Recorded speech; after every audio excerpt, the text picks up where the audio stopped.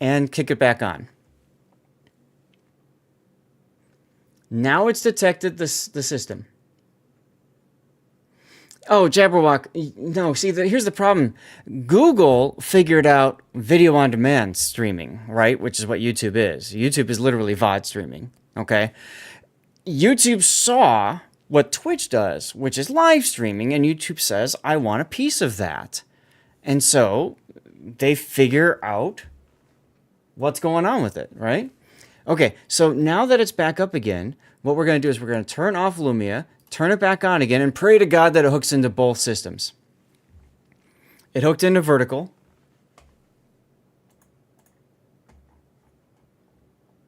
And it hooked into horizontal. Horizontal test. And vertical test. Let's see if they work. Horizontal is up. Yes. Now is vertical up.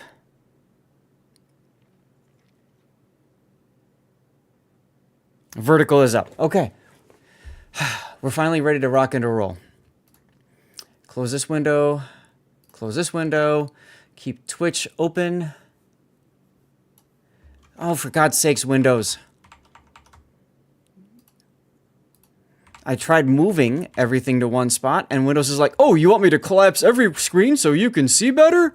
So now I have to literally reopen every single window I had so that I have it all available to me. Urgh. The mob is gathering. Who shall we lynch today? Can we get a list?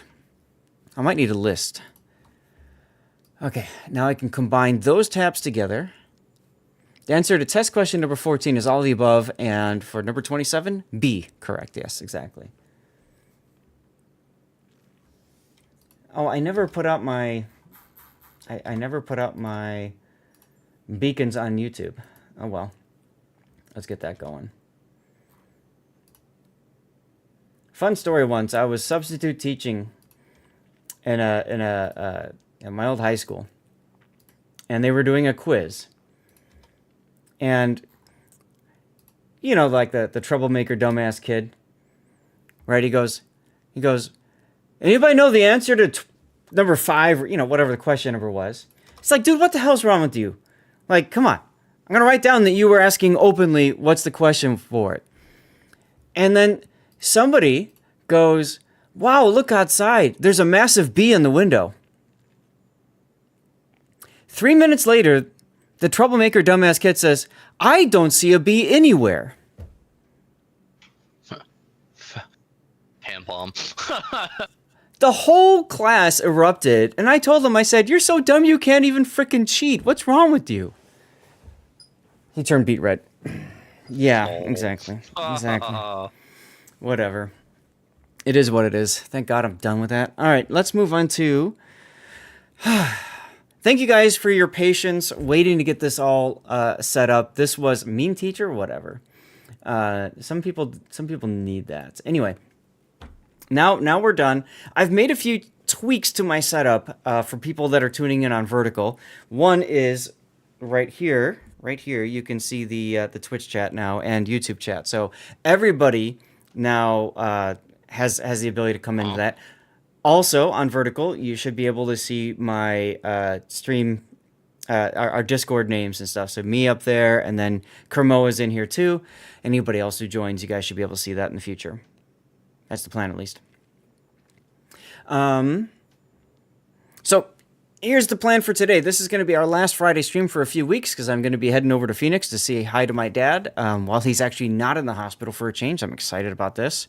So we have a second batch of Fabletics to open up, and then we're going to get into 5 replays for today. We've got a Napoli, a Des Moines. What else do we have? A New Mexico, a Surugi, and a Patri. To look at replay-wise. You'll do the usual vote for which should make it to YouTube, and then from there, we will do some live play. We'll bang out a bunch more 200% first win bonuses and see what we can get, what we can see out of that. So that's going to be the plan for today. I gotta put together a new page on my notebook so I can put down today's date, and so I know, you know, to cut up the stream and stuff like that. Zath, Yes. where you said on Twitch we should see two other screens. On YouTube. YouTube vertical. You- So I am streaming to Twitch, YouTube, and YouTube vertical. Okay. One of your best classes ever conducted by an Irish Christian brother. The teacher on the very first day went around the room slapping the faces of ones who looked like they needed it. Did they need it? Yeah, so that's why. So obviously, horizontal was the first thing that I did, and then I reached out and branched off into YouTube, and then I could probably see you needing that, Duckman. And then I looked at vertical. I'm like, I want to get into vertical too. I want to see what vertical does, because that is a whole nother class of worms. That's a whole nother challenge. So I'm doing vertical. Now that requires a plugin in OBS, and I'm using Adam's vertical plugin. And then for a while I was using a RTMP stream plugin on OBS, but that had some limitations. And the biggest problem was, if I'm on YouTube vertical, I want YouTube vertical and YouTube horizontal and Twitch to all link in together on my chat window that you see up on the screen. But if I'm running Restream, it will not link in. That's my problem. So as a result, I'm just going to nuke Restream. I'm not even going to stream to it. I don't care. Right now, Restream looks like the bot is going to automatically connect Twitch with what's been going on, which is fine. Unfortunately, there's no way to connect Restream into the bots and get all of them connected unless I pay an exorbitant amount. I think it's like $15-$30 a month or something, which for most streamers, that's a good chunk of money. So I'm going to hold off on that one. We're listening to Jaws right now. That's exciting. We are uploading at 23 megabits right now. Okay, cool. And that's with 3 streams going at once. Hey, Jer. My plan, now that we've got this all figured out... Whoops, sorry, I hit the mic. My plan is, now that we got all this figured out, I want to investigate Rumble, I want to investigate Kick, and I want to investigate TikTok. So I want to look at those 3 other streaming sources.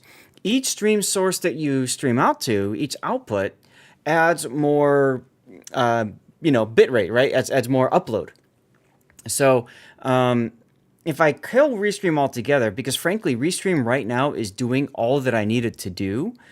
If I kill Restream altogether and just leave that to just go, played hide and go F with yourself, then I have room for at least probably 2, maybe 3 more streaming services. So that's where Rumble comes into play. That's where Kick might come into play, and that's where TikTok comes into play. So that's where we're at. That's been my goal for a while, is to branch into other things. I just haven't had the time to really work on that. I've got a vacation coming up, so while I'm on vacation, I might try creating those accounts and getting some content on there and see what happens. I believe for Rumble, you have to have like 5 people following you before you can stream. So be on the lookout for that on Discord, and maybe maybe you'll be willing to help me with that. But other than that, I think we're about ready to get started for today. Let's see. Okay, good. So I did post the thread. Thank you, Wolfie, for reacting to that. That's always good to see. Okay, so chat, what we're going to do then. Thank you, Seabear. That's perfect. That's good to know. You need an F hat? Yeah, I know. It's right. Isn't that good? This is a Fabletics hat, believe it or not. I don't remember the exact name of it. I think it's called a trucker hat or something like that. But it is indeed a Fabletics hat. Look at my trucker hat. What? Fuck, look at my trucker hat. That's right. Look at my trucker hat. I got a few of those. All right, so where's my Fabletics screen? Here we go. So, and it actually works out perfectly. The windows I've been putting together and stuff, like you can see, it's almost perfectly lined up with that bottom video. So maybe not perfectly, but whatever. I'll worry about it later. So, as most of you guys know, I am sponsored by Fabletics Men, which means that every month they send me some amazing clothes. The idea, of course, is I open them up on stream, show them off to you guys, talk through them, that sort of thing. And from time to time, maybe model them and all that sort of thing. If you guys have any questions, of course, you are more than welcome to ask. And, of course, I want to share with you guys my Fabletics link, of course. If you want to support me there, you could just click on that link and whatever. We're going to take a look at some clothes, guys, and then we'll get into Warships replays in a moment after that. I usually get 1 shipment per month from Fabletics. Unfortunately, I think due to the holiday... Well, thank you, Duckman.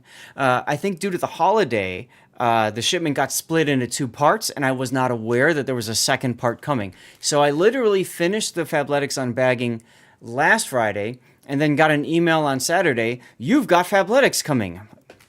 Okay. So we're going to just briefly take a look at the clothes today and see what we can see. I'm going to put my lights up, and actually, you know what? Now that I got my fancy Stream Deck Plus set up, maybe I'll pop my lights in the front up a bit here too, so that we can, so that you guys can see the clothes better and that sort of thing. So the first item of clothing for you guys is the Training Day tee, or Training Day quarter zip, and this is black. So my wife commented on how I've got so many black clothes last time, and well, that continues now, I guess. But the idea, of course, is in theory we'll have more colorful stuff today, and from the looks of things on the outside, they are more colorful. So this is a quarter zip. I love quarter zips. They're very nice. They're very handy. And this is a nice little detail. Let's see if you guys can see it okay with here. Yeah, you can see how there's like a little thing over the zipper to kind of just keep it kind of covered and from catching anything. So that's nice. Second mortgage, so I can add on a closet wing. That would be nice, yes. I need a new house just for my Fabletics storage. I don't know if there's a tag on this. Yes, there is. Okay, they've moved to the QR. Scan the QR code to learn more, but they're missing the QR code. So things about this. One is it's very stretchy. It's relatively thin material, very similar to what I'm wearing here. One thing that I do like about these, let's see if there's a way to show it to you. Much like the t-shirt I showed last week, the back of it has little holes in it to help with sweat wicking, to get rid of any moisture. And that's on the back, that's in the armpits, and on the side. It does not include the very front. Okay. Yeah, it's like a beard protector, exactly, having that zipper covered. No pockets on this, but you know what? When you're active, you're outside and you're in cold weather or cool weather, having layers really helps, and this is a layer that I would be very happy to have with me. So this is a W. I consider that to be a win. Next up, the 24/7 curved hem tee in bone heather. This is something I haven't seen before. The curved, what is this called again? The 24/7 curved hem tee in bone heather. It's just an odd, yeah, you can wear it under a vest, exactly. Do you order M's or L's? I order large. I used to be a medium, Duckman, and then I got large. I've been doing a lot of upper body workouts, so I do push-ups, and then I do pull-ups. I do 3 different sets of pull-ups every other day. So I do standard like this, and then I do sideways like this, and then I do like this. I've got like what do they call them? Power tower or something like that. So you can do the 3 different types of pull-ups, and what that's done is it's actually expanded my chest a bit and my arms. So like I literally can't fit into mediums anymore, which is a nice problem to have, you know. Anyway, so let's take a look at again. This is the 24/7 curved hem tee.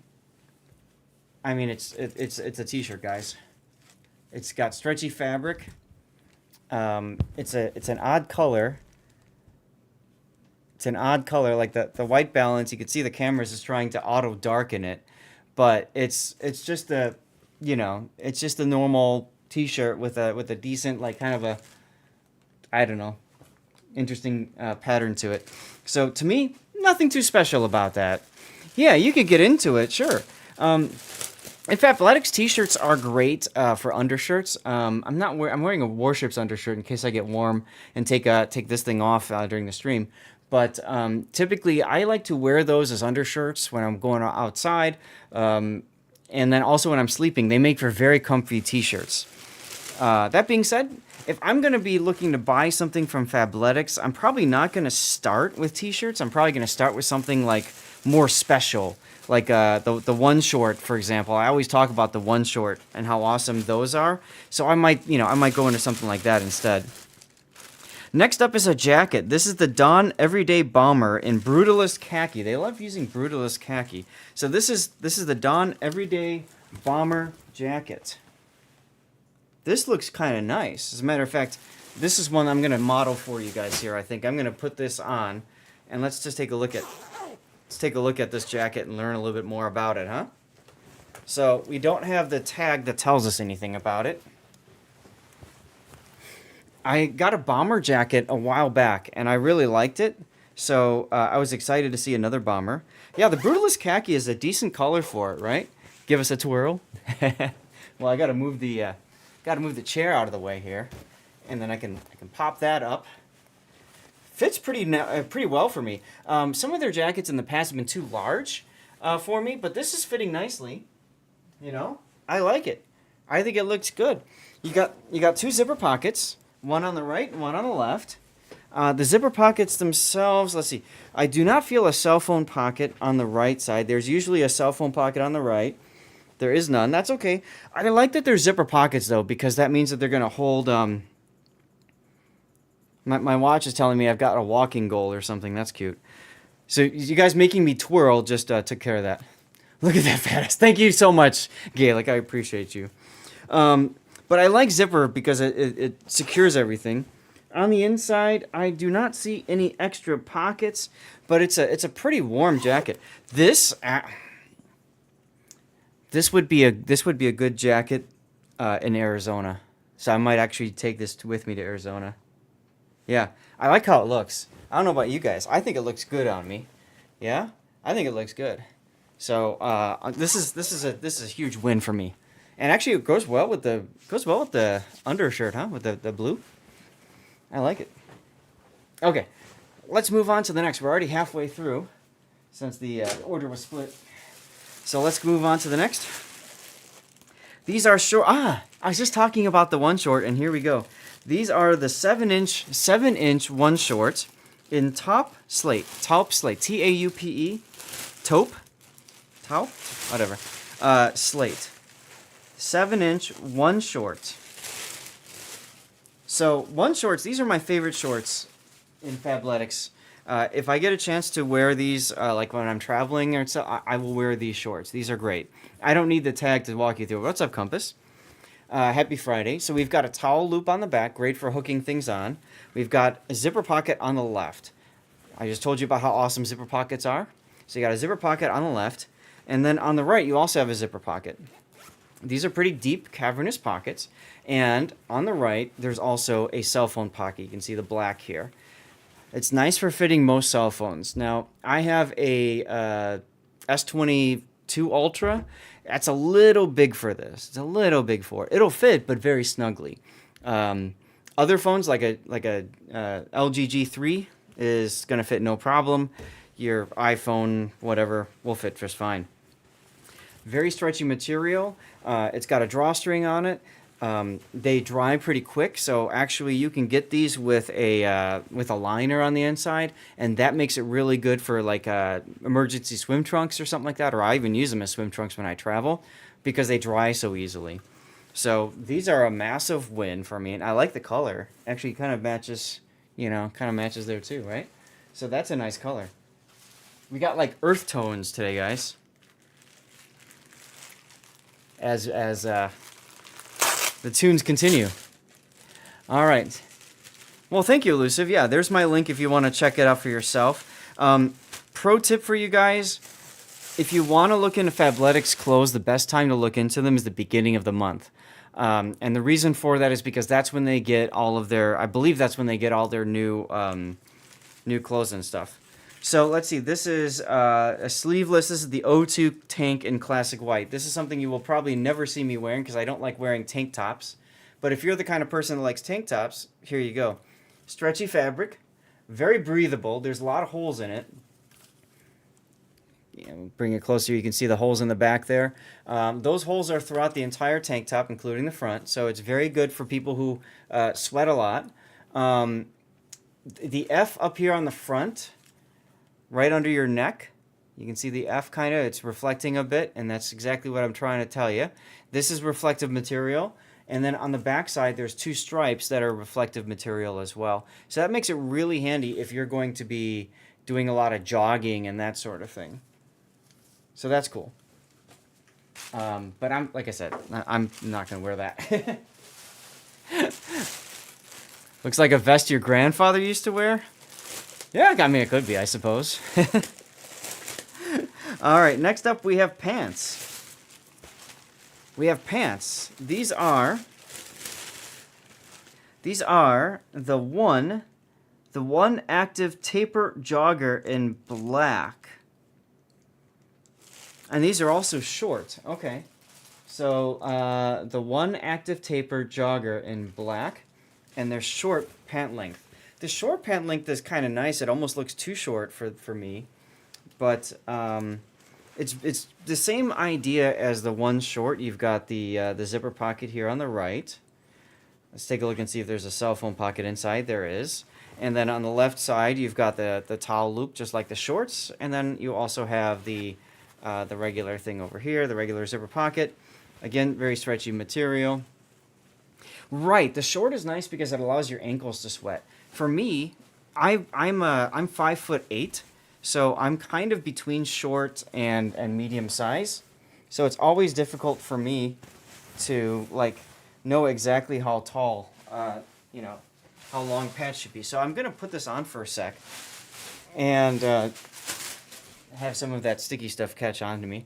But anyway, it fits very nice. These are great shorts. And by the way, women like how your butt looks in pants and shorts from Fabletics. Just putting that out there. So you can kind of get an idea here with my sock, just how short these are for me. Again, I'm 5'8", but it's nice. It's almost like for like women, like my wife has capris, right? So it's almost like that for her. She likes using those when we travel to like cooler places and the like. You know what I mean? So, all right. Next up, these are pants. These are the Cloud Jersey Jogger in dark brutalist khaki heather. These are also short. The Cloud Jersey Jogger in dark brutalist khaki heather. Okay, everybody got that? Yeah, I don't like loungewear that's too long either, Duckman. So I agree, they look really good. To be quite honest, I think they'd be nice like on a plane. They might be nice going to Arizona as well. The standard length ones usually have a like elastic on them at the bottom. Yeah, there's going to be a quiz. Write them all down, please. Exactly. So again, this is the Cloud Jersey Jogger. This is new to me, so that's why I'm double checking. The Cloud Jersey Jogger in dark brutalist khaki heather. So it's the same kind of color as the bomber jacket, but it's got a pattern to it. It's got that heather pattern to it. So, like kind of like dark and white spots in there. Okay. So nice stretchy material. In this case, I can see that there's a cuff at the bottom here for your ankle, which is kind of a nice feature. You've got it's very soft actually. I think these would be very comfortable loungewear. Very comfortable loungewear. So you've got a big deep pocket here on the right, and then behind that you've got a zipper pocket. And inside the zipper pocket it's the same depth, so you can put like a cell phone in there just fine, and then zip it up. I love zipper pockets because of that. It's got a butt pocket on the back, but no zipper for it to secure anything, just a standard open butt pocket. And then on the left side, you've got your standard pocket as well. And inside of that, is a cell phone pocket. Now, I like wearing my cell phone on the left, so that's well. Just checking if it would do the YouTube link triple again. Okay, no worries. I think I have a thing set up to time out like the request, but maybe Maybe it did all of it. If it did electric, thank you. I'll take a look and see if I can put something in there so it doesn't like spam the chat so much. It's got a little bit of a reflective F on the side here. I don't know how important that is, but I gotta say, these I think would be very comfortable lounge pants. I could see myself doing them. I've been moving away from clothes that require belts, so you know, I could see myself wearing these. I'm gonna put those in the W pile, in the win pile. Two more items, guys, and then we'll move on to warships. All right. So next up is try to get rid of all of the. They have like little wax paper and stuff that the clothes typically ship with. It's nice because it keeps everything, you know, clean and static free and stuff. So this, what am I thinking? This is the Training Day Polo in classic white tactical camo. So this is kind of interesting because it's white. It's a collared shirt. It's a polo. You guys know I love my polo shirts when I do King of the Sea. I almost always do, you know, polo shirts when I wear them. No, we want Zath, thanks. It's got stretchy material, okay? The big thing about it, and I think it's going to be hard for you to see, is my watch telling me to... Yeah, my watch is telling me to move. Shut up, watch. Let me see if I can get this pattern closer. See how, like, my shirt has a pattern to it? It's, like, very subtle. Well, this has a pattern to it, too. It's got a camouflage pattern, almost like a black shirt might have a camouflage pattern to it. I don't know if you guys can see it. You can kind of see it a little bit if the camera would just get into frickin' focus here. Come on, camera. Back up a little bit with it. Oh, I'm backing up. Come on, camera. Wow. Really, camera? Thank you, camera. Yeah. So there it is. Yeah, you can see the camo now a little bit. It's a very subtle pattern, but I like that. You know what I mean? It'll show in a black light. Absolutely, Falcon. Absolutely. So this is kind of nice. Yeah, it's very faint. It looks like it has stains on it, but it's actually probably the camouflage. Exactly, that's what it is. So what's cool about that is it's not just a plain white. You know what I mean? I like that there's something else to it. There's something more to it than just that. ZMR1230, thank you for the follow. Welcome on in. So I'm going to put this in the W pile. My wife might disagree because she doesn't like me wearing white shirts. But at the same time, I think that the pattern kind of sets it off as something special. Last item for today. Let me get this thing open. And this is another short pant. So I'm really excited that they've sent all of these shorter pants to me as a way to kind of test them out. Now this is the one jogger. This is the one jogger in utility green. Utility green. So you can see the color here. It's a nice color. Okay. So they went all earth tones basically for this one. Oh, this one actually has a tag on it. So anti-stink, quick dry, lightweight, and it has a phone pocket. So it's the same idea as the one short, you know, that I talked about earlier. Now the jogger doesn't have two zipper pockets though. It's got one open pocket on the left, which is a very scary thing. Don't put your cell phone in these. Because the material is so stretchy, see how much it stretches like this? I want you to think about when you sit down, your phone literally yeets itself out of your pocket. I've had that do that to me once before. Completely shattered my screen protector on the bottom of this thing. Guys, put a screen protector on your phone. Get an older phone. Yeah. Get an old phone. And then the right side, you've got a nice deep pocket as well. And then there is a zipper pocket behind it where you can secure all that kind of stuff. Okay? What's up, Dutch? So, very nice. It's got a reflective F on the left side again. And then on the bottom, it does have some cuffs. And the cuffs, of course, are really nice for ensuring that your legs are, like, you know, covered or whatever. They don't make phones with lanyards, no, but what they do is they do make some phone cases like this one that's got a strap on it. So I love using this as a way to, like, I'll throw it around, and then, like, if I'm taking pictures or something, like at the CC Summit, we went to, like, this really ancient cistern, and everybody wanted to take a picture down the hole, and they're like, be careful, because if you drop your phone, it's gone forever. And I'm up there like, no, that I don't care because I've got my strap. You know what I mean? So I'm like reaching way the hell over, and everybody's looking at me like you're nuts. I'm like, nah, I got my strap. I'm fine. That's why you do it. Well, you could do it around your neck, but that's kind of dorky. Anyway, let's go ahead. Yes, that's right, Duckman. I called you a dork. Let's take a look at the clothing haul from part 2 of the January drop. All right. And chat, later on, I'm also going to put this to YouTube. Which do you guys think were wins? Which ones do you think you'd like to see me try to wear on stream sometime? Let me know. So we've got our green one. What was this called again? I don't remember where it went. I got so many bags now. The one jogger, that's right. We've got our polo shirt that with the camo. That I think is definitely going to be a win. We've got our Brutalist khaki bone heather comfy pants. These I like. Those could be really good pajama pants. I might have to institute those as PJs. We got our one short in something slate. That's a really good win. I like that. Got our bomber jacket here, and I got to zip this up. Well, I'll leave it unzipped because my wife will probably want to see me try it on. But we got our bomber jacket in Brutalist khaki. So that's a really nice color. It's almost like they knew I'm going to Arizona soon, so they wanted to send me clothes that would be good for Arizona, you know? Black quarter zip, long sleeve, definite win.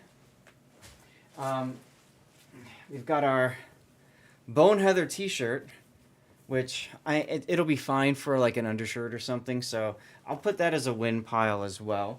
So the only thing that we don't really consider a win, or at least I wouldn't consider a win, is going to be this, which is the O2 shirt, sleeveless T-shirt is what they call it, the O2 sleeveless tee. Yeah, I'm probably not going to wear that, but yeah, whatever.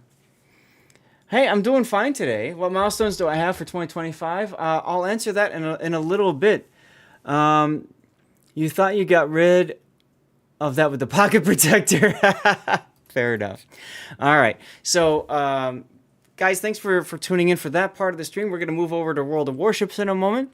But like I said, later this will go to YouTube. And for those of you who tune in on YouTube, please leave a comment and a follow and a like or whatever if you enjoyed this content. You can also subscribe to the channel, that sort of deal. We do this about once a month. And please, comments are appreciated, guys. Anything we could do to make it better for you, please let me know. This is the first time I've, for example, done this with my lights at 50% and pretty much blinding me because I usually keep them at like 10% like this. So I think that was kind of fun. We'll see what happens. Oh my God.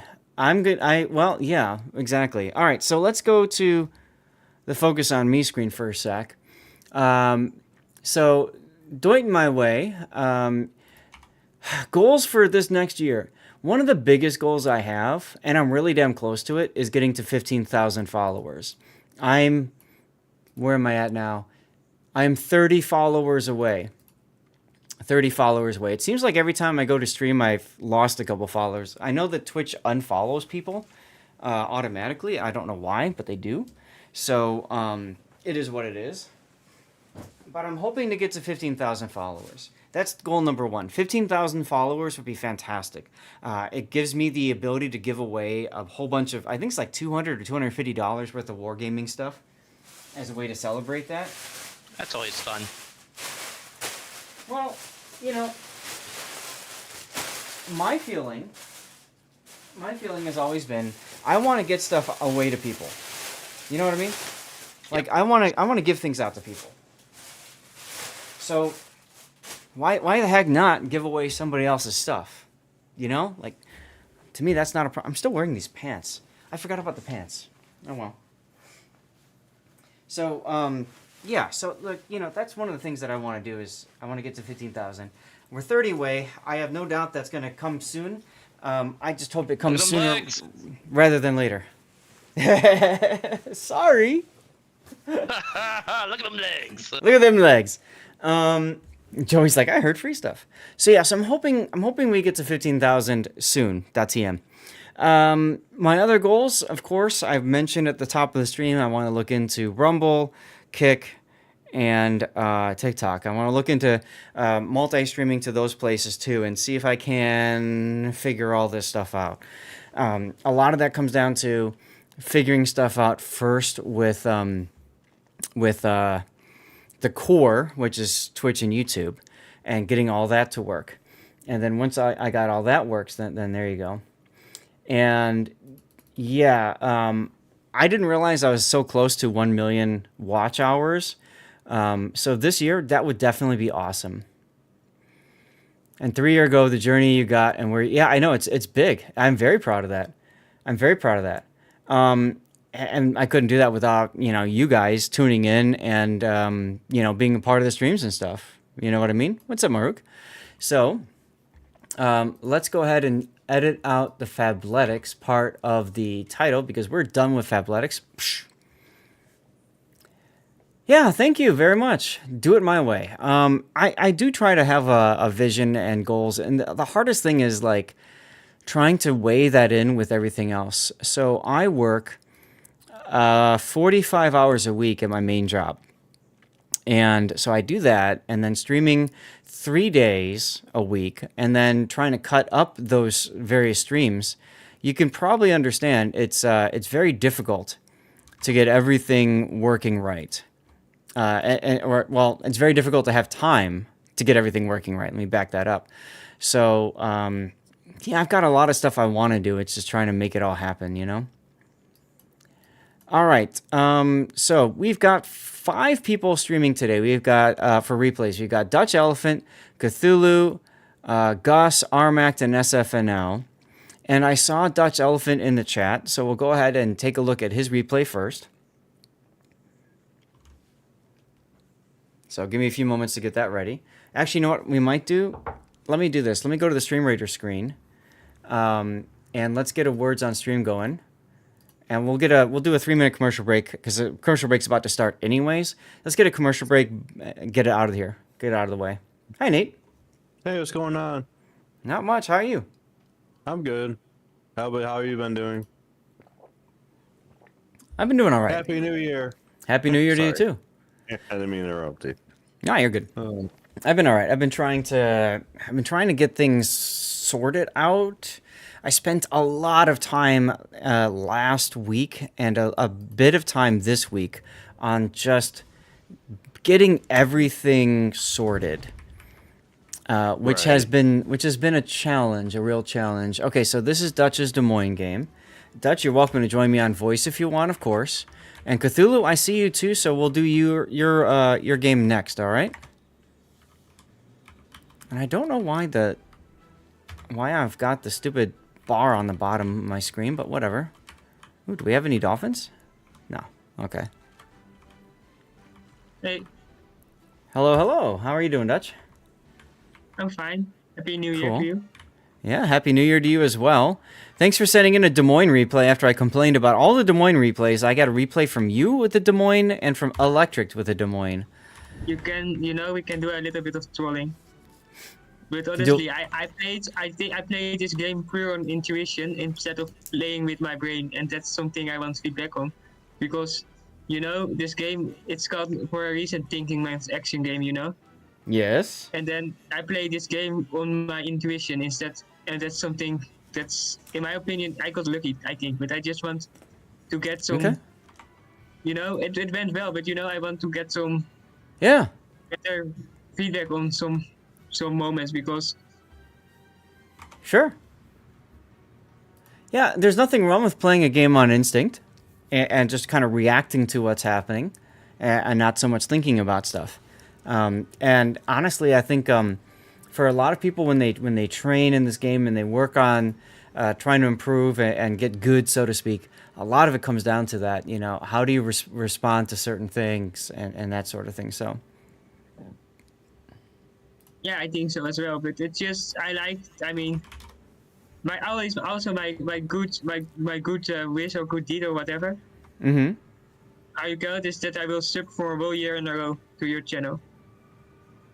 Wait. Say that again? That I will subscribe to your channel for like a whole year, like every month. You said you've been subscribed to the channel for a year? No, I will do. From now I will not miss a month. That's what I mean. Oh. Okay. Well, thank you. I even set a reminder in my phone. Oh. Well, thanks. That means a lot, really.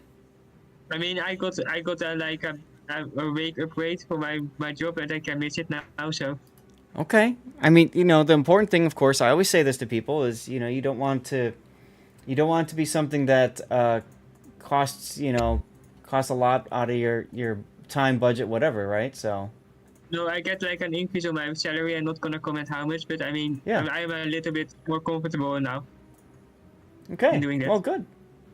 I mean, I'm glad to hear that. That's great. I mean, I always like your kind of interaction because most of the streamers of this game, it's like they play the game themselves, but then also it's just the interaction is less. I mean, I always feel Yeah. that the interaction on your channel is very nice. You know what I mean? Sure. Well, thanks. Yeah, I've had some people say that same thing to me, so it means a lot to hear you say that.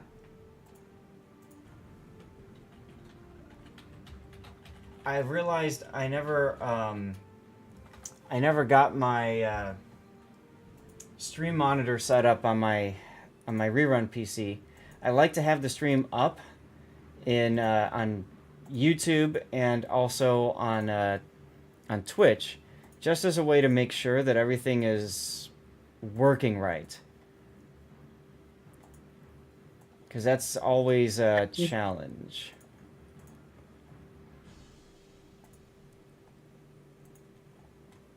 Okay. Is the commercial break over? Yes, it is. Okay, cool. Hey, Taro. All right, so I think we're ready to go. Are you good?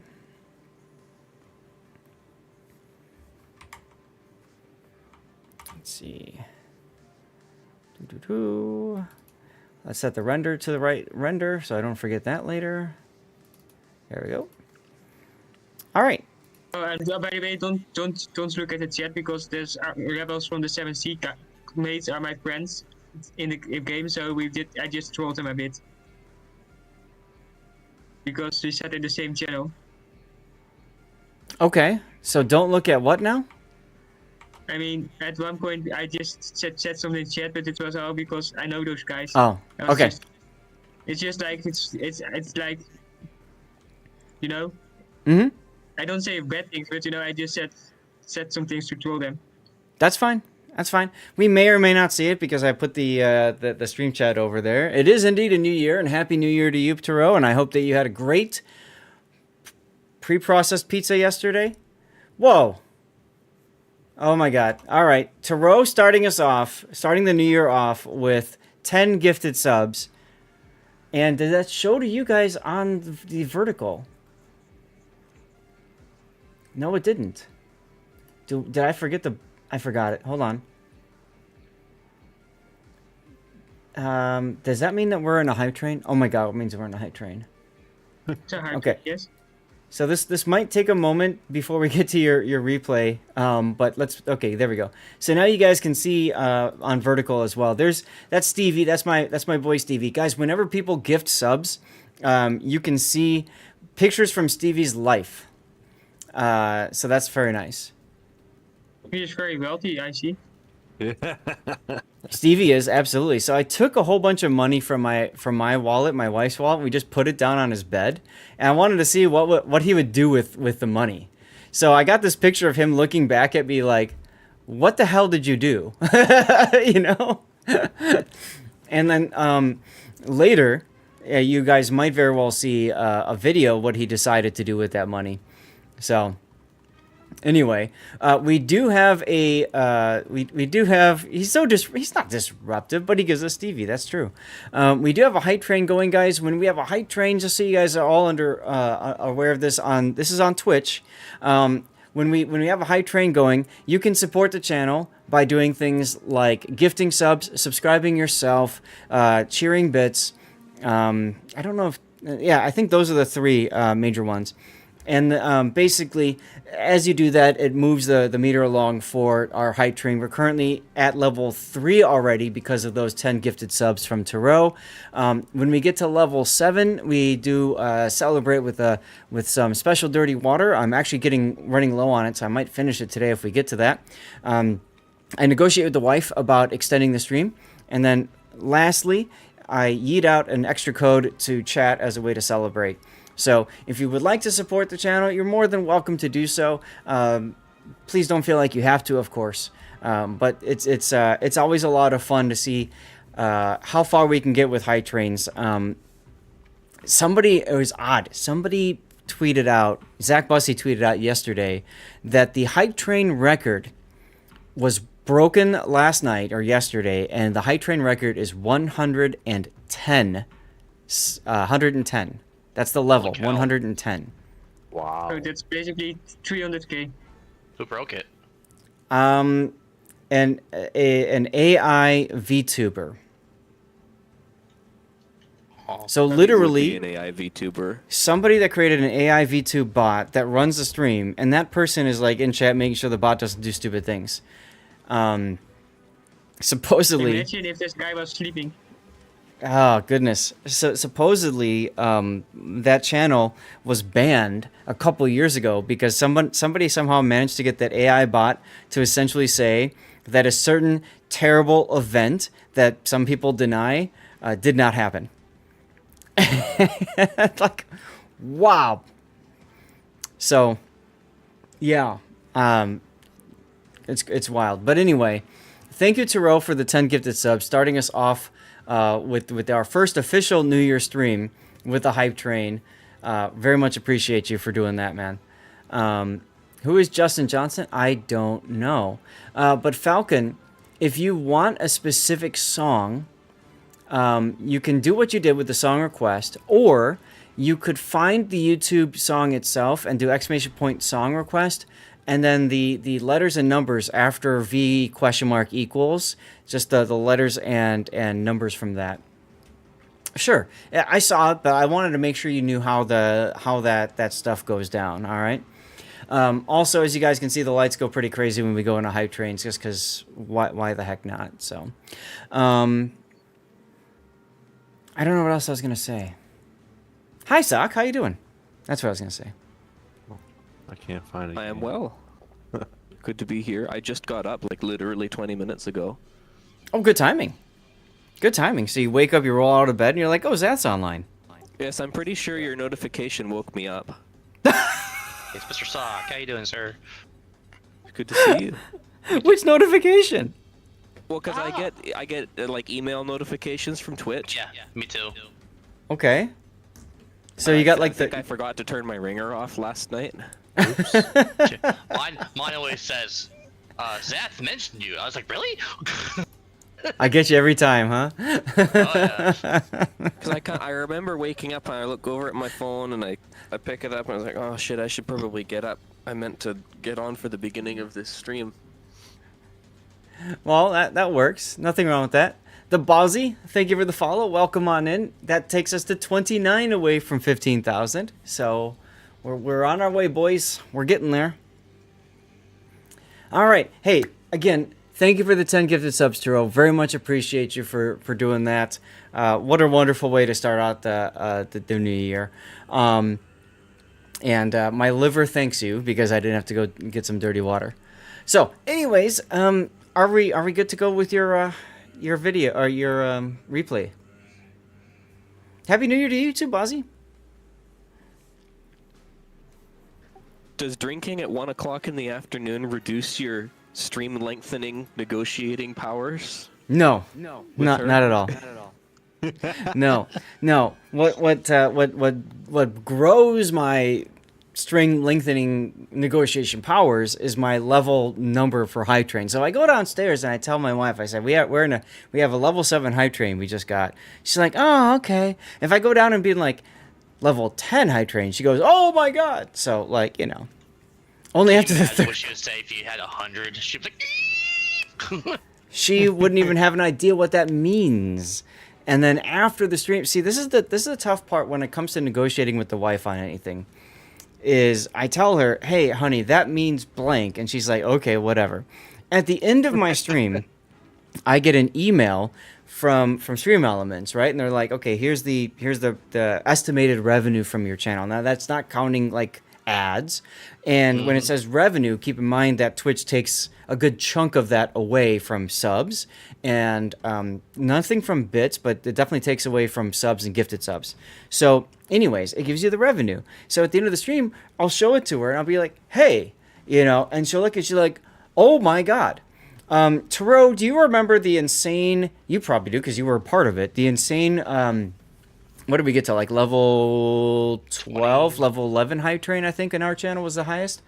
So that day, I went and I showed, maybe it was 16, I showed her afterwards. I said, I have never had a day like this before. And it was very much never. And that's what prompted me to buy the Stream Deck, by the way, the Stream Deck Plus Taro, is when that happened. And I showed her the number afterwards. And she's looking at it, she's like, you had that? I said, yes. She's like, oh, so now I understand why you really wanted to stream longer. Yes. And even then, like, money, money, money, and even then, she doesn't like understand the significance, because I'll go into like Twitch Analytics, because Twitch Analytics will tell me what my share of whatever is, right? After Bezos takes his bit, right, Hujam? And so, like, I'll look at that and I'll be like, this is what it is without even counting commercial breaks and ad revenue. And she's like, well, okay, tell me later when it's full. And it takes like 2 days for Twitch. So I'm like, hey, honey, remember 2 days ago when I had that awesome event that I was trying to negotiate with you? Yeah, look at this. And she'll actually like, wow. And like, that's all she'll say. It's like, I'm out here busting my ass. Does she ever watch? Yeah, she watched the screen right now, like, I'm gonna get him. She doesn't watch, no. She'd probably be like, why am I doing this right now? No, all she does is listen. All she does is listen. That old report with whiteout to change the date. Keep it handy, right? Seriously. Showing off your butt more like? Maybe. But here's the thing. Like, I did a stream Friday night. Fabletics, thanks for that, right? Was it Friday? I think I did a Friday night stream or something, just for shits and giggles or some. I don't remember what it was.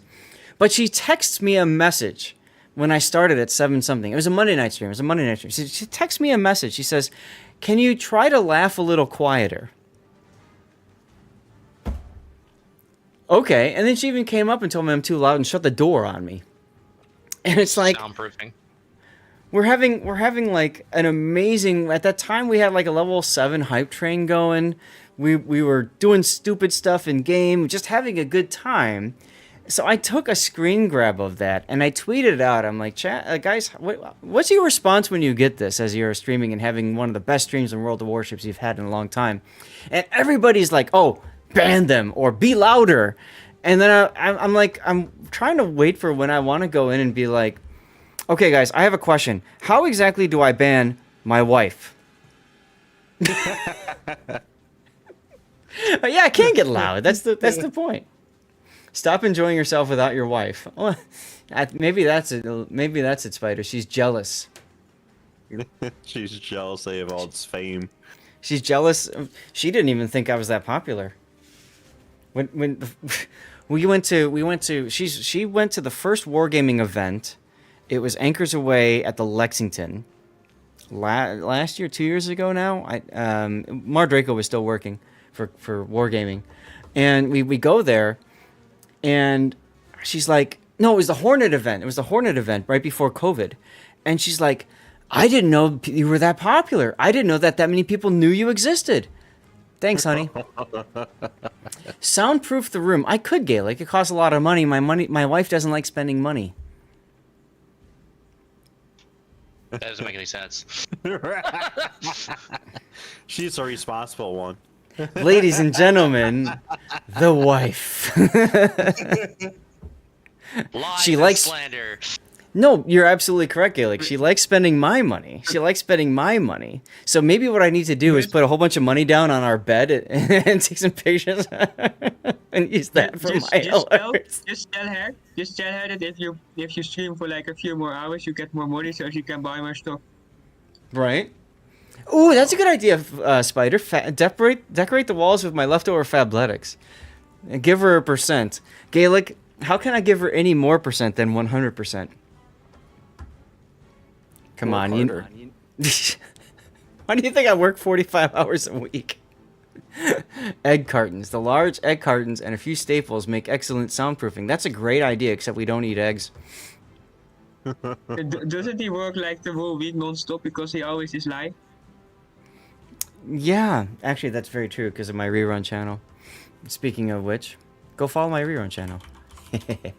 Keep a bunch of money. At the end, lay it out and say, this is how much we earned. Yeah, then she'll yell at me because I didn't give it to her because I was hiding it from her. My grandfather was a bagpiper, and Yeah? he soundproofed a room in the basement so that my grandmother wouldn't divorce him when he practiced. Huh. Okay. Makes sense.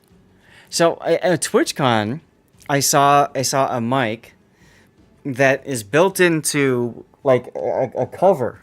So like literally you have this mic and you've got a muzzle over your mouth that you strap around, and it's a Bluetooth microphone. And like you can get super loud. I tested it at TwitchCon, and the sound quality is okay. It's not as good as like this mic, but it's passable. The only problem is for like long periods of time, it probably gets really sweaty under here because it's literally like a mask that you wear.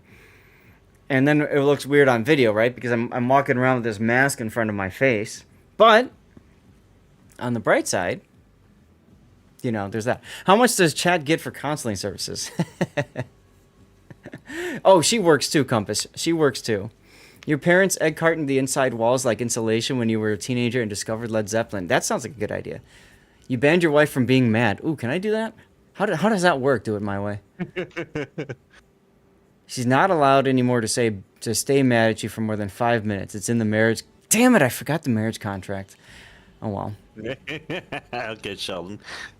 Exactly. I did. We were married before Big Bang Theory was a thing. Otherwise, I could have totally done that. But anyways. Wait. Yeah, I looked into that. But I have a story to tell you before Go you ahead. start. So when I was in the military and I got my first bonus from the army, got like a $20,000 bonus. My wife was there with me in my first duty station in Korea, and I'm like, I was like, oh, cool. I pulled out the whole bonus of $20,000, threw it all over the bed on bills, got in my box and started rolling in it, just for the hell of it. And my wife walks in, she's like, what the hell? I was like, I wanted to feel like Scrooge McDuck. I got lots of money. But did you serve in the U.S. Army? Yes, sir. Did you know you're a veteran? What? Are you a veteran now? Yes. So then you can claim the Clipson. That's nice. Yep. Hi, Grumpy. So yeah, I mean, I'm sure she happily took the money off the bed, right? No. Oh. No. She took them When off I told the her bed. about Yeah. being in Scrooge McDuck and feeling like DuckTales, she's like, oh, I'm in. Oh, she joined you. See, now that's Yeah. good. There you go. My wife would have just taken and picked it up. I have a great. So remember the picture from the 10 gifted subs earlier. The picture on the of Stevie with the bed looking back at me like what? So he goes and he lays on the money, and then my wife wanted the money back. So she goes up and she doesn't want to pick him up and take him off the bed. So she literally just starts pulling the money out from under him. Wow. I got it on video. I got it on video. She hasn't given me permission to use it yet, but I want to use it as one of my alert videos, like Stevie just paid the wife and you guys paid Stevie, so y'all paid the wife. Stop getting the money all sweaty. There you go.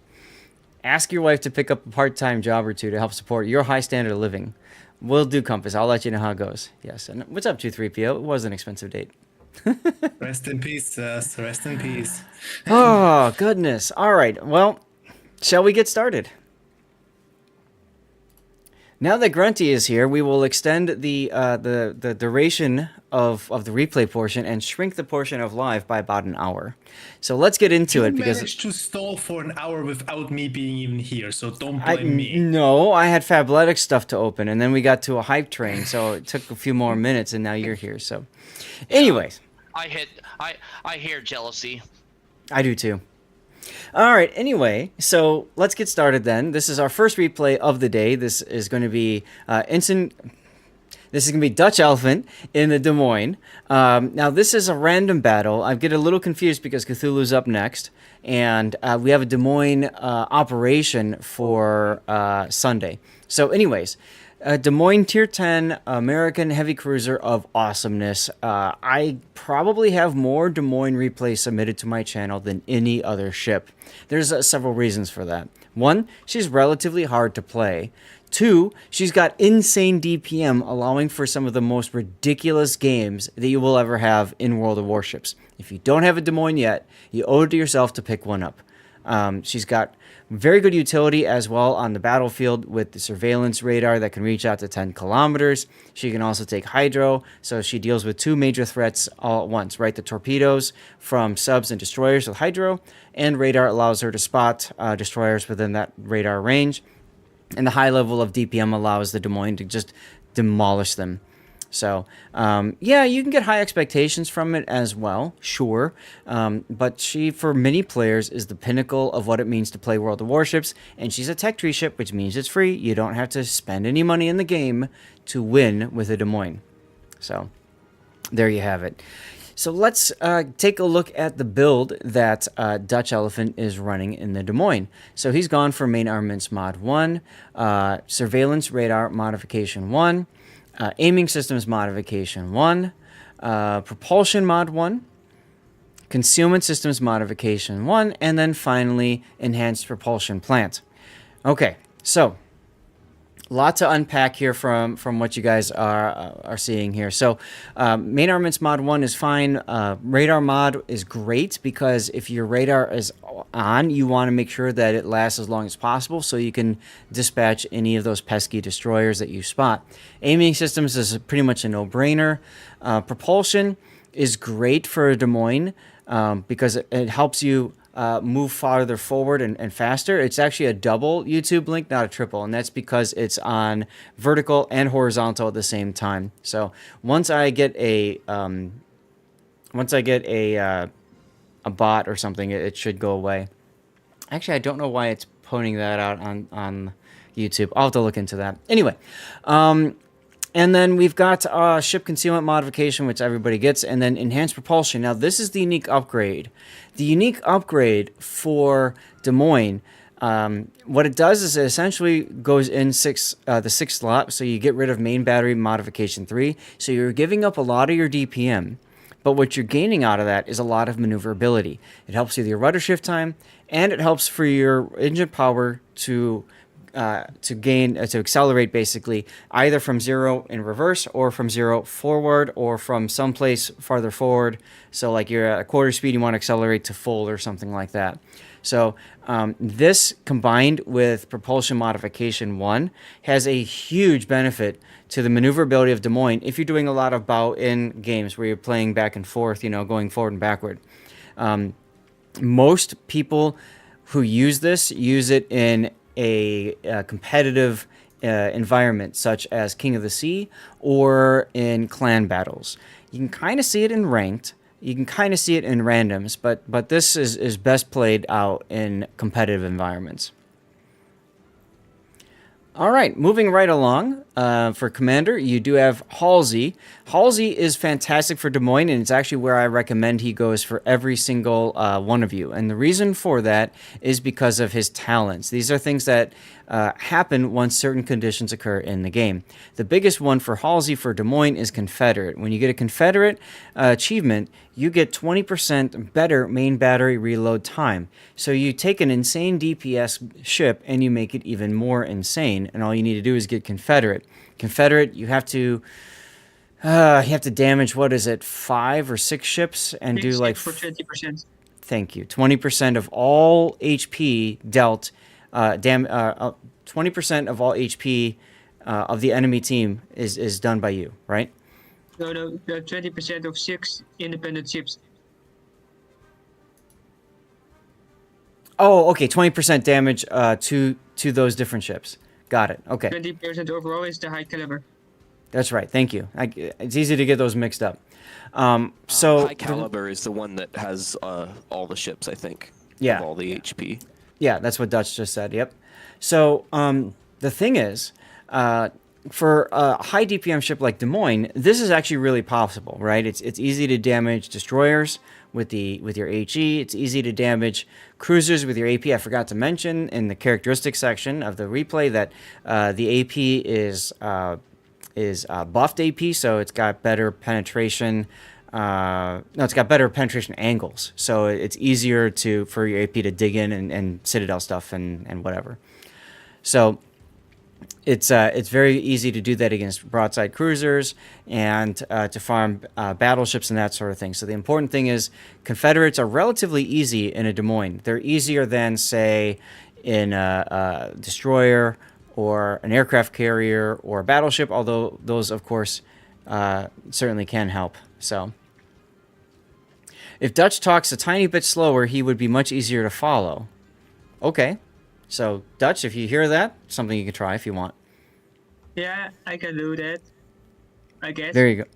It's like the Dutch language is a quick language, I guess, and Yep. it's a habit. Yep. No worries. No worries. Confederate's pretty easy in a battleship, too. That's true, Hujam. The other place that a lot of people like to put Halsey is going to be Montana. And that's fine, too. But most people, I think, will do best with Halsey. You generally want to put Halsey in whatever ship you get Confederates the easiest with. So if you find that's going to be Des Moines, fine. If you find that's going to be Montana, fine. If you find it's in a gearing, what are you doing that the rest of us aren't? You know? Do it my way or else it does. Okay. Huh? Teach me. Yeah, seriously, that's what I mean. That's what I mean. Show us your ways so we can all learn, because oh my god. Anyway, so that's Halsey's first part. The other part is he gets buffed Gunfeeder and buffed Grease the Gears. The buffed Gunfeeder specifically is really sexy. The Grease the Gears is very helpful too. Now in a Des Moines, you might not need the Gunfeeder as much. Again, in a competitive environment, every second and millisecond counts. So Gunfeeder makes sense in a competitive clan battle or King of the Sea environment. But outside of that, you could possibly get away with not running it. What else have you gone with? Consumables enhancements. Okay. Personal opinion, I like running Priority Target, but fine. You want your radar and Hydroid will last longer. I like Priority Target because I want to know how many people are targeting me and then, what to do with that. You've got Adrenaline Rush.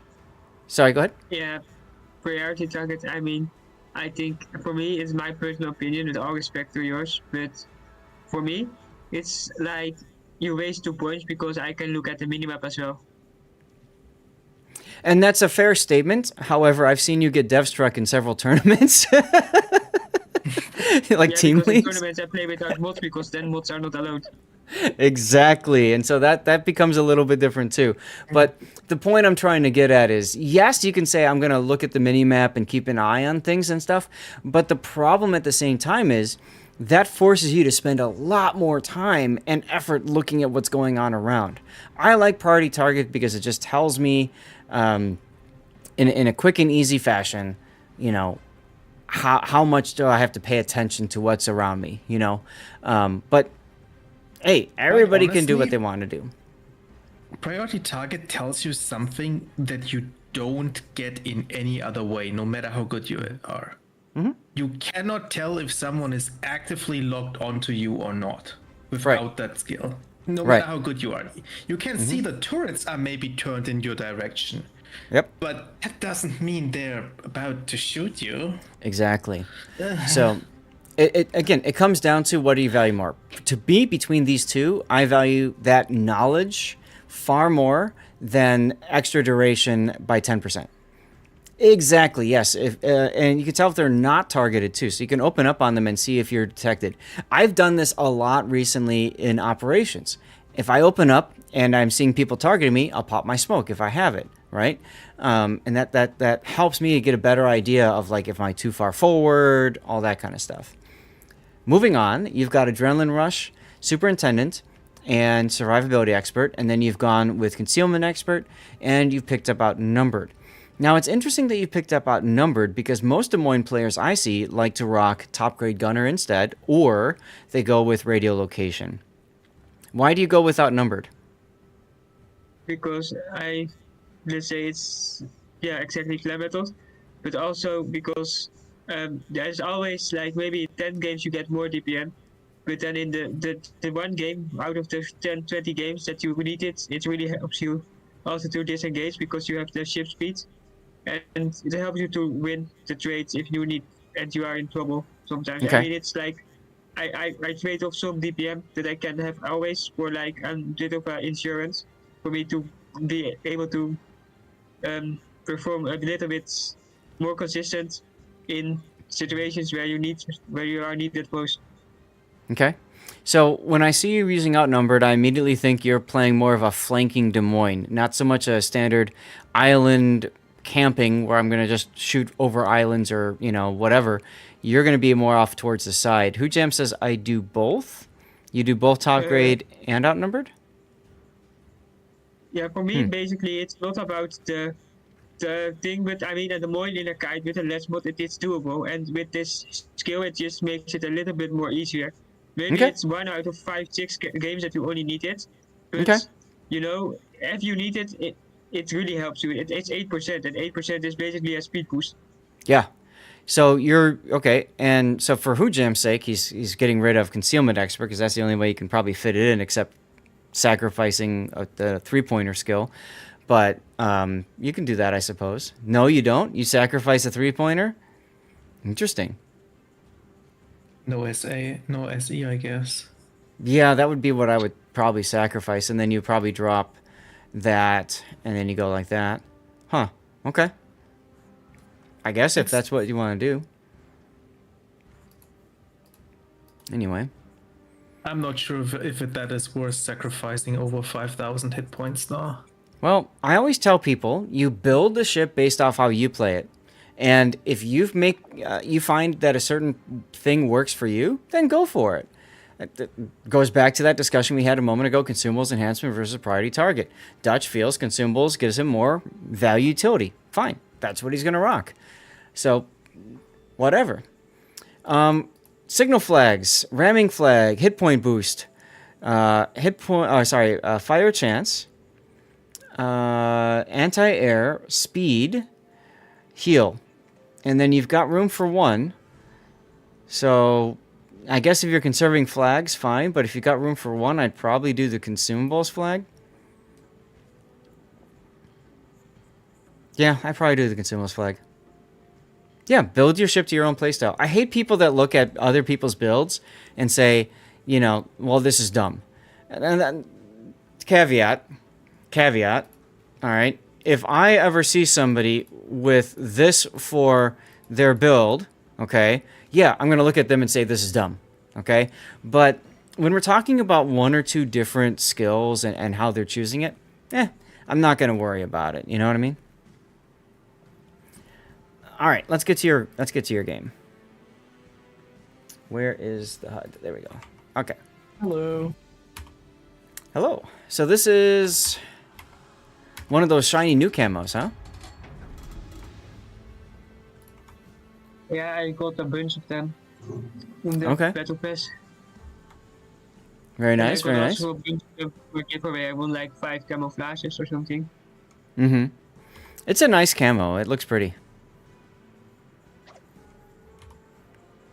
Pack-a-Punch DM is a bad build, yeah. I would suggest you take a picture before, because I might not die. I love that camo. I already took a screenshot. Don't worry, you're good. Thank you, though. So straight tier 10 game. No carriers, no subs. You got very lucky there. Lots of divisions. Oh, my goodness. Okay, then. Now you spawned in the new Italian destroyer. It looks very funny. Yeah, it does. So you spawned in the middle of the map. This is arms race. And we were just talking about how your build might be best suited for a kiting situation, and now you're stuck in the middle. So, good times. Enemy can see exactly what parts are saturated. That's true because it's such a nice light camo. Very good point. So early on, Dutch, you want to support your division mate, Smolland, who's going to go for the reload buff, right?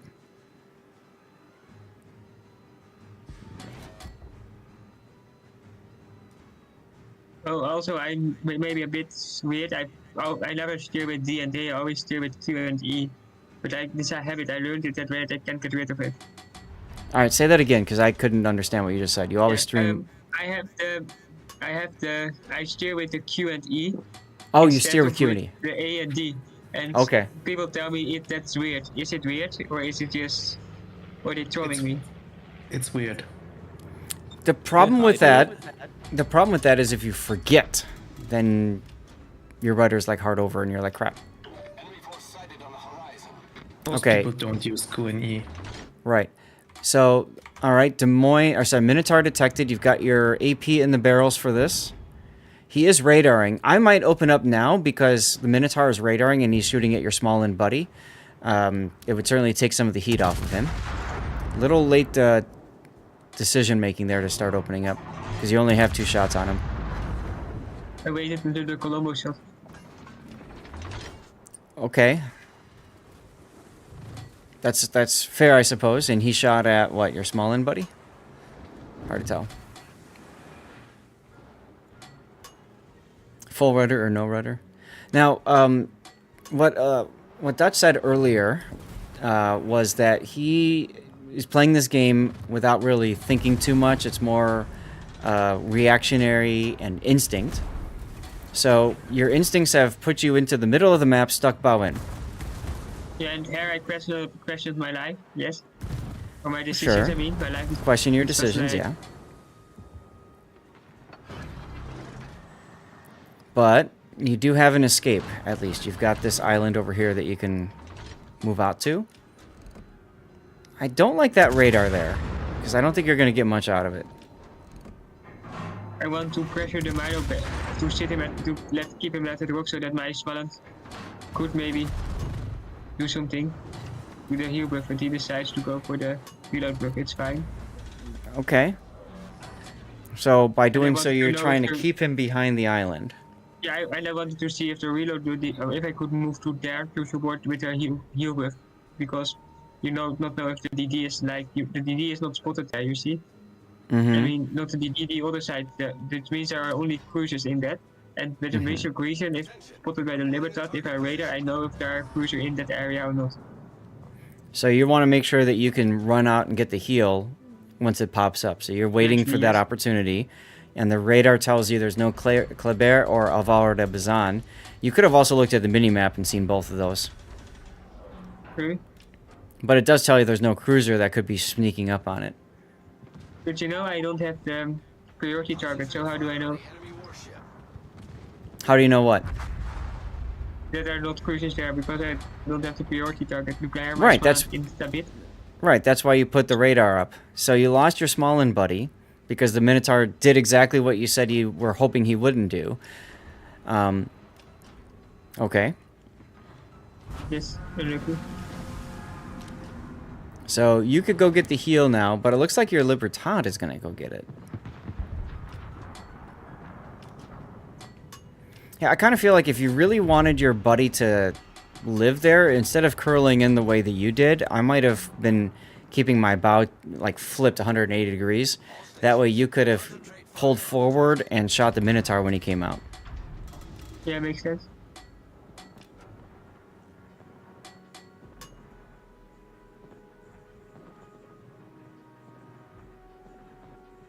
Kaboom is not a website, it's a Warships playstyle, that's true. So Libertad, of course, doesn't get the heal, despite being just inches away from it. And I love how your div mate starts throwing shade at the Minotaur that killed him, and saying he's a bad player. It's like, he killed you, buddy. Me and my teammate and them, we play a lot with each other, so we are just a little bit of throw each other. Ah. Point. So, friendly banter, but the problem with friendly banter is, if nobody else knows it's friendly banter, they assume that you're just being toxic. Yeah, I might get in trouble for that, you know. Well, I mean, that's a I didn't- possibility. I didn't say anything though. No, you didn't. Which is smart, by the way. I can't, you know. Right. For those of you guys who don't understand what we're talking about, do you mind if I say it real quick, Dutch?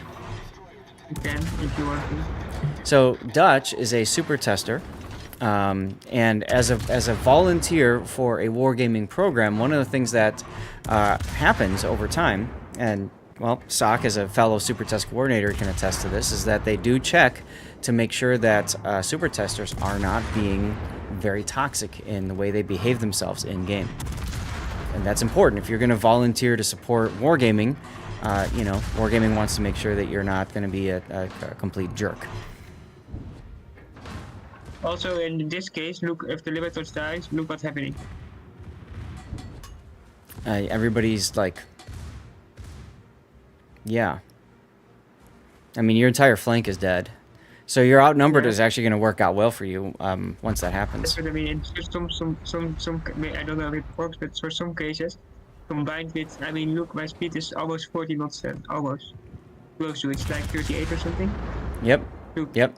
if you can look at it, I don't know, but I'm like a speedboat now. Okay. Now this is interesting because I've never really seen a Des Moines with outnumbered replay. So now what are you going to do with that speed, I guess, is the big question. I don't know that I like your decision. Okay, you I can. need them because it's an arms race and I want the middle. The buff is going pop up in 40 seconds, and I decide I decide that I push myself to the island where the middle island, you see? The island where the buff is on. Which is the island where you started next to. I don't even see it online. The reload buff is on. It's F4. F5, I mean. F5, the island. Yeah, you're talking about this island here that the reload buff is kind of centered on. There goes your Libertad Div mate. Because my reasoning was like, it doesn't look too good for our team. And if I reach that rock, and I can pretty sure that I can hold it for at least a very reasonable time. Okay. And I blocked the cap with that for a reasonable time, so I thought that was the play. Got it. Because okay. it seems that the other side was winning, but it was like they chasing like ships, so it, you know. And you know, in arms race, if you lost the zone, you lose the game. Yes. You cannot lose the center circle. So looking at the Hindenburg is the only thing that's kind of close-ish. And then this Hindenburg, Preussen is already walking away. Cerberus is way out there. Worcester is at the Fidget Spinner Island. And Colombo is playing with a beach. Okay. Chat, we have a giveaway going. What is this for? Special permanent camo. You have to be a follower of the channel, like 30 knots Burks. Thank you for the follow a moment ago. Please do me a favor and just type anything you would like in chat, and that will get you in for our giveaways. This is on Twitch only, so if you're tuning in on YouTube, sorry, you're going to have to get on Twitch. You have 5 minutes to do that, though. Yeah, it's Maruk. I made a special bot that I could use for most of my interactions on Twitch. Unfortunately, I think it's Lumia and something else. You have to pay for that, like to rename a bot. Like MooBot, I can't rename, for example. Okay. Anyway, I like how you're ducking in behind this island. You dodged, of course, the Kleber Torps because you've got Hydro. Honestly, if the Kleber wanted you dead, he could have had you dead. He just had to go straight at you. Yes, I'm going to do ops after Infidel.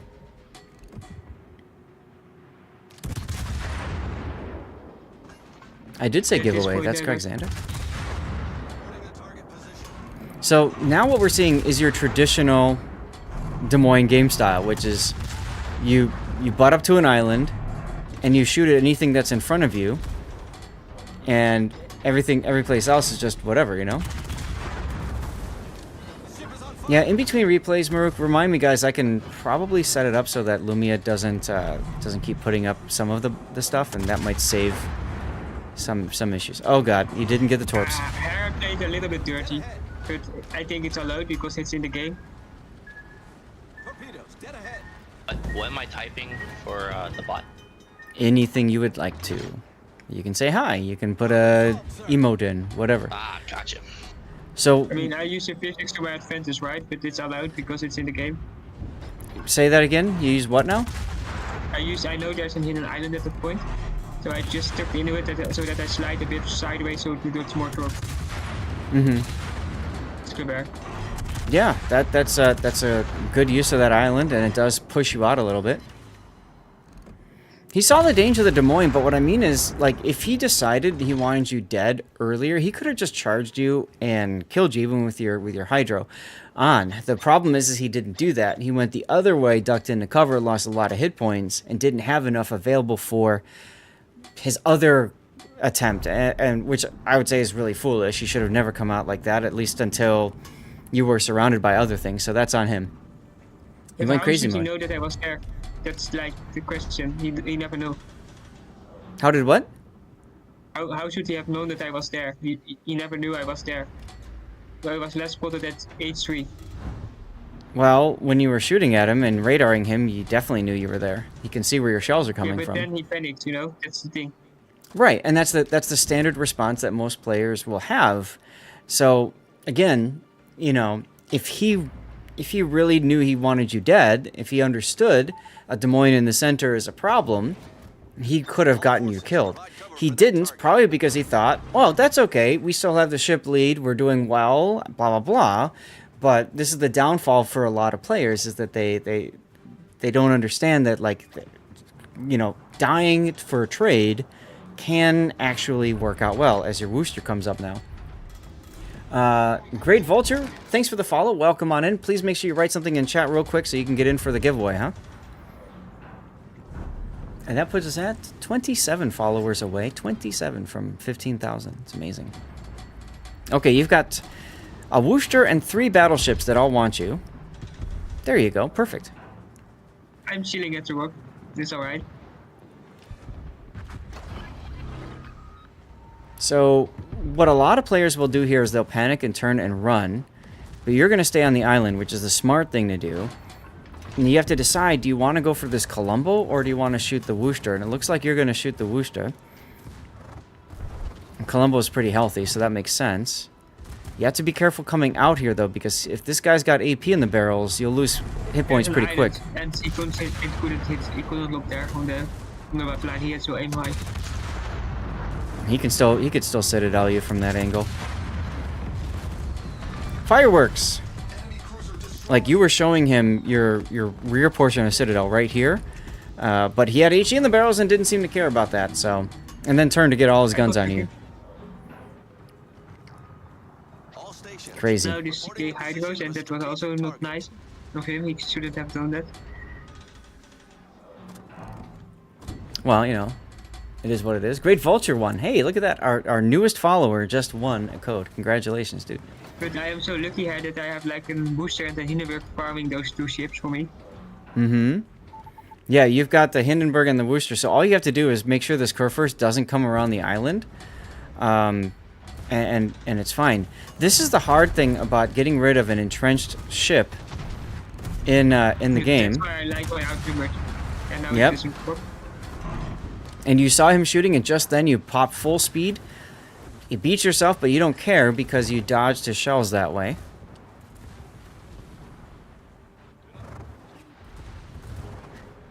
And now you've got 2 battleships that really want you dead, but they can't kill you.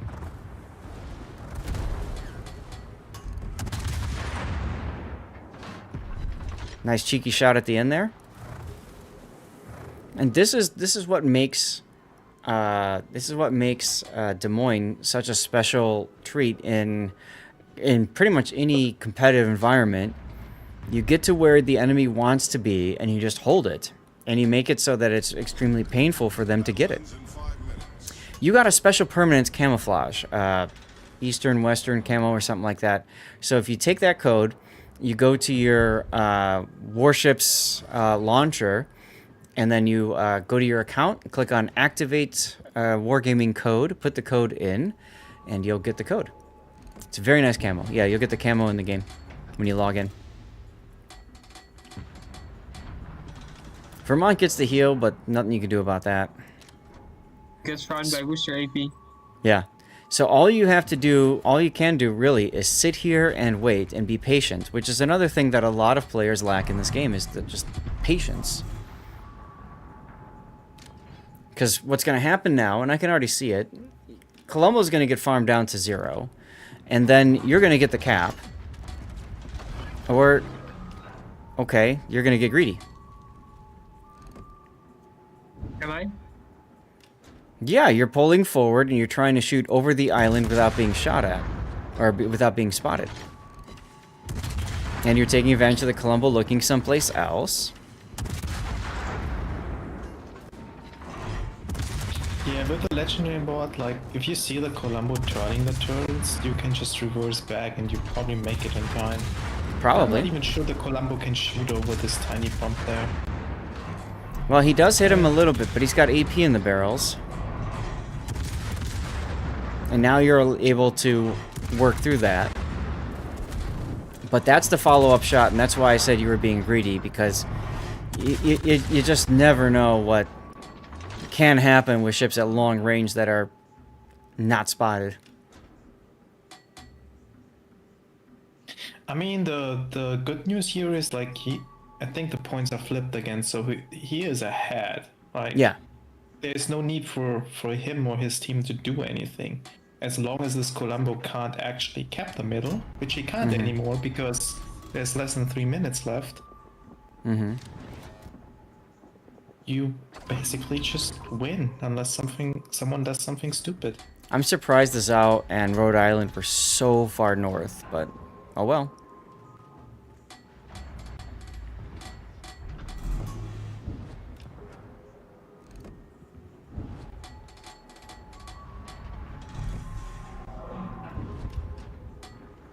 You're coming out to do it again?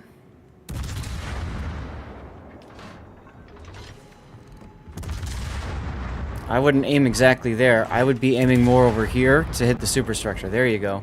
You were shattering and bouncing a lot of your AP on the turrets. It actually allowed him to get the heal off. Okay, well, I don't now, hate shooting the turrets here, though, if you can actually knock them out. with him being that low, why not just kill him and knock the whole thing out? I guess.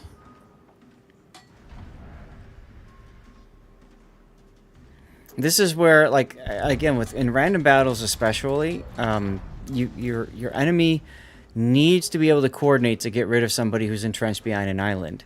And they didn't do that, right? They all came at you piecemeal. They were nice to me, yes. Yeah, they were very nice to you. But I just want to know what could I have done, because it was like I didn't think too much, and that's something I want to improve sometimes, that I don't let myself getting caught off by, it's either Yeah. it's impulsive, you can count impulsive. I mean, in that situation, I think the only thing that I would have done differently is tried not to give the Wooster any sort of an angle on me when you were backing up. This is on the he's playing on the EU server, Grey Vulture. Yeah, EU server is more easy, Yeah, it is. When you were backing up, we were quite broadside to the Wooster. I would have liked to have seen you turning a little bit and saying, forget about my front 2 guns and just using your rear gun only with AP. I think you would have done... Let's put it this way. If the Wooster had AP in the barrels, you probably would have gotten Citadel, if not full penned, at the very least there. Lost a lot more hit points, and that would have had a bigger impact in the rest of this battle with the other engagements that you had. Makes sense, makes totally sense. I can work with it. It's the only thing I can think about there. Ironically enough, in this game, yes, outnumbered procced. Yes, you moved fast for a little bit, but it really didn't matter, right? You had battleships that decided really not to chase you, and even if they did want to chase you, they're not going to be able to keep up with you anyway at your default speed. So I didn't feel like outnumbered helped you, at least in this situation, in this particular battle. But I can certainly see the benefit that you're looking to get from it, and how you can gain from that. In that situation, in this particular game, radio location probably wouldn't have helped you that much, but definitely top grade gunner would have helped you. So it's one of those things you can't predict the battle you're going to have. So. But it's like, I don't know, I'm just bound to play it. I mean, it helped me at least against the GK, otherwise I was playing dead. Yeah. I don't know, I mean, Oh, you mean yeah, when you were trying to dodge because you had the top grade gunner, you had both propulsion modules, the unique upgrade and the propulsion module helping you accelerate it. That's what you're trying to say? Yes, it Okay. does help sometimes. I don't know. And that's true. For me, I feel comfortable to give up some DPM to have like this little thing that I know that sometimes I can escape and think. Mm-hmm. I mean, I'm with you there too. Sometimes, I prefer utility typically over DPM. So I'm with you there. I get you there. Okay.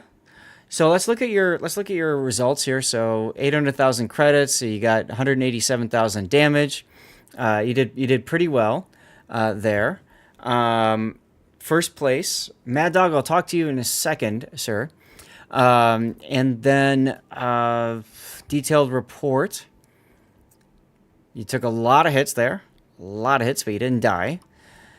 Very good use of your AP. A little bit of HE on there, and you got some fires, but it did not, wasn't enough to make the kill happen.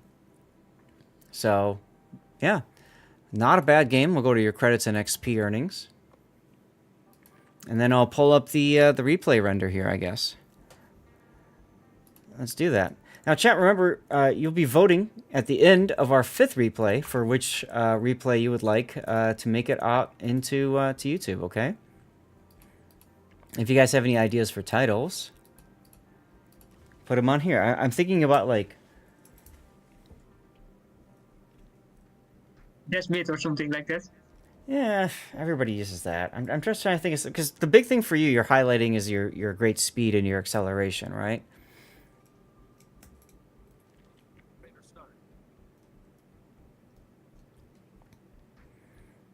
You held. So just how about hold?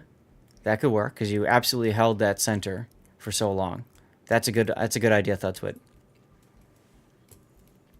So like this part right here, if you had bowed towards the center and then instead, I think you probably would have been able to keep your division mate alive. You probably would have died in the process though. Or at least taken a lot of damage.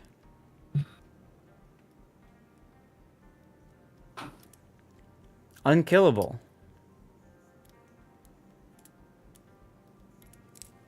That could work.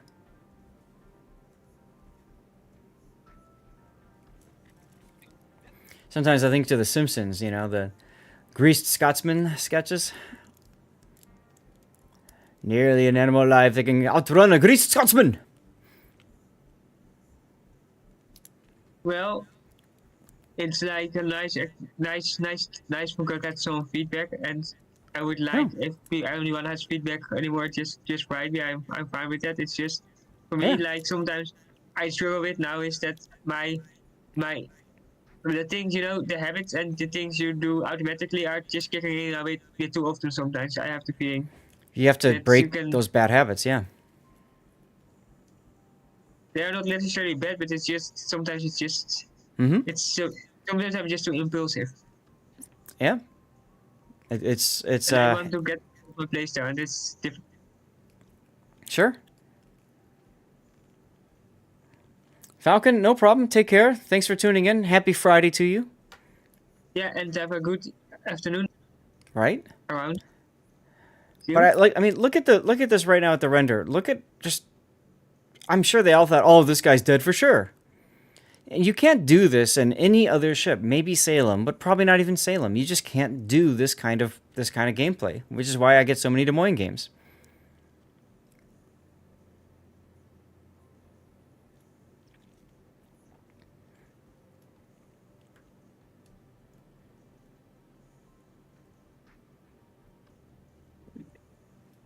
So we got hold or we've got unkillable.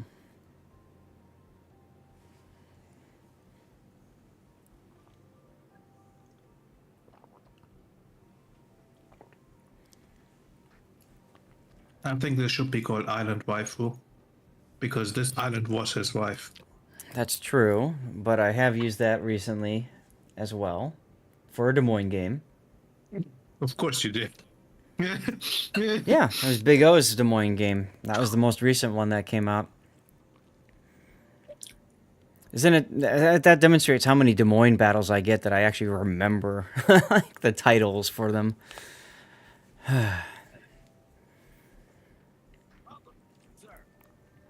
Yeah, but great game nonetheless, and thanks for sending it in.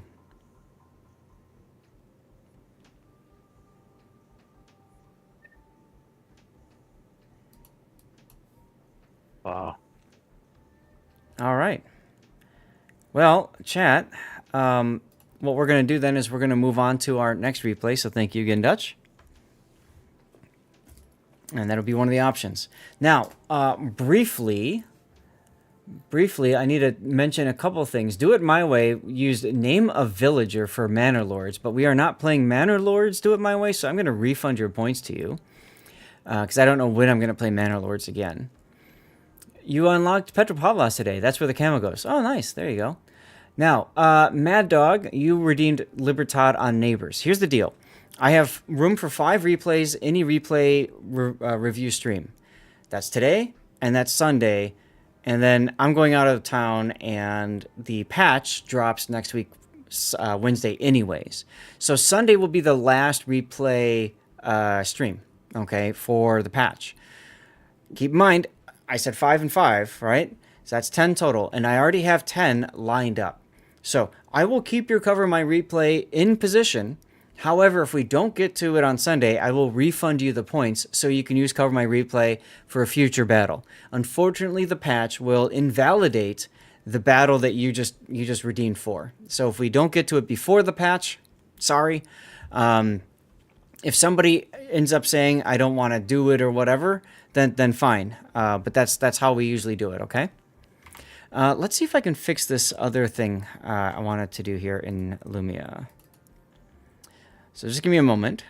Actually, I can do this. We'll go to Stream Raider screen. We'll get words on stream going so you guys have something to do. And then I am going to go to my settings, restrictions, and I'm going to add a user to the deny list, and I'm going to deny myself. Now, in theory, what that should do, let's refresh.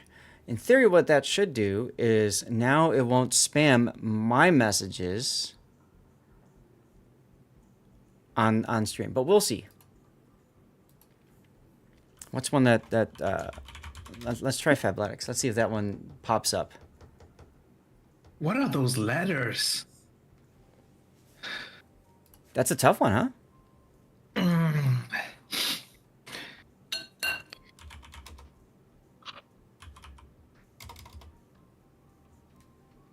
And this is level 1, so it's supposed to be easy. See, now it still shows because I put the space in. No, that one doesn't work. Sorry. No, so, okay, because there's a space in my name on the YouTube streams, it won't filter that out. Interesting. Can I put an underscore? Thanks for the idea, though. Botch. And let's see now. You sure this Churo's is still here? level 1? Yeah, I know, seriously. Oh, damn.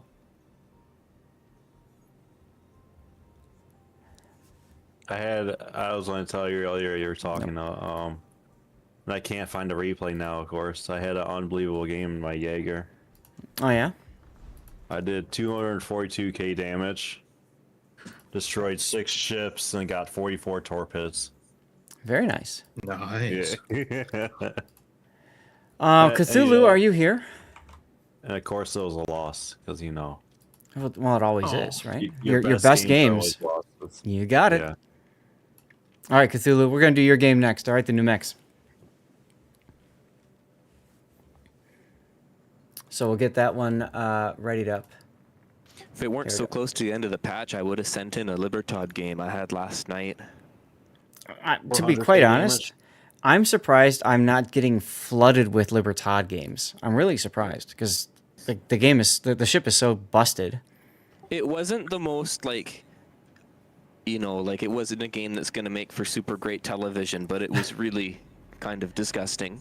Okay. Fair enough. Yeah. There's still a lot of people that don't have it. Yeah, I managed to break through around a flank, and then I just chased a Vermont down and did all of his health and damage with the secondaries.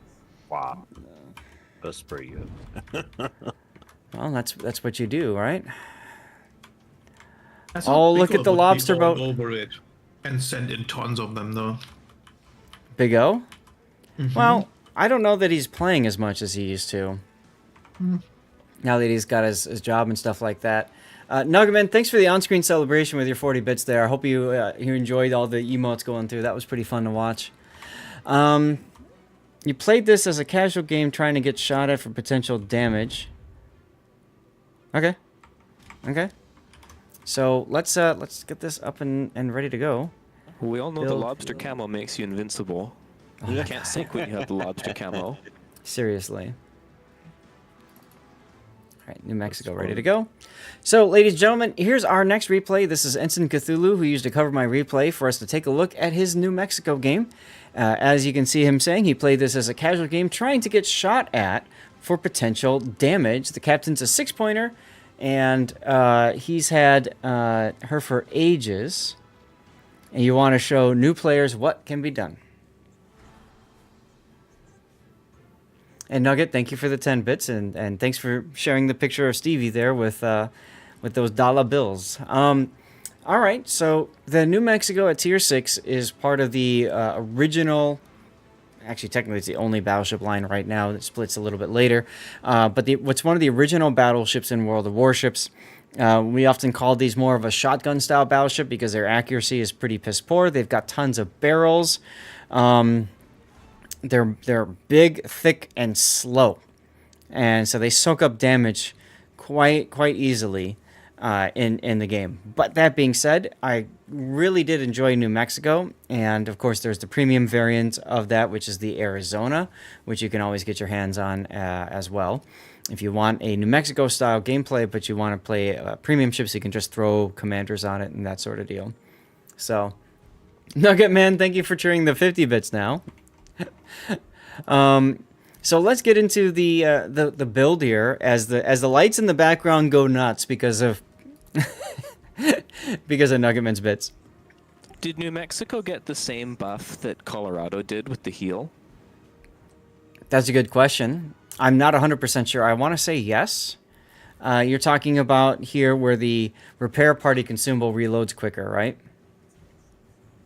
No, when I don't. Did they make it reload quicker on Colorado? I know they made it.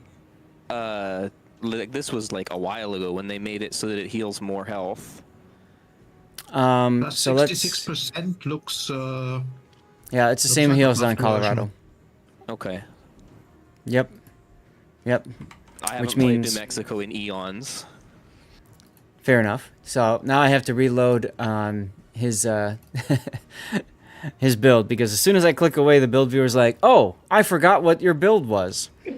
All right, so here we go. So let's look at that build that you've got. You've got main armaments modification 1, damage control system modification 1, artillery plotting, and then finally damage control mod 2. So you don't like burning. Frankly, this thing is so slow, propulsion probably won't help it much. And steering gears, again, you're so slow and thick, who really cares what your angle is? What's your maneuverability? Actually, you've got pretty good rudder shift time anyway at 12 seconds for a battleship. My rule is under 15 seconds for battleships, under 10 seconds for cruisers, under 5 seconds for destroyers. And hello, Rob. You've got a standard captain. Cthulhu said this was a 6-point captain, and he just wants to show people what can be done. He's gone with preventative maintenance, grease the gears, and basics of survivability. Okay, so these two work hand in hand to further reduce your fire and flood duration. That being said, I might recommend a different starting build for this. For example, I might want priority target more so than grease the gears to know just how in trouble I am as a battleship player. First point slot, there's really nothing that exciting for you except maybe gunfeeder if you're the kind of person that switches between HE and AP a lot. You can get some benefit out of that, I suppose. And And then in the third slot, I'd probably do, well, you get a heal. So you don't want improved party readiness. I'd probably do Adrenaline Rush in the third slot. But basics is fine too. And then no flags. Okay. Grunty, Cremoa, Sock, anybody else have anything to say about the build before we go? Nope. Nope, not from me. All right. Then let's get into it. I love replays with low point captains and stuff because when you have people that use like the build viewer, right, and they mouse over and they look at how other people have their ships set up, they might look at you, Cthulhu, and immediately make a conclusion, right? And that conclusion, of course, probably unfounded. For captains of my faster battleships... Oh, you're using the special captain too. For captains in my faster battleships that I can rush in and brawl with, you definitely take Gunfeeder. It's not as critical here. Okay, fair. I just like it because you never know when you're gonna run into like a destroyer and you need to switch from AP to HE or whatever. So this is a bottom tier game. You have lots of 8s to deal with. You only have a 6 carrier, so that's actually, you know, New Mexico's got pretty good anti-air, so that's fine. But you know, huge threat to you. Threat if you let him get too close to you, especially with secondaries and torpedoes. Threat because bigger caliber guns than you, and he should, I think, pretty much overmatch your bow, right? Isn't your bow 25? Can't remember off the top of my head. Shornhorse is a threat with secondaries. Fuso, that's like finally something that I can, you know, compete against. And then the cruisers down here are your food, aside from the fact they can set you on fire and burn you down. And then you've got Cossack and Moss to deal with destroyer-wise. Both are big threats, especially the Cossack. Lobster Wake of Yumminess? Is there something in the wake for this?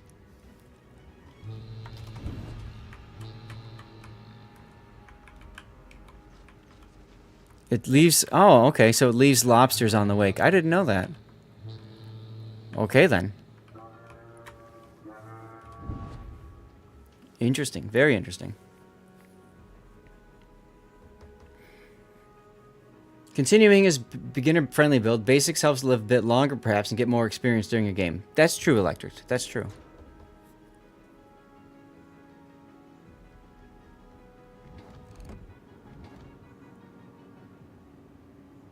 I do like HE in the barrels, knowing that most of what you're going to run into is battleships that can actually smack you, so setting them with HE to set them down is fine. AP was under... Yeah, AP, if for you in the New Mexico, your AP is going to do a lot better at medium to closer range. So HE at the start is not a problem. Something's at A. Your Mayhem is like, nah. He got detected and shot at. Okay. So Cossack is probably at A. No, it's the Moss, because C div is Scharnhorst, which you've been shooting at. So the Moss is probably going to be at A. You would think then that the Cossack will be at C. Or both destroyers happen to be at A, which is really bad for your Mayhem.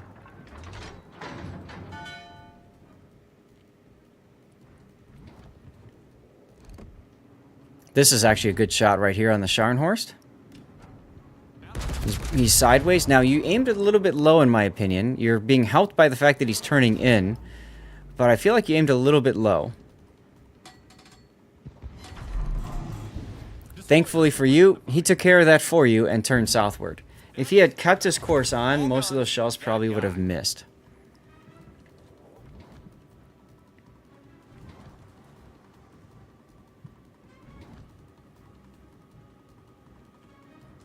Oh, it's Battle Bear. Hey.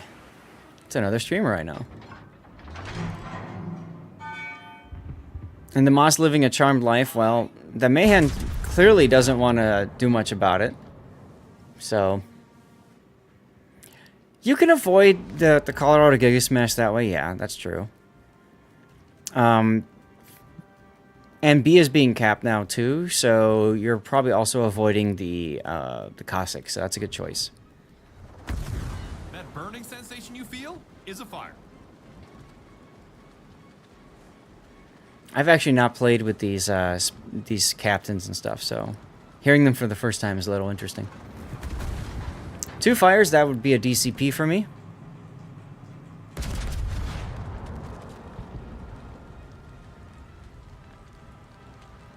But it looks like you're waiting until you no longer get shot at. I would definitely heal. There you go.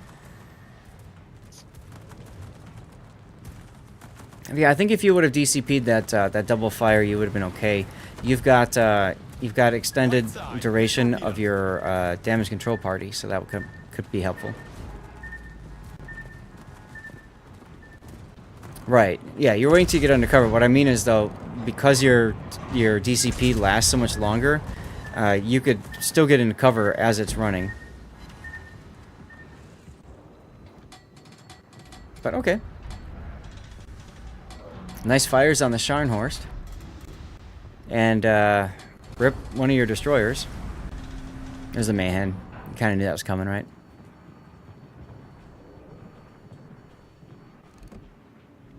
Forget the Moss. Enemy team has the lead with a reminder that there is no second place. You win or die. You win or die. I would have aimed farther forward for that salvo. Try to get a fire on the bow. That's the only place he had left for a fire.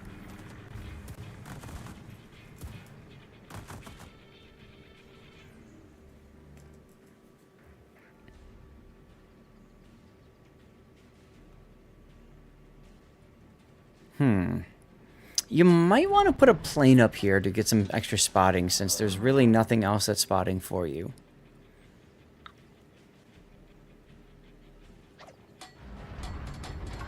Yeah, you consider the Moss because shoot the destroyer. Right. My thought with the Scharnhorst is if you leave him alive, the Scharnhorst could possibly still charge you. So, because the Scharnhorst was so close to you, I would consider him the biggest threat. Good use of heal. Hey, you pulled a Belfast. Nice, congratulations, Andrew. And what's up, Armact?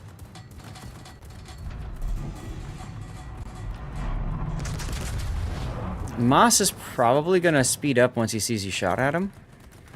Yeah, so I would have aimed farther ahead, like right to the extreme edge of the island. Now you could come around with AP in the barrels and surprise the Graf Spee, possibly the Colorado.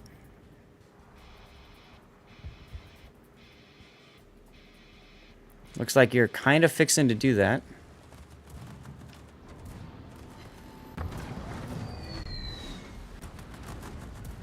The difficulty course is with the carrier attacking you all the time, there's the good chance of that surprise being wasted, so... You're coming away from the island now. Is that so that the Graf Spee can't charge you? And the West Virginia kills the Moss, so that's good. I'd have HE in the barrels for the Colorado.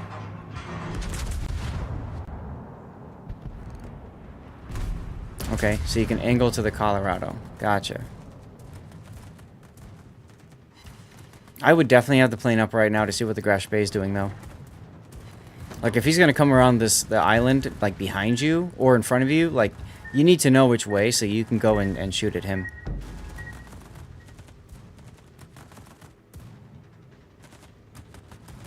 Because I have a feeling the Graf Spee is going to come out right here.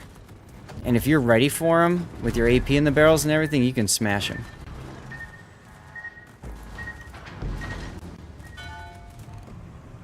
There's a flood. He'll shoot it down, but you'll get knowledge of where the Spee is while it's available, while it's up, and that sort of thing. And what you need to know, you see him now on the mini-map, right? But what you needed to know was, what is the Spee doing? Is the Spee going this way, or is he going this way? And that gives you some very helpful information. Also, I want to note, you haven't DCP'd once yet this game. So that's a lot of damage you could have, you know, negated. Like the flood that you just took. You took a full flood.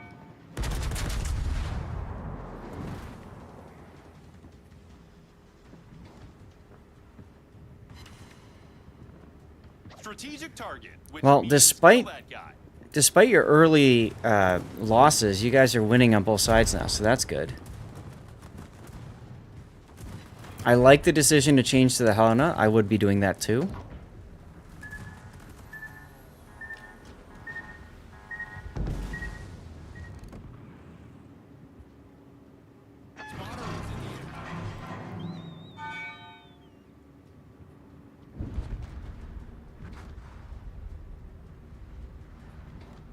Yeah, you're very lucky the Grash Spade didn't come out, though, because if he came out while you were engaging everything else, this could have been it could have been different, you know? But, West Virginia's healed up a bit. You've got 1 heal left. I don't like that you shot as you're about to beach. Because then you're spotted while you're shooting and beaching, and the Fuso can see you and shoot back at you. Nice Citadel, though. That's pretty wild. Yeah, definitely not a tactical Notzer, indeed. Does Notzer still play Warships? I haven't seen him in so long. No, I haven't seen him either. Definitely go back to the Fuso. Good.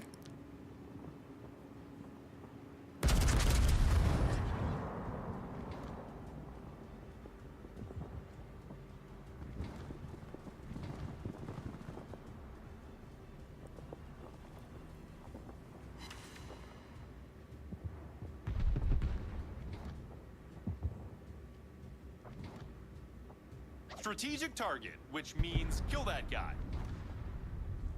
Which means kill that guy. Well, they did that.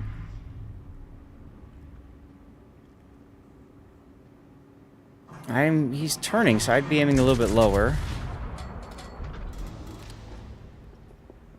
Oh, but then he straightened out, so that should be fine. He's healing, and you're gonna kill him. Called it. All right, battleship is T_Ost.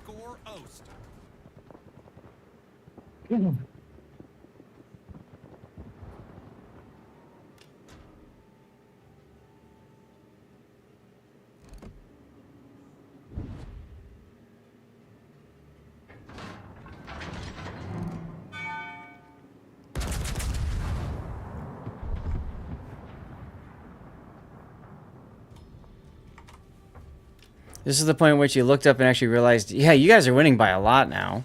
Now, of course, it doesn't mean throw caution to the wind and win harder, but you guys are looking okay.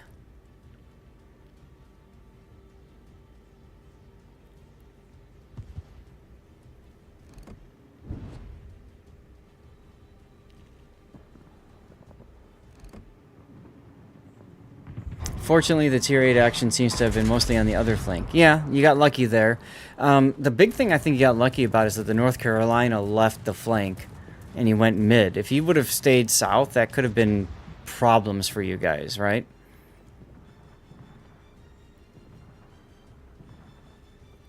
I like that the Zara's backing off.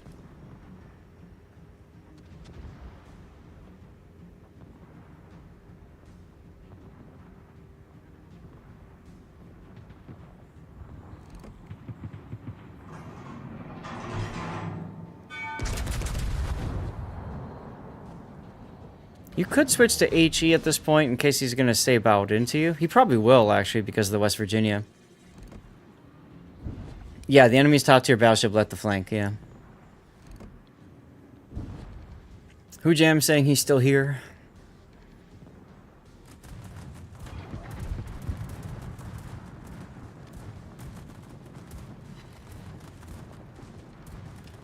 And that's a dead Fuso. I don't think your shots are even going to get to him in time.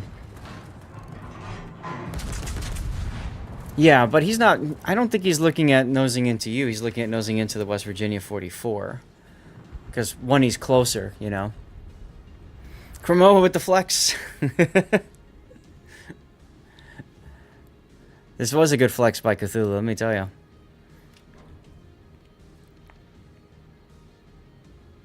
Yeah, Cthulhu, you've come a long way since you first met me, man. Cthulhu was one of my first supporters of the channel, one of the first people to send replays and saying, all right, I'll let this guy tell me I'm crap. And, you know, I gave him a lot of feedback, and I did not tell him he's crap. And, you know, he's put a lot of those lessons to good use over, what, 5 years, Cthulhu? 6 years?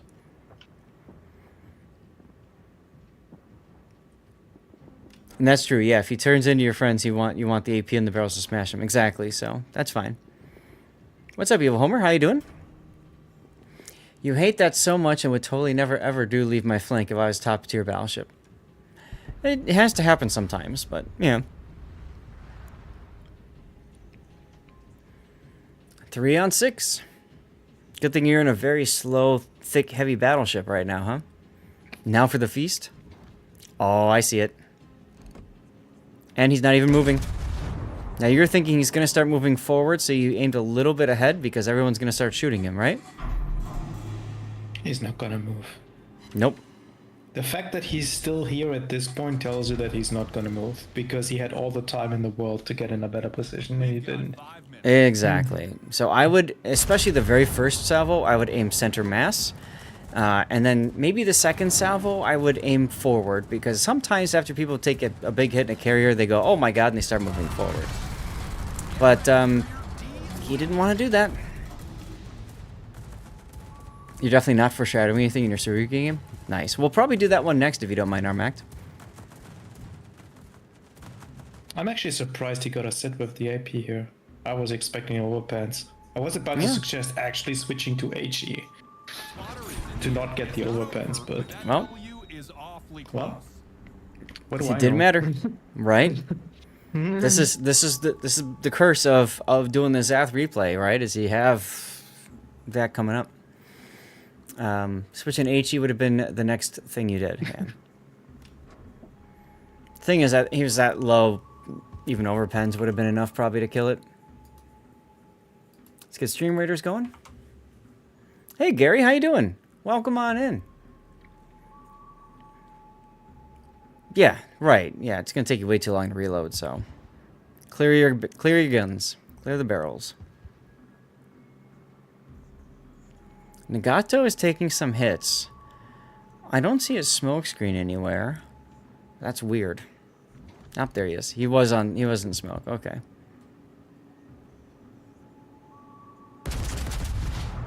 And death to the island.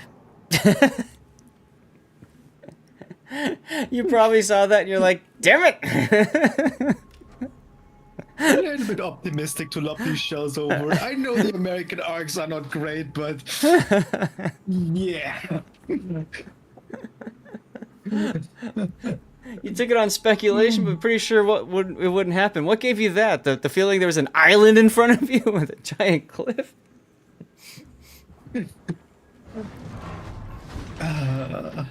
Good times.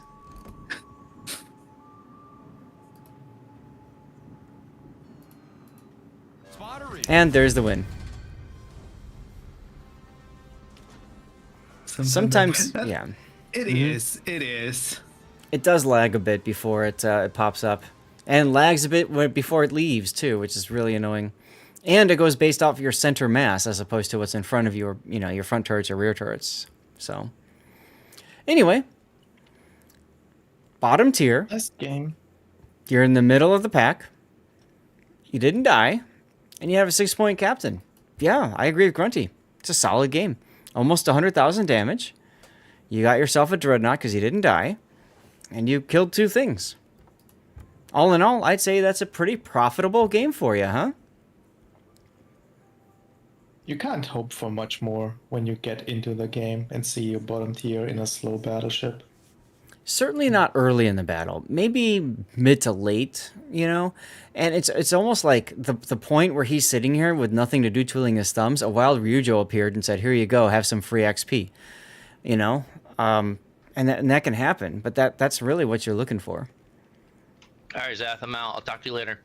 Okay, I'll see you later, Cremo. Thanks for your support for the sub and everything, and have a great rest of your day. You guys too. Have a great stream. I can't talk. No worries. Hey, real quick, are you still streaming or not? No, not anymore. Okay. All right. Cool. Just want to ask. I would shout you out if you were. Awesome. Right. Okay. See you later. Take care. Very important to give good examples to new players. It is. It is indeed. It is indeed. So let's go ahead and put your replay render up. And let's think about what we could use for a title for this replay. Any suggestions, chat?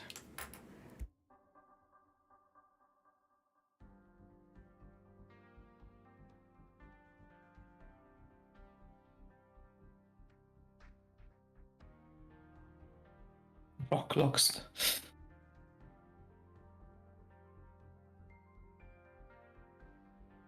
I see it. That could totally work.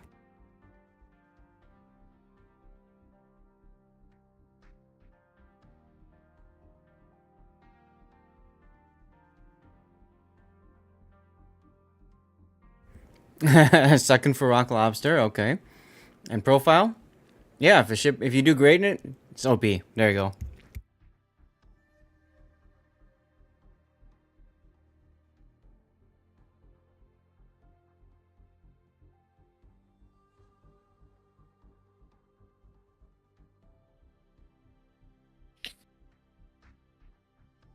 I mean, yeah, you camped the island here, but honestly, like, what else could you have done? Like, you basically have to. Like,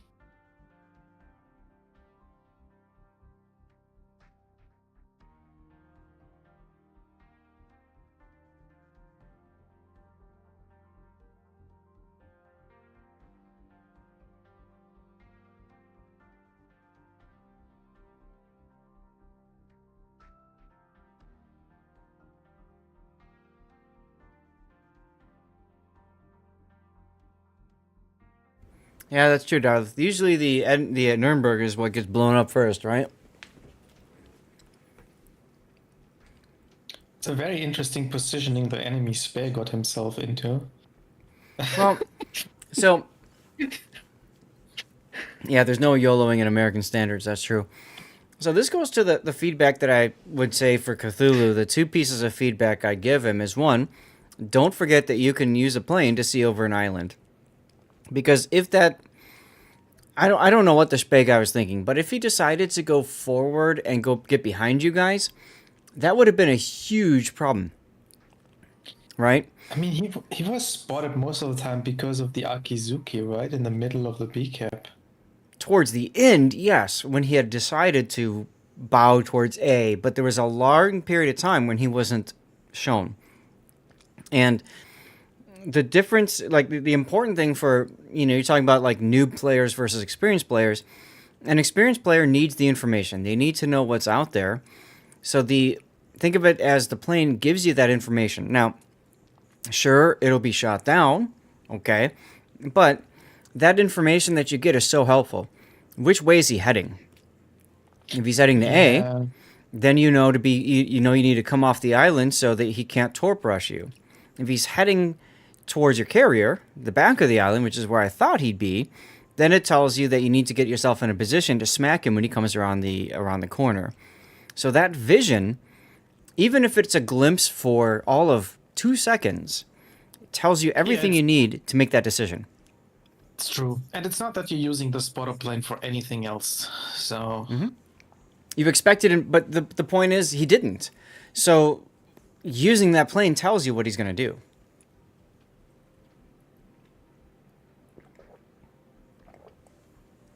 And then the other thing is, the other piece of feedback for you, Cthulhu, is use your DCP. Don't be afraid to use it.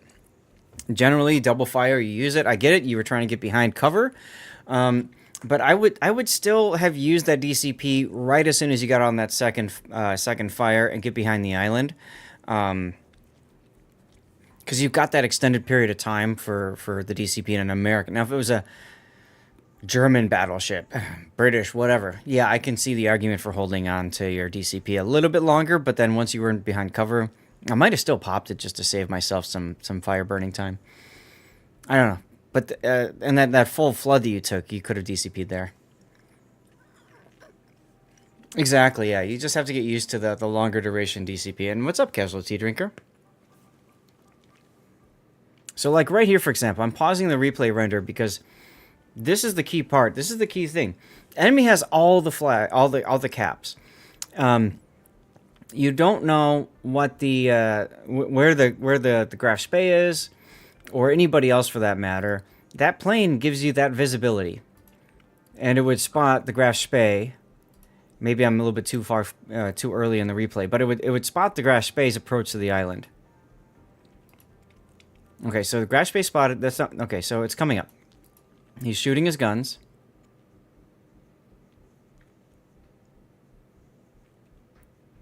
He heals, and then right here. So right here he disappears, and right here he's making full speed for the back of the island, to the right side of the island. So I would expect him to come out the back of the island. But I don't know what he's doing because I just lost vision. So this is when you pop your plane. Is he going to come behind the island or is he going to go in front of the island? Now he chooses to do neither. He chooses to just sit and watch as his team dies all around him. See, there he is. So, you know, those few precious seconds could have informed your decision better. That's all. You got lucky that the Grash Bay just sat there and did nothing, frankly. Yeah, that was a very, very stupid play by the Grash Bay. Yeah, it was a poor If he decision came for him. out on the backside, that would have been so good for the Reds. Mm-hmm. That's what I totally would have done. I would have come out the rear. I would have pounded you, Cthulhu, got you out. And if I'm still alive, then I go and deal with something else. It's probably hesitance. Yeah, he's probably waiting to see. He was probably waiting for Cthulhu to come around and like charge, and then he torpedo him or something, or APM. But Cthulhu didn't do that. Maybe he got scared because the carrier sent planes at his once or so. I don't know. Either way, we'll use Rock Lobster if this goes out to YouTube. That's fine. Cthulhu, thank you for sending in the replay, man. That was really good to look at, and I agree with you. It's a good replay for newer players to take a look at and learn. He didn't want to charge a battleship that might be... Yeah, exactly. Cool. All right. Well, that'll do it for that replay, chat. Let's go... That's the thing, though. He didn't want to charge it, but if you're not willing to do that, then he shouldn't have gone to that island in the first place. That island is a charge place, yeah. It's like he went forward and then he suddenly lost his courage halfway through or something. Whatever. Don't interrupt players when they're making mistakes if they're on the enemy team. So, all right, guys. We got to do words on stream. We got to get set up for our max replay, and then I'm gonna ping Gus and SF so they know that they're coming up next. I got to get a 3-minute commercial break going while I do all that. Okay, so stay tuned. Thanks everybody for being here. Saz, have you seen they're bringing DCP back in 14.1? They're bringing what? The 7. Kind of. I don't understand. The 7 Provincian. They're making it available in 14.1 again. Oh, like in the armory. Okay, cool. I didn't know it was out of it. Not in the armory. It's in the Dutch in containers for the Dutch collection. Oh, okay, 1% gotcha. chance. Oh boy. And the main reward for the collection is the Dutch commander.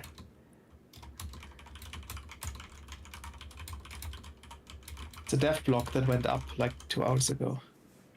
Yeah, so funny story about that. I and many others have a dev blog channel, and then Wargaming around October or something made a change and broke the dev blog feed. So all of us have like lost the dev blog stuff, which is frustrating, but it is what it is. All right, Surugi.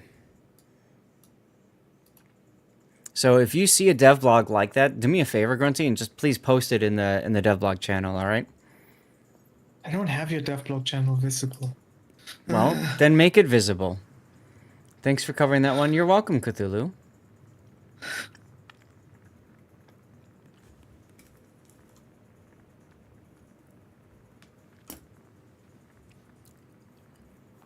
Nugget Man changing the lights to yellow. Let's go. I don't think you're going to see much. Vertical's seeing it right now, though.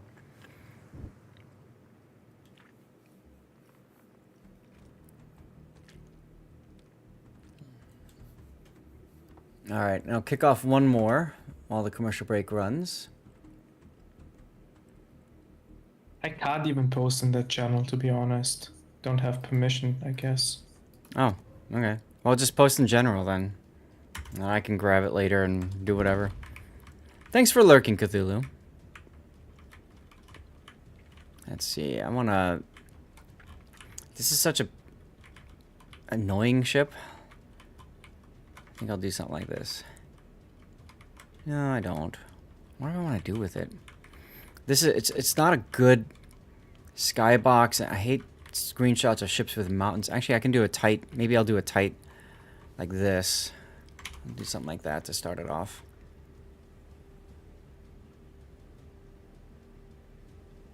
Something like that. That could be fine. All right. Camping.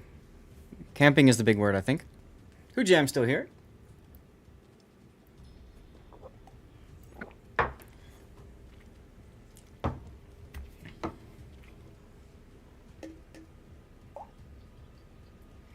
Now, Banana, because you already guessed pain and got it right, you have been locked out. You are now unlocked. You have to wait until the bar goes past the lock icon, and then you can do camping again. So go ahead and type camping in. There you go. Oh, that was somebody else. Roscoe got it. Nicely done, Roscoe. I'm going to post real quick.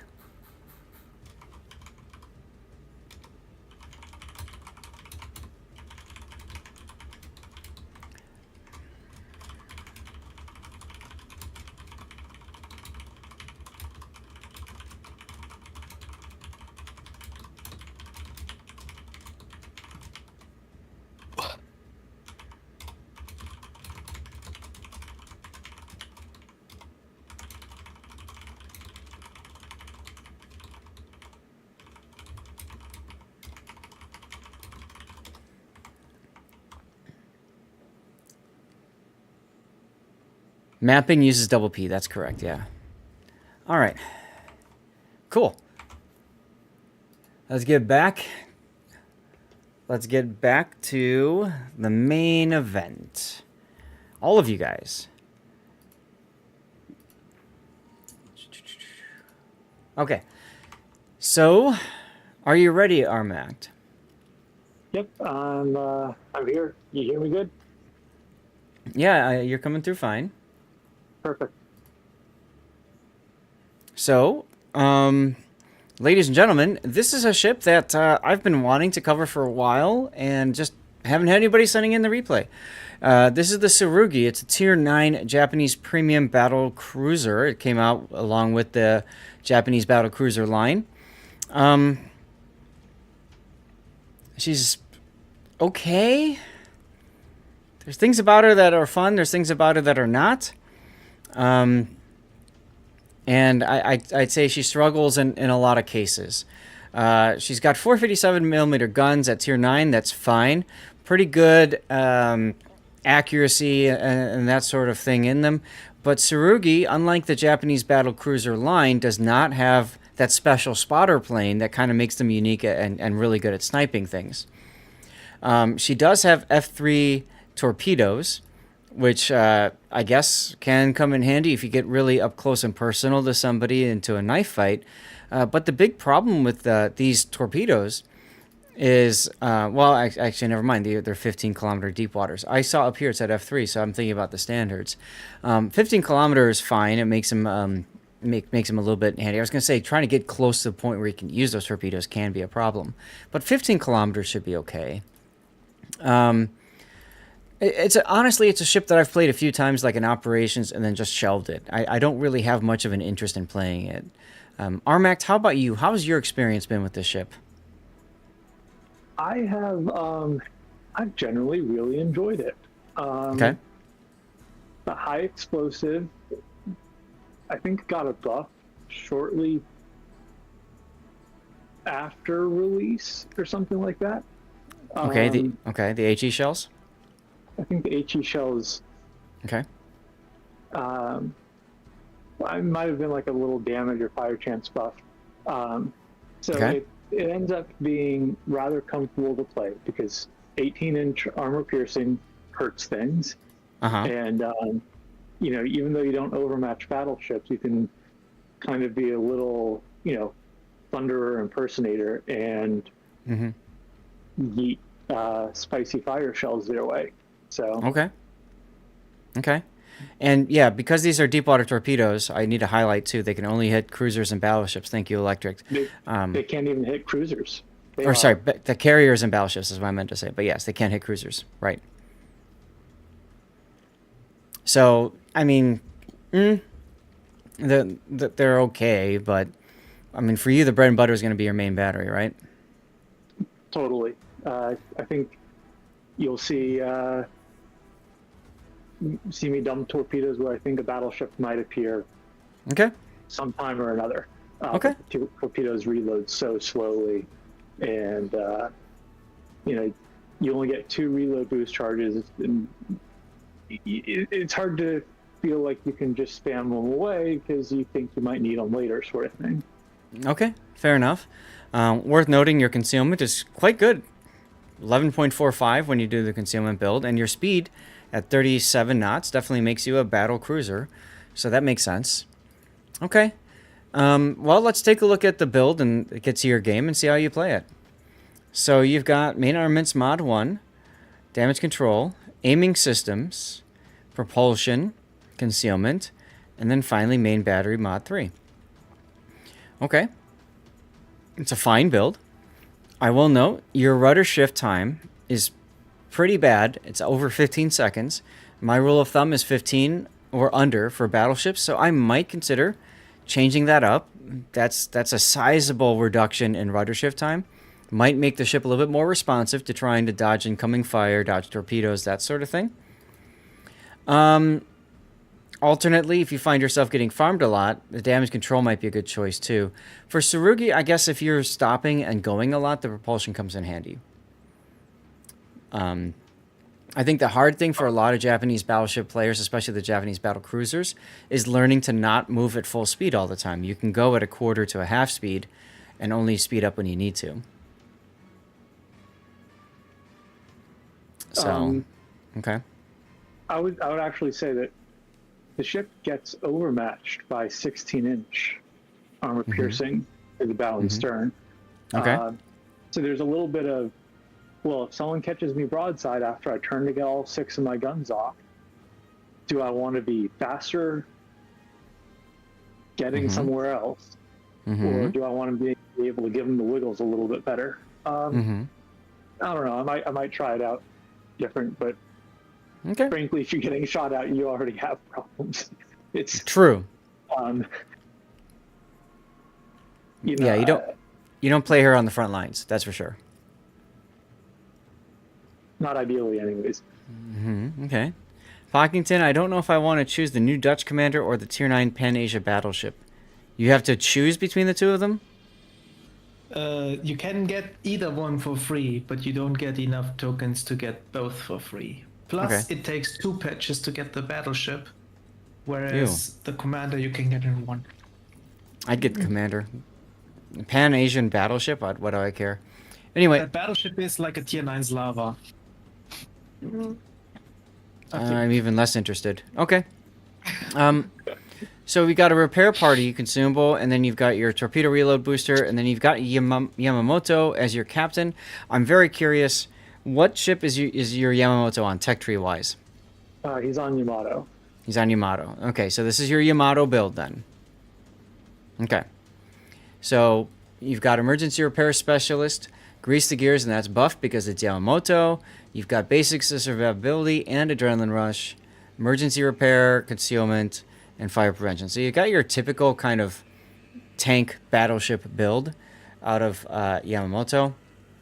I would say I think your buffed preventative maintenance is better even on a Yamato than emergency repair specialist, but it's not worth spending the doubloons or Commander XP to respec him. Just want to put that out there, especially if you're playing him on like a ship like this that's got torpedoes. Preventive maintenance, it really helps with that. So what's nice about these torpedoes as opposed to most battleship torpedoes is they're not on the weather deck. Okay. So they're kind of like Japanese cruiser torpedoes that are tucked in along the sides. So they're not as exposed to HE spam. Sure. And then this Yamamoto captain I use probably much more on Musashi, which, let's be honest, there aren't too many AA guns or secondaries on Musashi to get destroyed. No. That's fair, but at the same time, that 3% cooldown reduction from that other skill is not doing much either. True. Yeah, it's not. Yeah. Personally, I put Agreed. gun feeder on all of my tank builds on battleships. That's, Okay. for a Yamato, completely worthless, I'd say. No, True. I have to disagree there because you never know when you're going to see a DD. There are times when it's useful. You're never gonna switch to HD after you spot the destroyer because it still takes like 15 seconds to switch, at which point the DD might not be spotted anymore. You're far better off just shooting the AP and get the overpens. Agreed. So yeah, so this I was looking, you save a whopping 2.4 seconds doing emergency repair specialist for your damage control party. And then for repair party, same thing.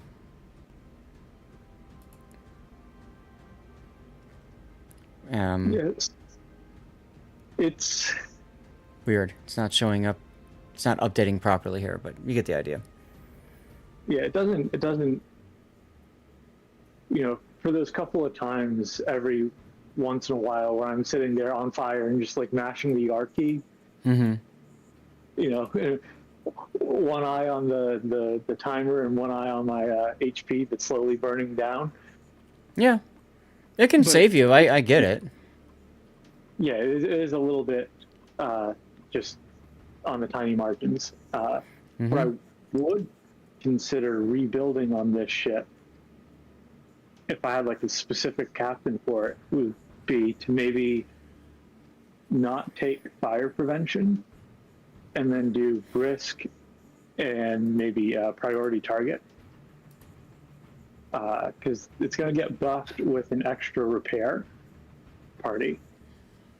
So it can get a maximum of 5 instead of 4. If I recall correctly. I don't know.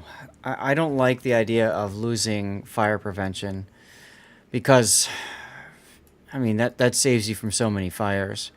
I see what you're saying, though, because with your concealment and brisk, they work really well together to move fast. I think if you want brisk, you have to drop the basics. Yeah, that's what I was just going to mention.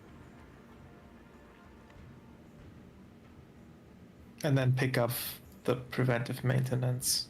Well, Or maybe on Strugi, since I like to shoot the HE, the gun feeder. Or gun feeder.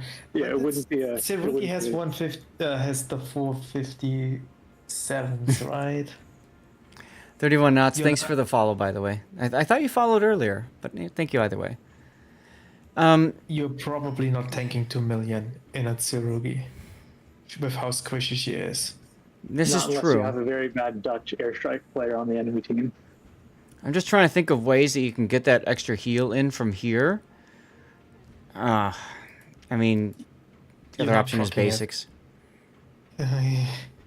The other option is basics, just to reduce the fire time.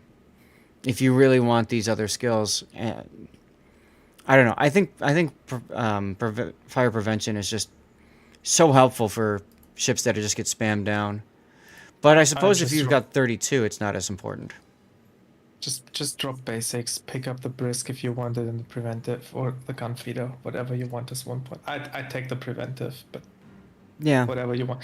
Honestly, I'd probably just take preventive and gun feeder. I'd drop the emergency repair expert, but Yeah, that could work. specialist, I mean. Yeah, I know what you're saying. Yeah, that could work. Okay.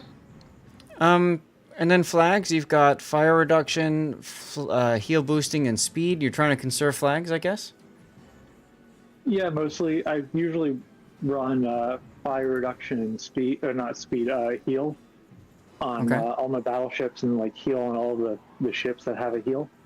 Okay. And then speed, because this is a battle cruiser, and it needs the speed. So. So Speed is life for that. Speed is armor, right? It's fun, by the way, that you said you wanted the emergency repair expert because you get the heal back quicker, etc., and then you're not taking the cooldown reduction flag.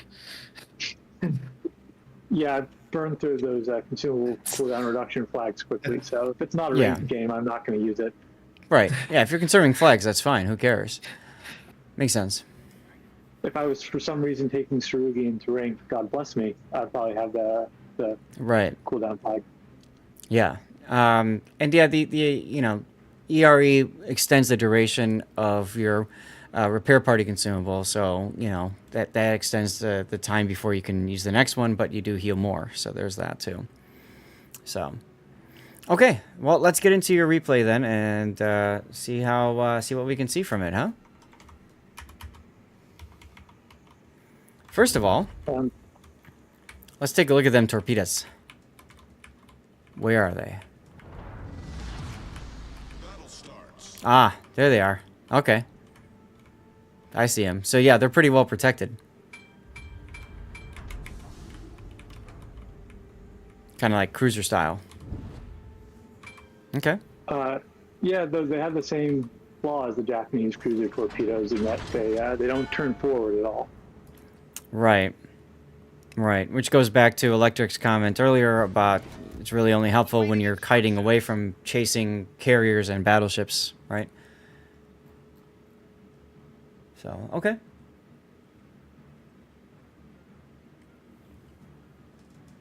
And Great Vulture, you see the comment in there. You need to put the title and author with your song request, or if you've got a specific YouTube video, you can copy paste the stuff at the end of the YouTube link, like what Electric just did.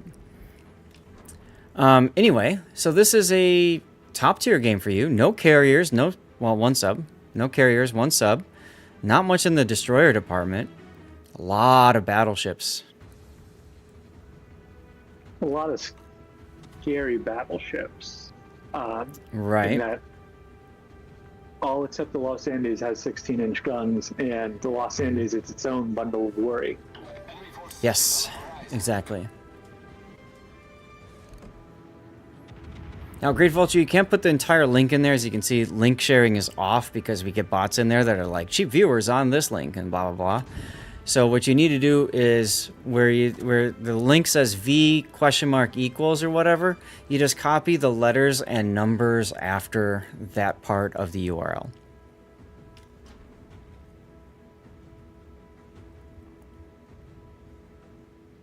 So we were talking about leaving the flank, and you're leaving the flank because you're scared. Not only because I'm scared, but I'm also thinking like I want to hunt some broadsides here. Okay. There's an island.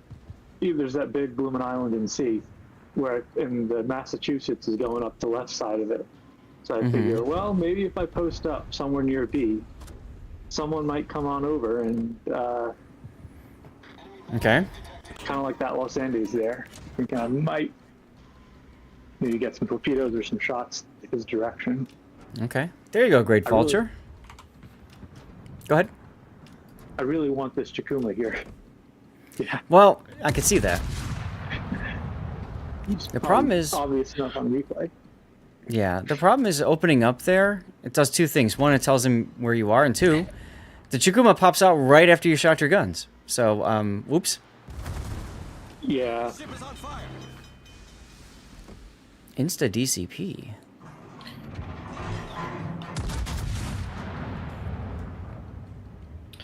Now, what's interesting is you're leaving the flank, but then the Brandenburg and Iowa are leaving their flank. So it's kind of funny. Yeah, it's a little bit of a double switch.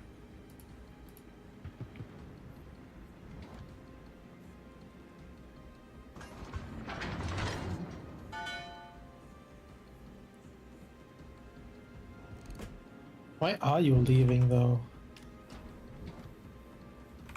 He said he wanted to get cross shots. Yeah, I'm hunting broadsides here as much as I can, and I'm just not finding any. Mm-hmm. I think you're actually making it harder for you to find good broadsides by going in the middle like this.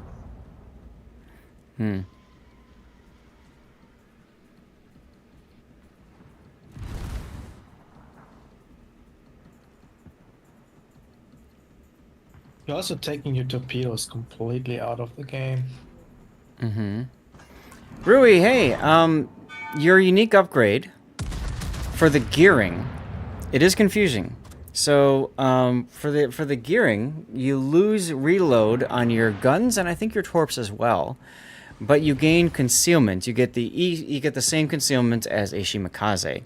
It is all but required in competitive play, like ranked and clan battles, but for random battles, you're probably better off without it.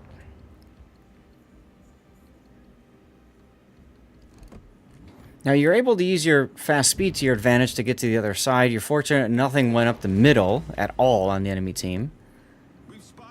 So now you're coming out looking for... Why are you turning into B? Hey, Dutch.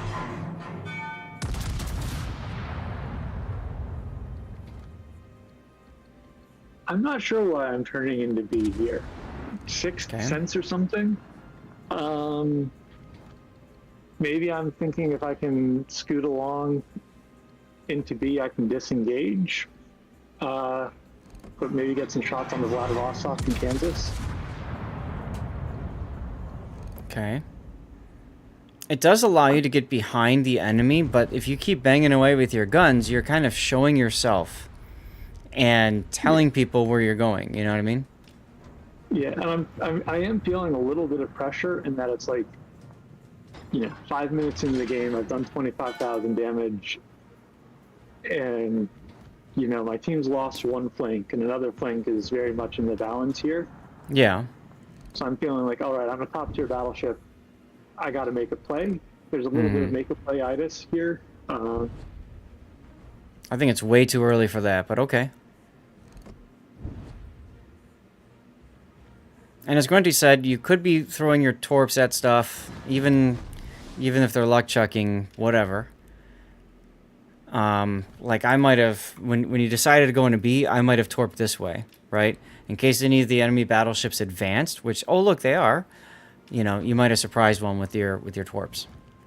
And if you absolutely need or your torps in a hurry, you've got the ability to use your reload booster to do that.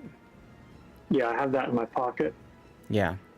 And as you point out, look at where the Colorado's going. Exactly. Because they killed the North Carolina that went and YOLO'd through. Although the Cataluna probably would have spotted any torps that threw his way. He maybe would have, maybe he wouldn't have. At this point, he probably would have.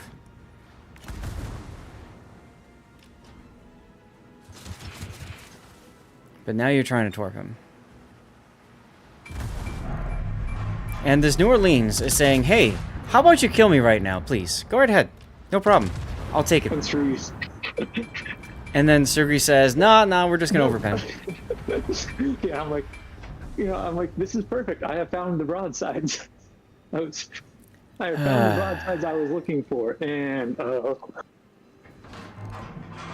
not gonna lie, I fully expected these overpens. Mm-hmm. I had high hopes. There's. That's all right. He's giving you more opportunities. But I agree with your choice to go for Colorado first. Yeah, I'm keeping a half eye on the mini map here as the Kansas. I start turning to go bound to the Kansas. Oh, he's also broadside to you, so whatever. It's like, oh, he's got to be getting a shot off. He's got to be getting a shot off, and I can't remember. There he goes. There he goes. 2 pens and 2 overpens. Thank you, Sarugi. See, this is why I hate playing this ship. It just... I want guns to perform and are consistent, and this ship just never felt consistent to me. It is consistent. It's consistently overpenning. It's consistently going in one side and out the other, but... I'm surprised I didn't give you a Pitadel there. Oh, and he's backing up for you now. And look! That's okay. That's okay. Mm-hmm. We're a battle cruiser. We're fast. We can outrun him. The big thing is the battleship, or the destroyer there, the Benson. I'd be very concerned about him torping you. Yeah, that's my fear at the moment. Yep, so now that you've gone dark, yeah, turning hard here would be helpful. Torpedoes, dead ahead. Deep-speaking the Flood. And I love this New Orleans now playing Ring Around the Rosie with you. Star Trek II, The Wrath of Khan. And Until he finally, dies. someone else gets a Citadel on him. Well, you would hope so. I mean, you got two other teammates that could shoot him. Surrey trolling? I was going to put hunting for the title, but okay, that could work too. Because his guns definitely are trolling him, aren't they? And I mean, I've had times where I'm just sitting there, actually, what is it, on it? It's not Atlantic. I don't know. Can't remember which map it is. But anyways, you know, I'm sitting there, I'm nuking Stalingrads from across the map and sitting in the middle, controlling the spotting and the engagement, and it's so much fun. Mm-hmm. And then other times where it's just like, oh boy, I can't buy one today. Mm-hmm. Yep, that's my problem with this ship. Now, you chose not to charge the Benson, which is fine, but if that's the case, then I think you're better suited leaving the Benson to your teammates and then dealing with the southern flank. That's kind of what I'm thinking here. Is I'm thinking, all right, between the Colorado and the Toulon, they can at least, if not catch and kill the Benson, at least sort of shove them away. Right. I would have probably slowed down just to ensure you get the cap, though.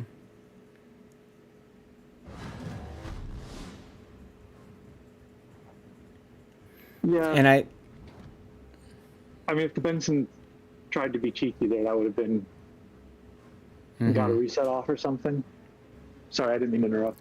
Yes, that's exactly right. That's exactly right. Or he gets a torpedo hit on the Colorado and that resets him. Something like that.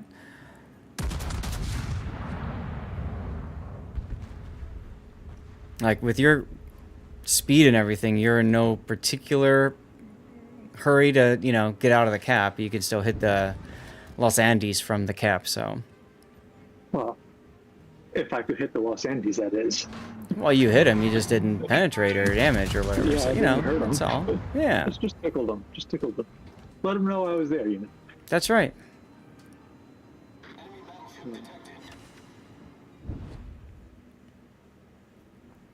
One pen, one over pen. And there goes your Brandenburg that took all that time relocating. I don't like that you... I want to mention this too. I don't like that you kept going on this side of the map because the Benson is probably over here. So you going this side of the map, you're like playing into the Benson's game. I would have rather seen you coming out of A, kind of going like the Toulon is going, especially if you're looking for broadsides. Because then you get side shots on a lot of other places. Hey, Cosmos.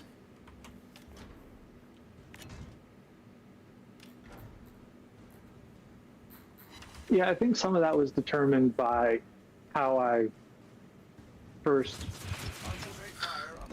Where are you torping that for? in case 15 North Carolina shows up in however many minutes. Okay. I'd rather have the torpedoes ready for when the North Carolina shows up in how many minutes. Then, hopefully, you know, hopefully I'll shock them or something. Oh, Yeah, look, they're all shooting you. All right. 4,000 damage to the Iowa. Please, cross my fingers, right? Uh-huh. Now's the part as you turn out that you torpedo the Los Andes. Enemy battleship destroyed. Oh, look, it's the Moss. Nice kill. You're probably thinking it's about damn time. I might have said something to that effect. Mm-hmm. You got so frustrated you switched to HE. I love it. Well, I know that the guy's turning in on me, too, so it's like, well... Mm-hmm. Ship is on fire. And look, the Benson went back into A.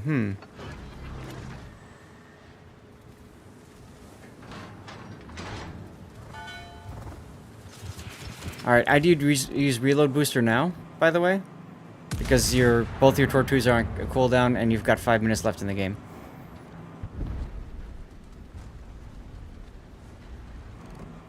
And neither of those torps are going to hit the North Carolina, so this is the perfect time for you to use it, because only one target left to torp anyway.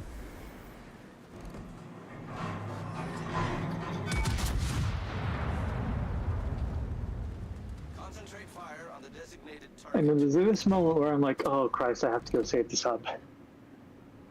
Yeah, well. Yeah, you kind of have to. Besides, North Carolina's just happily camping behind an island anyway, so it doesn't matter. See, now, had you used your reload booster, you could have torped either in front or behind him as you were coming through this island. Like, you know, about to enter the channel. Yeah. Because if he moves forward and decides to come towards you, then there we go. Profe, what's up? What's going on? How are you doing? ¿Cómo está usted? Señor Kinky. And then, of course, you finally hit the North Carolina and kill him. Hola, indeed. Powell, how are you?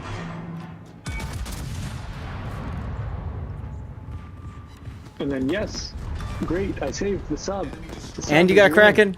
And I got the Kraken, which means reload boost and a heal, and we're living it big in Tsurugi World now, finally. Finally! Um... Oh no, can't move the internet cable again?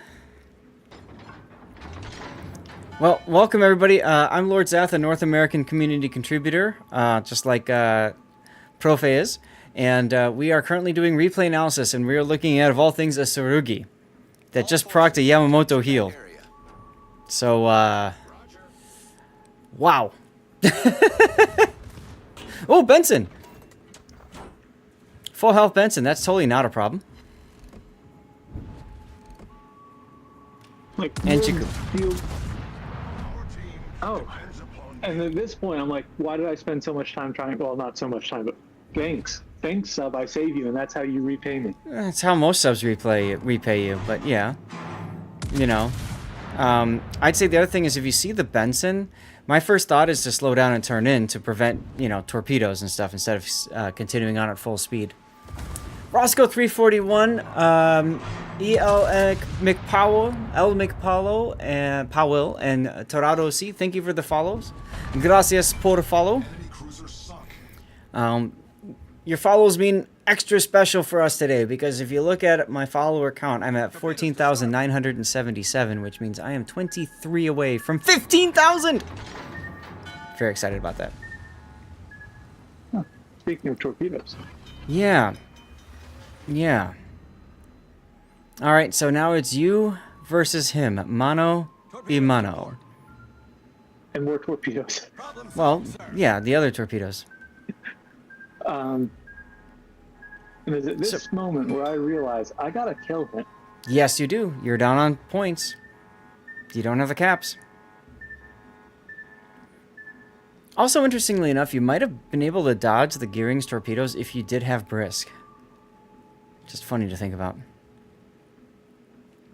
And it was a little bit of like, do I slow down? You really can't afford to. Not with 2 minutes left. Yeah, I mean, it's like I gotta, because if I slow down, I'm never going to be able to catch him again. You have to really hope that he's still in that spot. And this is another reason I hate the Tsurugi. You have to hope because you don't have a spotting plane. If you had a spotting plane, that would really help you right now. He's going to show up right next to you. And then, well, here's the thing I realized right about now. I'm like, wait a minute. If I can get into the cap in C before the points flip, maybe there's a chance. Assuming he doesn't go B, yes. Assuming he doesn't go B. But if he goes B, there's maybe a chance that I catch him. Maybe because he would have had to turn around and... But now I'm thinking, God, I wish I had Brisk. Right. Right. I'm thinking to myself, and even if I didn't have Brisk, if I go to the other, do I go to the other side of this island? Do I not? Like which? Which side's the fastest side? Which side do I think the Benson's going to be on? Honestly, I'm surprised the Benson didn't go B. Yeah, Really surprised. Well, now Oh my God, he's right there.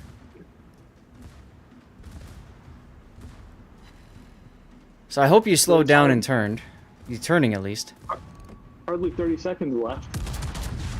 And It's enough for 2 salvos because of Yamamoto. Actually, 3.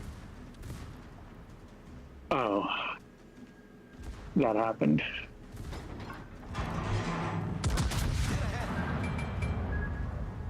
Okay, you actually need a full 3rd salvo. That's hilarious. 4 seconds, 3 seconds, 2 seconds, 1 second, shots out, and you lost. Okay, trolling is the title for this one. Trolling is the title for this one. Absolutely. Troll Rugi. You got trolled by the Sarugi. Hard. Hard trolled.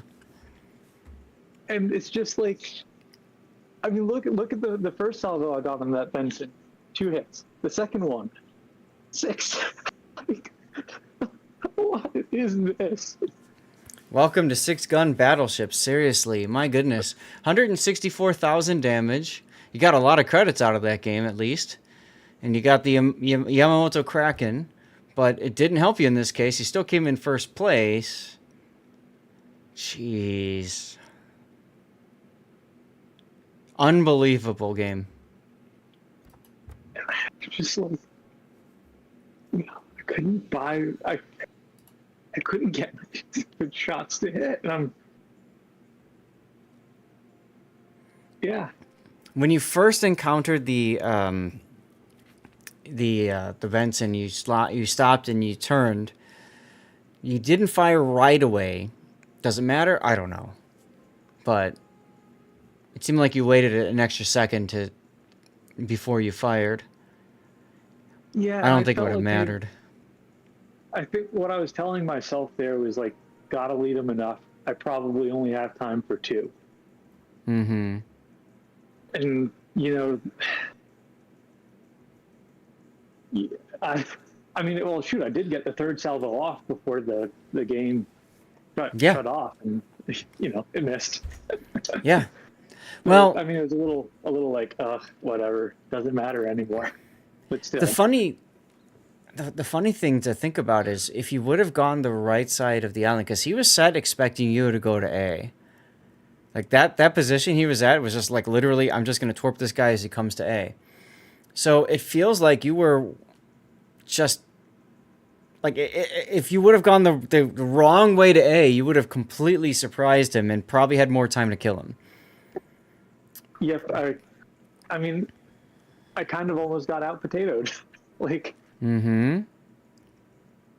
I'm thinking to myself, he's just going to run.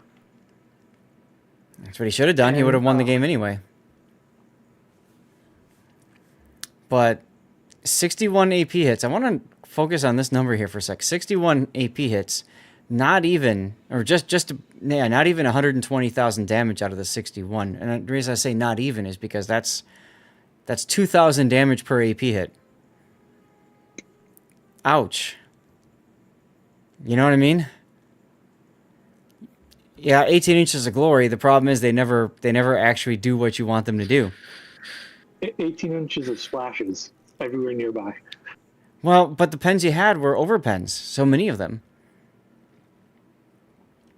On the off chance you didn't have time restraint, ripple firing so you don't miss like that at the end. That's true. When I shoot, I usually prefer ripple firing instead of salvo firing. Benson should have run Kepi. Yeah, right. Exactly. But, dude, I mean, it's still a great game. It's just a heartbreak of a game. I'm torn on ripple firing versus salvo firing at ranges like that where I know he's not going to be able to dodge much. Mm-hmm. Because if I ripple fire, that's 3 chances for me to change my aim to be off. Mm-hmm. Whereas if I salvo fire, it's going to saturate that area better. Mm-hmm.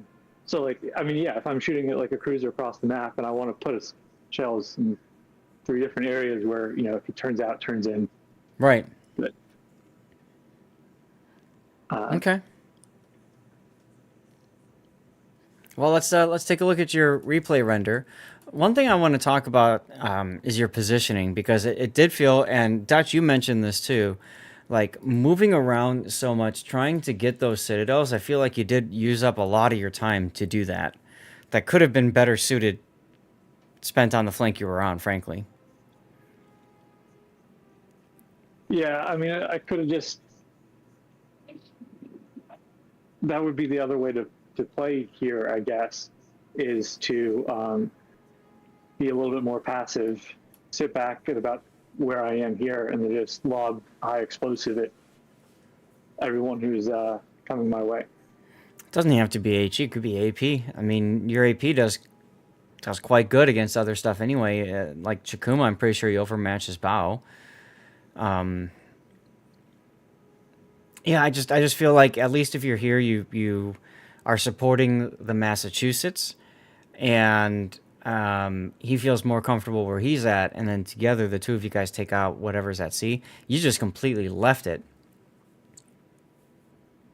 Yeah, I mean, but look at the Brandenburg and I really kind of just go on our own little odysseys here. Well, the Iowa and the Ibuki as well, which doesn't help the situation because that loses DPM on the other side of the map too, right? So if anything, I'm going to pause it again. When you look at this, you would expect, okay, we're going to win this flank because look at all the ships that are here now, right? That's 1, 2, 3, 4, 5, 6. 6 ships over there because they just lost one. And before you paused it, you kind of saw me wiggle my bow in a little bit.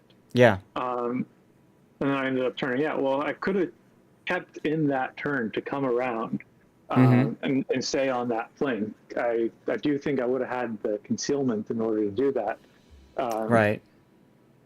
You know, not that I'd be closing the range and showing broadside, but I'm also, I'm looking north, and I'm not thrilled by, you know, our destroyer's about to go down, or North Carolina is out on a limb. Mm-hmm. Colorado's taking some hits, all that sort of thing. Right. But, I mean, so you leave the flank, and yeah, I agree with Dutch. I feel like you're just trying too hard to make these awesome shots happen, and then you just keep getting trolled like every damn time.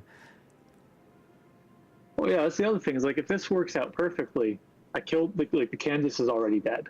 You know, I don't have to worry about him later. You know, I get his shots on the Vladivostok, and, you know, so on and so forth.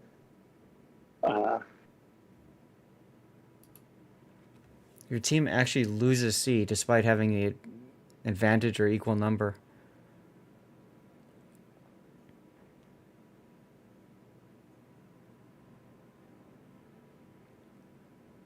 But I also like how neither of your teammates, you figured they were going to kill the Benson, and they didn't even chase the Benson. Toulon should have chased the Benson. Colorado, I can understand his decision not to, but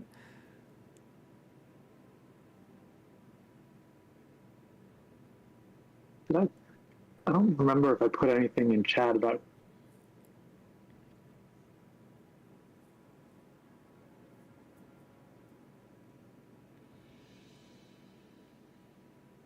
Yeah, right as I turn sort of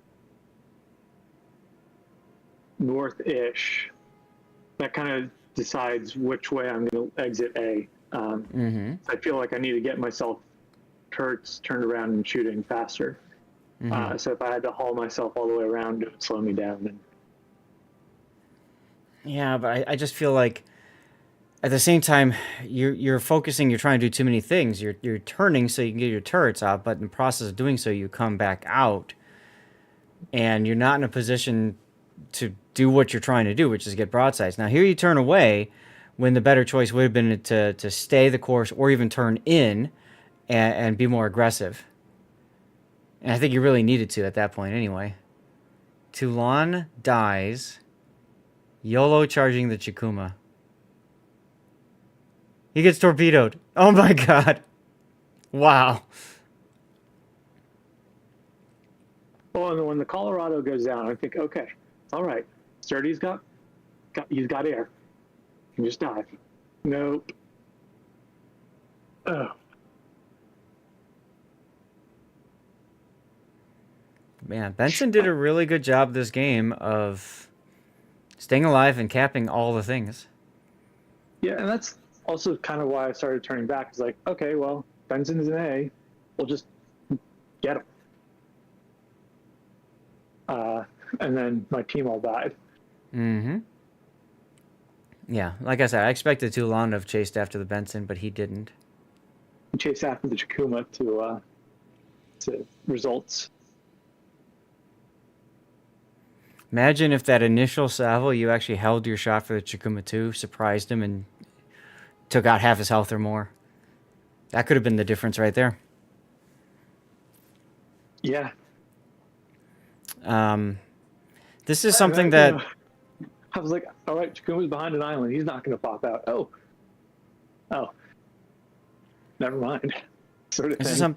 this is something that I see a lot of players do, which is they take shots on cooldown with their guns at things that, well, you know, maybe they've got a chance of hitting, but won't have a huge impact in the game. Like when you opened up here at the Los Andes, you saw him going sideways, and you're like, oh, broadside battleship. I shoot broadside battleship. You did, like, no damage to him because he's turning out, and he's a Los Andes. So, like, and you say you're not the only one. A lot of people did. So I think it's trying to maybe teach yourself, if you're looking for those kinds of big shots, especially early on, be a little bit more patient. Yeah, and some of it, too, is I kind of marked the Los Andes as a thing to kill.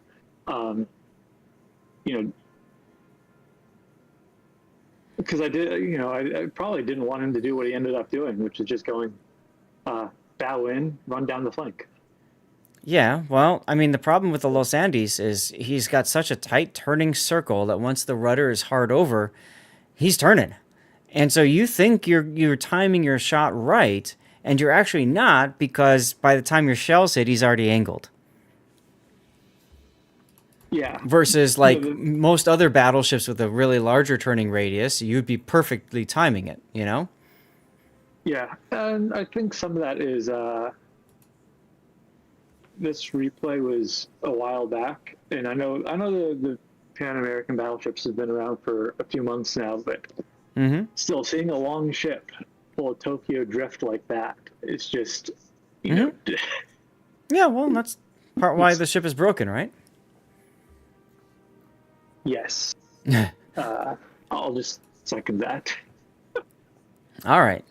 Well, I think we've looked at this enough. I think trolling is a great title for this replay. Should chat vote for this replay to make it to YouTube. So, Armact, thank you for supporting the channel and using sub replay or cover. I don't remember which one for this, but thanks either way. Yeah, thank you. Awesome.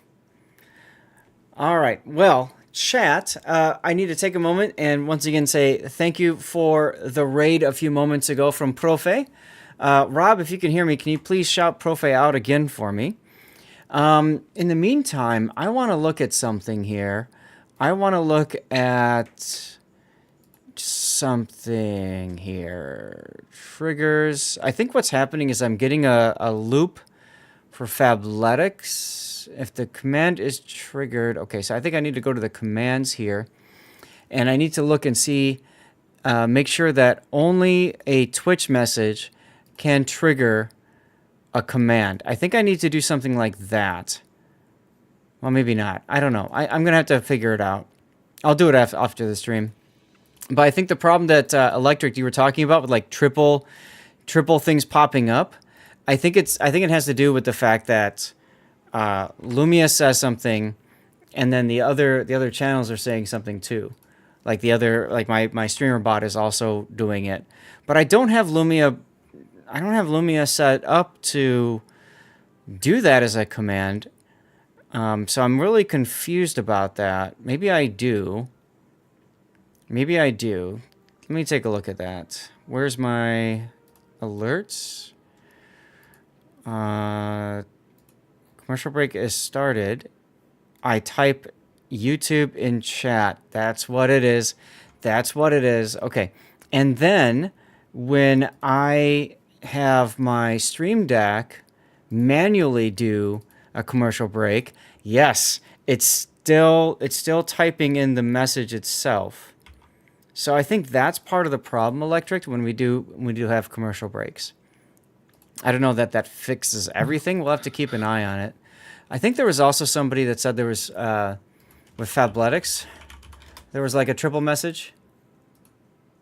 But I don't see that. I only see the one.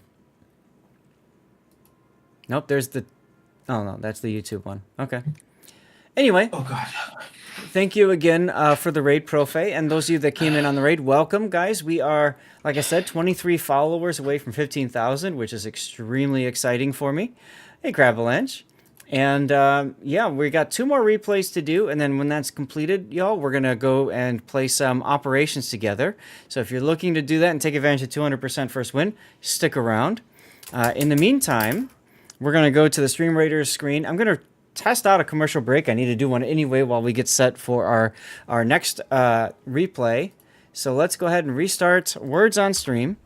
And let's get the...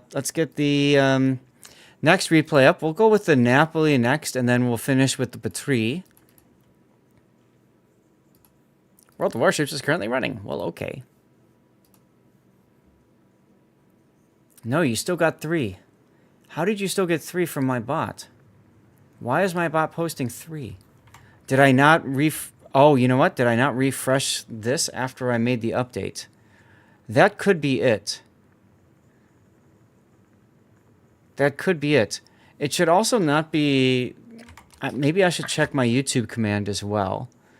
Because my YouTube command might be set... Yes, it is. It should not be triggering on a YouTube message. There we go. Okay, I think we're okay there. We'll have to see.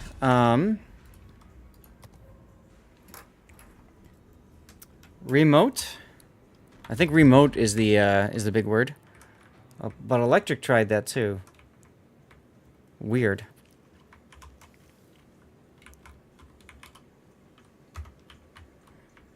Napoli.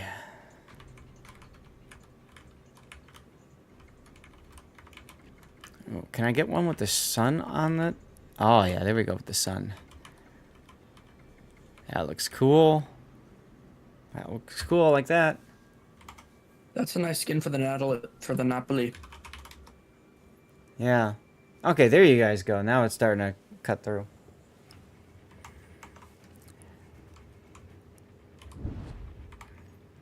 All right. Close this window.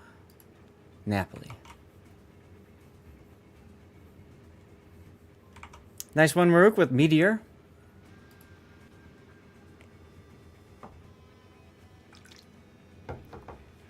All right, I'm gonna have to ask my wife for some more water.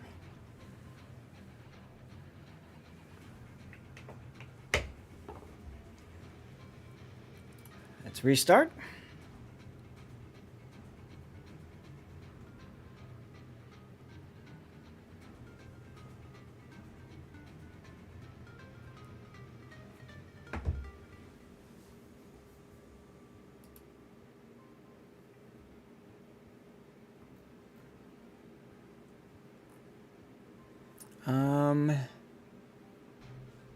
What was I gonna do? I was gonna do something else. I don't remember now. Oh well.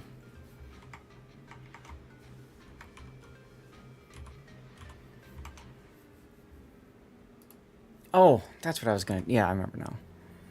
I was gonna bump up my GPU fans a little bit. Because right now... Yeah, I'm gonna bump them up just a tad. Chat, I'd love to hear from you guys if you can hear the fans at all. Come on, mouse. There we go. No. Yeah, well, I'm going to turn them up just a little bit more. Case fans should be running at full speed. It looks like they are. Graphics card fans are at 80% right now. Okay, so we're going to go to my GPU temp, and I'm going to move them over 5 degrees again. Each one 5 over. 5 over. That should, in theory, throttle them up a bit once I hit OK. Now they throttled up. Now they're at 86%. Chat, can you guys hear the humming in the background?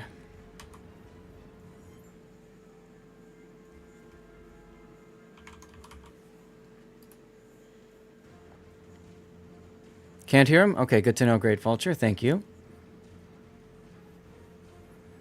I do have a I do have a noise removal filter that I could apply. I keep applying it to Wavelength, and it keeps on like forgetting that I've applied it. So I've been kind of trying to stay away from doing that, but at the same time, it's more important that my graphics card doesn't die. So, all right, let me reset my min-max for temperatures now. And then we'll continue the stream, and we'll see what happens moving forward. Thank you guys for letting me know. It's probably something where I'll be able to hear it because I know what to look for, like audio-wise, but you guys can't. And hey, if you guys can't, that's the important part. So let's get to our next replay. This is going to be Gus. This is Gus Pro, and that is our one of the older wargaming employees, senior community managers, and that would be Maradraco. So Maradraco took a break from the game, came back, and he's been playing it. He loves this game. He worked for the game, but he also did a lot for the game on the side as well. Had a great time meeting up with him during the USS Kid event that Happa Fodder put together, and to show how much of a badass he was, he booked flights and went on his own, and then asked his company Wargaming to, you know, kind of help support him coming and all that kind of stuff. So I think that says a lot about him as a person and how much of an asset he was. I was always really impressed with him at the various events. So I hope he's doing well. And he sent me this Napoli game after coming back and saying hello. So what the hell? We're going to take a look at it. Napoli is a fantastic ship. Very well worth it. What is she, coal? I think she's coal, isn't she? I can't remember how to get her. Yes, he brought the I can't remember what it's called. But the Tier 2 Brazilian, he brought the Albany version, the Brazilian version into it. Yeah, he helped get that happening. Yeah, he did a lot. Also with the Drua, we did a good video with him in that. I was right, it was Cole. Good, thank you. Fantastic ship. You should absolutely pick it up if you can. And Darlith, I really don't like boiling water with my graphics card. I agree. So what makes the Napoli so special is her armor scheme. She's got really good thick armor side plating, which allows her to bounce a lot of incoming shells, including Yamato shells if you can, if you time everything right. She's got great secondaries. She's got a fuel smoke, which means that she can just charge in, or exhaust smoke. She can charge in, and she can just crap out secondaries and not care as long as she's not detected. Her main battery is not much of a joke either, 254 millimeter with AP or HE offerings.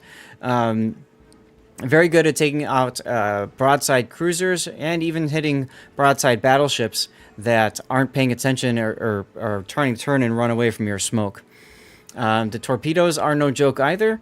Mostly these are great for long-range fire and forget. See what happens with 13.5 kilometer. They're very comfortable torpedoes. That being said, she does have a few weaknesses to her. The biggest thing is her smoke fire penalty is pretty high. So a lot of people will smoke up and then they'll fire their guns. And you can see right there, the smoke firing penalty is almost 9 kilometers. So a lot of people will smoke up in their Napoli, they'll shoot their guns, and then they'll be spotted. So you absolutely have to know that number and live and die by that number. She has a fighter plane consumable instead of a spotter plane consumable. So that kind of, it doesn't work as well. A spotter plane will move farther out, so it allows the Napoli to spot while it's smoked up, if it's the only thing that's that's spotting, but the fighter doesn't last as long at 1 minute as the spotter plane does. And the other big thing is because of her thick armor plating, while I said that's a bonus because if you can bow in and stuff, it comes in handy, it also is a detriment. If you get caught broadside to something, you get smashed very easily. So you have to play the Napoli very carefully. She's a great kite ship. She is not a really good charge on in and YOLO ship like a Des Moines could be, like we looked at earlier. And yes, exactly right. Thank you, Pockington, or Profile. Napoli and Petro are both really good ships in their own right, but they have different use cases, different purposes on the battlefield. So if you like kiting cruiser, Napoli is great.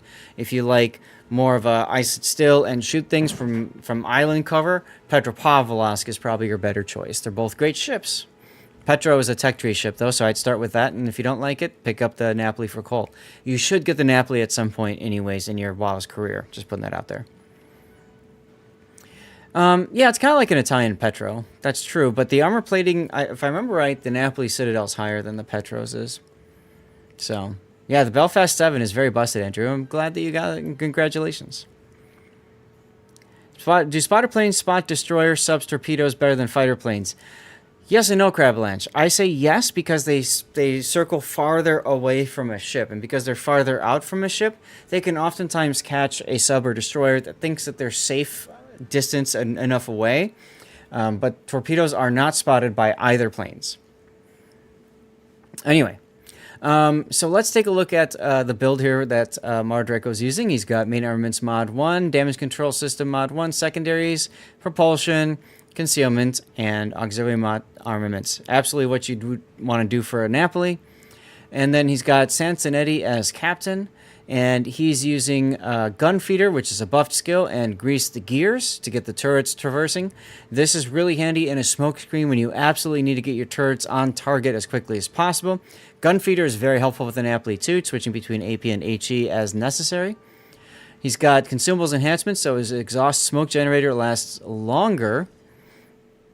I want to mention too, up here, some people might say, oh, I want to put exhaust smoke generator on it, but you're doing it at the expense of your secondaries. So you're almost not able to do that. You've got Superintendent, Survivability Expert, Adrenaline Rush, Radiolocation, and Concealment Expert for the remainder of the skills. Makes perfect sense. I don't see anything wrong with that. And he's running 7 signals most likely because he just went to the ship, clicked battle, and forgot that the new HP flag exists to replace the detonation flag, which was just automatically deselected for everybody. So he should have that, obviously, but he's running ramming, fire and flood chance, fire chance, heal boosting, smoke boosting, speed, and secondaries. Honestly, I would probably drop both the fire chance flags because he's probably not shooting HE that much. And the secondaries are SAP secondaries, so there's no point in running these flags, in my opinion. I think he's far better off going for consumables to get his smoke generator and repair and all that up sooner. And then probably the fire reduction would be good, or flood reduction. One of these two would probably be good to round out the flag choices. Is Libertad getting nerfed? I don't know. Probably should be at some point, but for right now, Wargaming is happy to continue observing her ability to face roll everything with her AI gunners. All right, let's continue the replay. There we go. And I need to set up my replay render properly.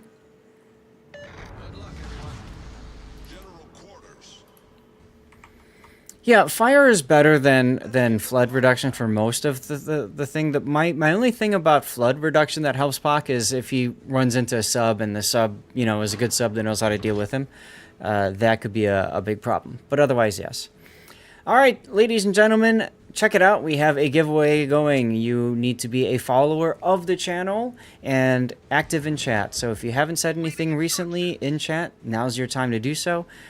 Typing anything is fine. A emote is fine. A letter is fine. Whatever you want to do. If you are not following the channel, now's your opportunity to click that follow button. Following is free, and as you guys can see, we are 23 followers away from 15,000. When we get to 15,000, we get to give away a big special code, big special giveaway, I should say. Whole bunch of wargaming stuff and things. If you're watching on YouTube, now's your opportunity to open up the Twitch channel, get on over here, and get into the giveaway. And yes, floods will typically cause an insta DCP because it slows the ship down as well. That's right, Darlith. It'll get nerfed if it's too popular. For the longest of times, there were players who said that Wargaming purposely released Tier 10 ships overpowered and busted to encourage players to free XP to the top of the line, and then they would nerf them later. Don't know if that's exactly accurate or not, but you do you. I would not have smoked here. Minotaur could have radar, and you don't have anybody really that's going to shoot you. So I would have not smoked. I would have changed my guns to AP and loaded AP in the barrels so I could smack the Minotaur. Now, that said, you fired in your smoke and you are detected in your smoke. So putting a plane up would be very handy up right now. There's the secondaries on the Minotaur. I might turn and get my other torps out. Maybe the Schlieffen. Yes, your ship does slow down. You get a debuff of, what is it, 20%, something like that. Overall speed. Your smoke screen has ended at the worst possible time. You're gonna sacrifice a broadside to the Schlieffen so that you can shoot this Minotaur and kill him. His engines are out. Look at that.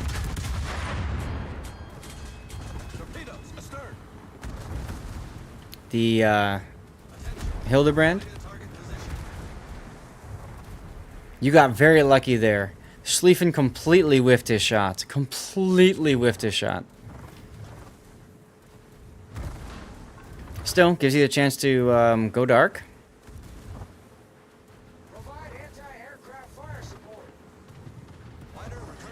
Now, radio location is still pointing at the general area of the Minotaur's death, and that's because there's a Shimakaze in the game as well. There he is. What's that, Bownetter?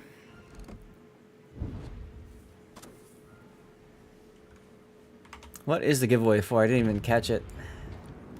CC container.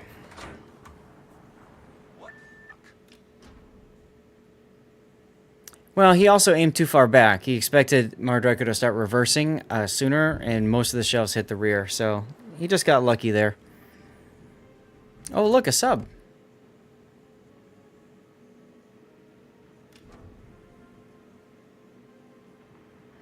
Mardreko trying to line up about where the sub would be if it went straight forward.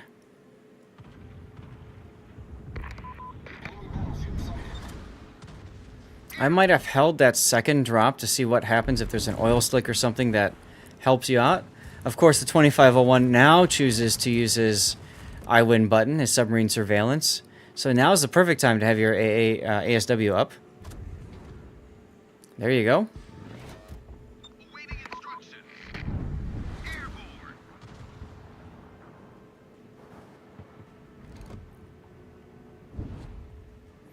We didn't talk about your matchmaking setup. You've got 2 Shikishimas and a Repub in a division. That tells you all you need to know about those 3 ships. There is a carrier involved. There's Sansonetti giving you a range boost. And there was a submarine in the game. No longer.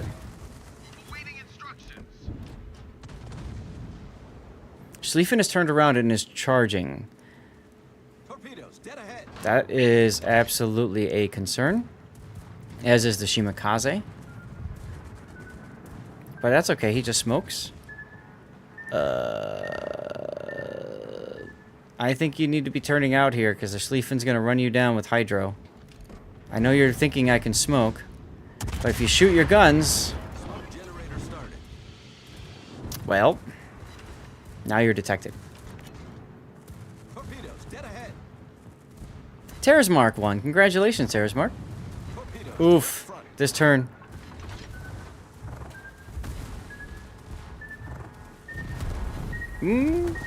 Nice dodge.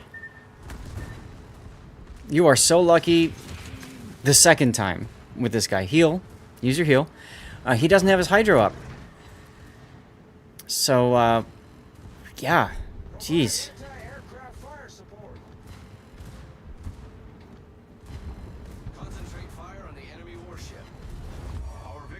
Make sure you let us know what you got, Terracemark.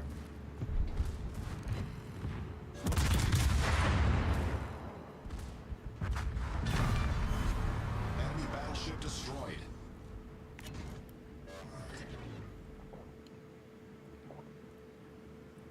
Mardor can go for the widespread there. You're welcome. And there's the victory. An official Wargaming blowout. No deaths, guys. On his team. Wow. Look at that. Third place. Very comfortable game. Couple of very scary points. Never go broadside to a smoke that could have torps incoming. Right. Very good dodge there. I want to see something here with his detailed report. He didn't really fire much AP. I feel like he could have done better with switching his shells a bit more frequently. His first smoke was too early. But whatever. But he got very lucky there. He got very lucky there. Matter of fact, I don't know if I would put that as the title or not, but I felt like he got very lucky.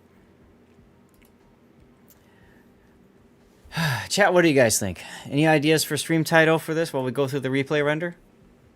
This was a pretty brief game. How long was it? 6.5 minutes.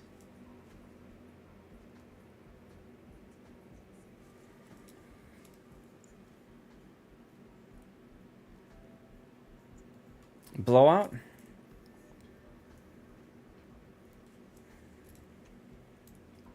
Yeah, 6.5 is fast.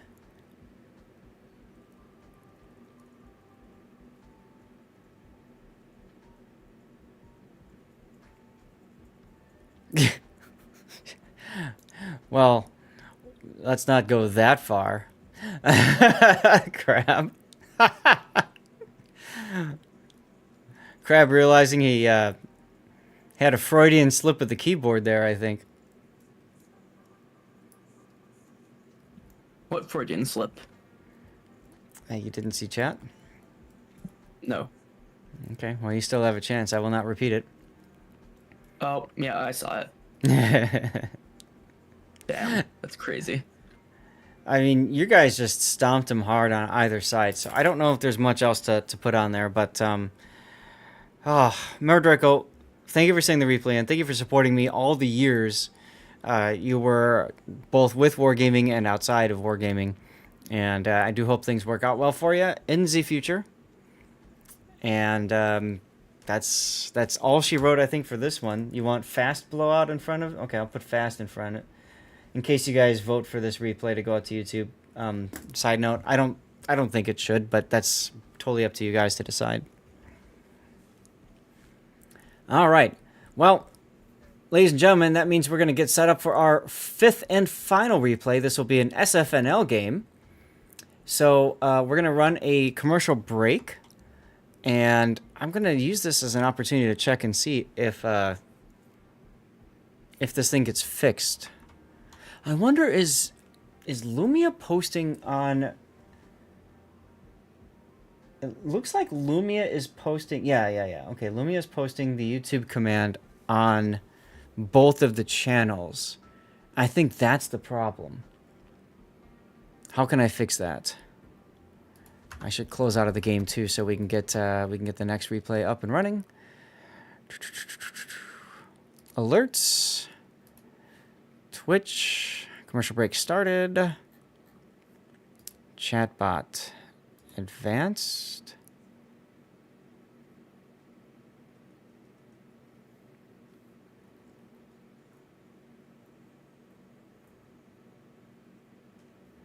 I'll just leave it. I'll just leave it out like that, or maybe I should do exclamation point. No, I'll just leave it at commercial. That's fine. We got it fixed either way, so that's fine.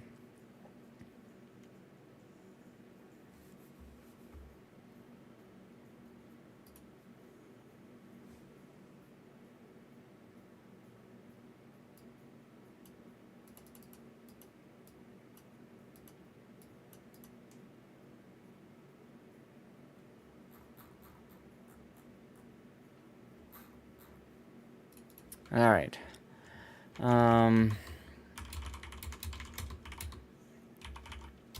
Let's see here.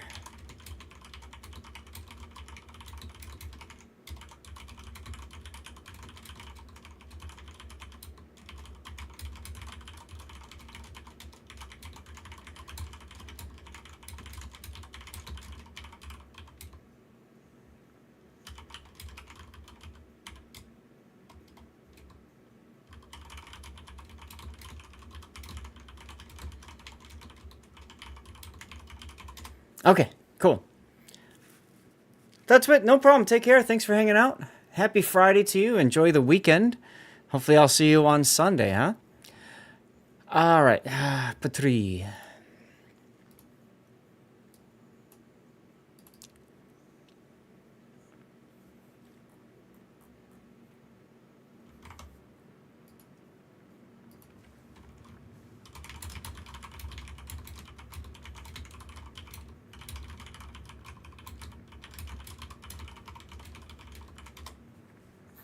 Okay.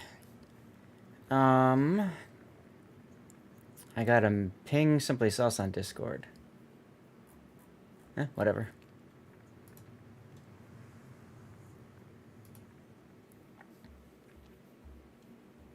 Amused is the word, I think. I think it's amused. Yes, it is.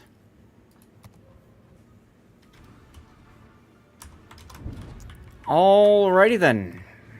Here is SFNL's replay. Oh, this is fun. This is fun. By the way, if he doesn't die, this will be a first in a long time of a replay with no death picks. Or a replay stream with no death picks, I should say. Okay. Why does it say my commercial break's about to start? It just finished. Silly thing.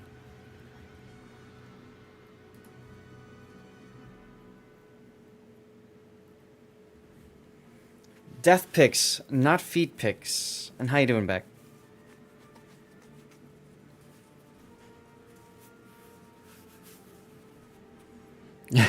Oh, okay. Yeah, you're okay with that. Alright, I don't know where Rob is, so we're gonna go ahead and just do a shout out for you. There we go. You guys go follow their back if you can.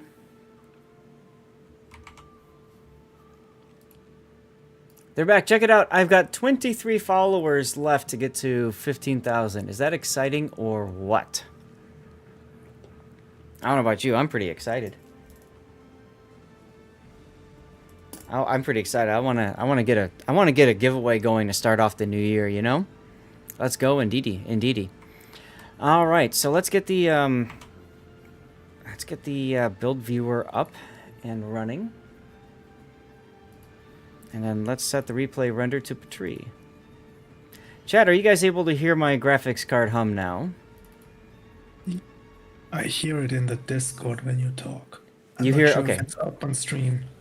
Yeah, so you guys might not be hearing it as easily because what am I thinking of? The music might be kind of drowning it out a little bit. So let me go to my wave link here. I did work for it, absolutely. And let's turn that on. All right, so now NVIDIA Broadcast is hopefully cleaning out the background noise. Grunty, can you hear this on the Discord still? Yes, but it's quieter. Okay, so it is doing the job. Okay. Go ahead, you were saying something? No. I was just saying I don't know what exactly you did, but it helped a little. NVIDIA noise removal at 25%. All right, now I've put it all the way to max at 100. Can you still hear it? Can you talk for a little bit longer? I'm talking for a little bit longer. No. Do you need me to talk? No. Okay. Now I'm going to drop it to 50%. Tell me now. Can you still hear it now? Talking quietly. I could not. You could not. Okay, so we'll leave it at 50 because the more strength I put into it, the bigger difference it has. So, okay. Now I heard it again, though. I don't know you did what just hear happened. It. Okay. I didn't do anything. So I'll kick it up to 75% then, I guess. And you can tell me what you think. I think the problem is it takes a while for NVIDIA to actually kick it in and filter it out. So Yeah. if you're just talking for a very short, brief moment, I hear it initially, and you stop Okay. talking, cutting the microphone off before it would drop off and NVIDIA doing the work. Yeah, that's a think that's the possibility. problem. Okay. Well, I kicked it up to 75% just to be safe for right now. You know, it uses a little bit of system resources, but I don't mind. The computer's handling it like a champ right now. And the reason I'm doing that is because I'm trying to keep my fans running a little bit higher on my graphics card so I can keep my temperatures down a little bit. I say that as even though I've done that, the temps are still relatively high for my memory junction. It is 78 degrees Celsius right now. I'd like it to be lower if I could help it, but I don't know what else I can. 78 on the core or on the hotspot? No, it's 78 on the memory junction. The hotspot is 61 and the core is 53. So the core's doing okay and the hotspot's fine. Turn the heat off in the house. I have done that actually. Well, Yeah, kind NVIDIA of. is definitely working. Like I heard it when you started talking again.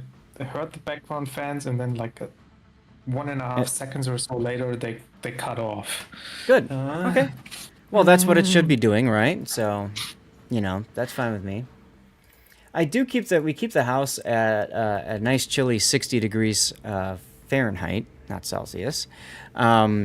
And in this room, of course, it's warming up a bit, so I can always open the room to cool down the house ambient temperature-wise.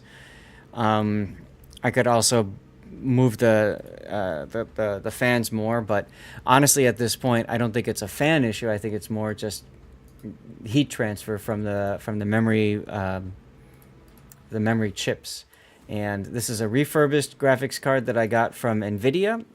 Via RMA, so I don't think they'll send another one if this one blows and craps out, which is why I'm trying to be cautious about this. You know what I mean? What program are you using to see the temperature on the memory, though? Libre Hardware Monitor. It's a great program. It's a free program, worth checking out. And then the program I'm using to control my fans is called Fan Control. So I have it set up so that as my temperatures go up on my core, I've got two different temperature triggers on my core temperature for my GPU. So as the temperature for the core goes up, it activates my case fans and really gets them going if needed. And then, you know, my graphics card fans themselves are controlled by a secondary one because those are a little bit noisier.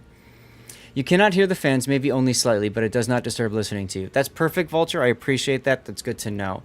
The reason I'm asking is because, of course, I'm also streaming to YouTube. YouTube doesn't have music playing, okay? So it's more easy to hear it. And then later, when I take replays and put them over to put them out to YouTube, obviously people can hear it then. So I'm just trying to find a nice balance of like fixing that. The thing that frustrates me the most is having to fix it in Elgato's setup. So tell you what, give me just one moment, y'all. Just give me one moment, if you don't mind. We're gonna mess with this, okay? Because I really do want to get this thing figured out. 60 degrees, you're shocked my wife doesn't turn it up. For one, she understands the reasoning behind what I'm doing. Second, she's got a space heater in the room that she typically works in, so she can close the doors and turn the space heater on, and that's perfectly fine. Okay, so what I'm going to do is microphone input is going to be... I'm not doing anything from Elgato Wavelink FX, so I think I'm just going to go mic in, and then I'm going to change on Discord my mic from microphone FX, and I'm going to change it to, where is it? NVIDIA Broadcast. So, in theory, you're still hearing me now, right, Grunty and everybody else? I hear you. Okay. Now I'm going to go into OBS and change also from microphone FX. I'm going to change this to microphone on NVIDIA Broadcast. Okay, so chat, you guys aren't hearing anything either. Everything is turned off right now. I'm going to now go into here and I'm going to add a noise removal.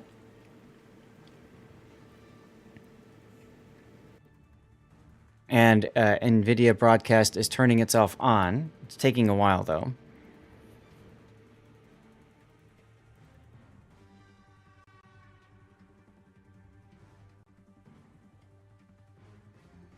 It is interesting how it sometimes takes a while to activate something, and then other times it doesn't. Have you guys noticed a difference already? Grunty, have you noticed a difference in the sound? I did not hear the fans at all. Okay. And do you hear them again now?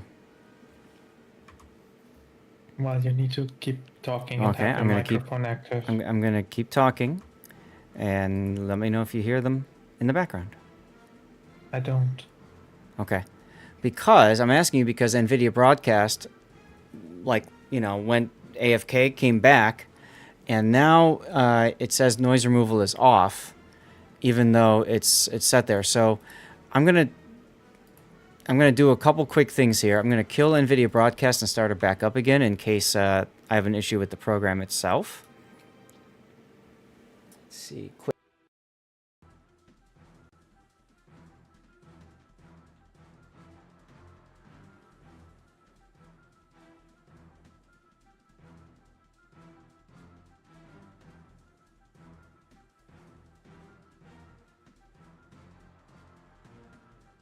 I can hear you, but you sound awful. Sounds like your microphone changed. Don't worry, guys.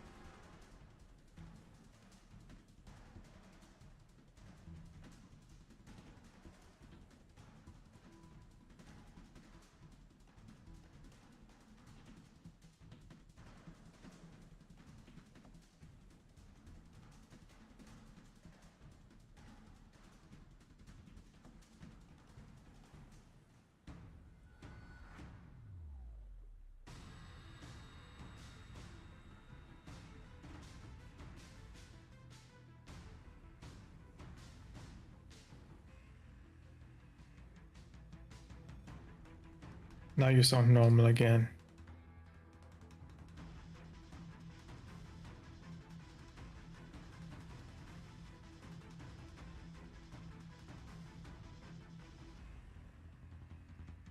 The stream can't hear you, though.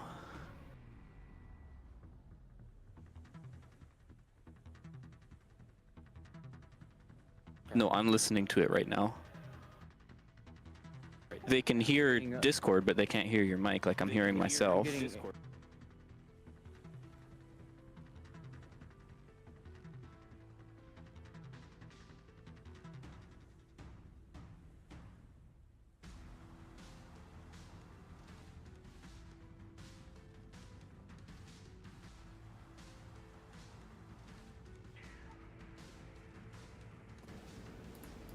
I'm going to change to a different altogether theme, so just tell chat to hold on.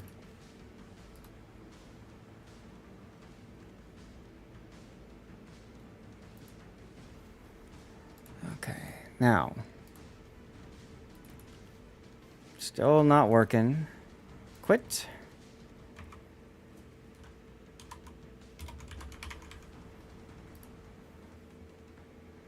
Hey, SF.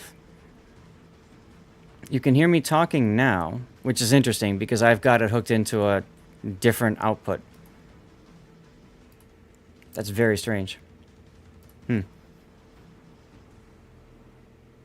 Okay. NVIDIA Broadcast is still crashing on load, so I'll probably deal with this after the stream is over. I'll deal with it tomorrow or something. I'll mess with it. But I'm going to put that down on my list of things to do. So you guys understand what I'm talking about? Here's my list of things to do. I've got a giant list of things to do. This will be one of them. What happened to your mic?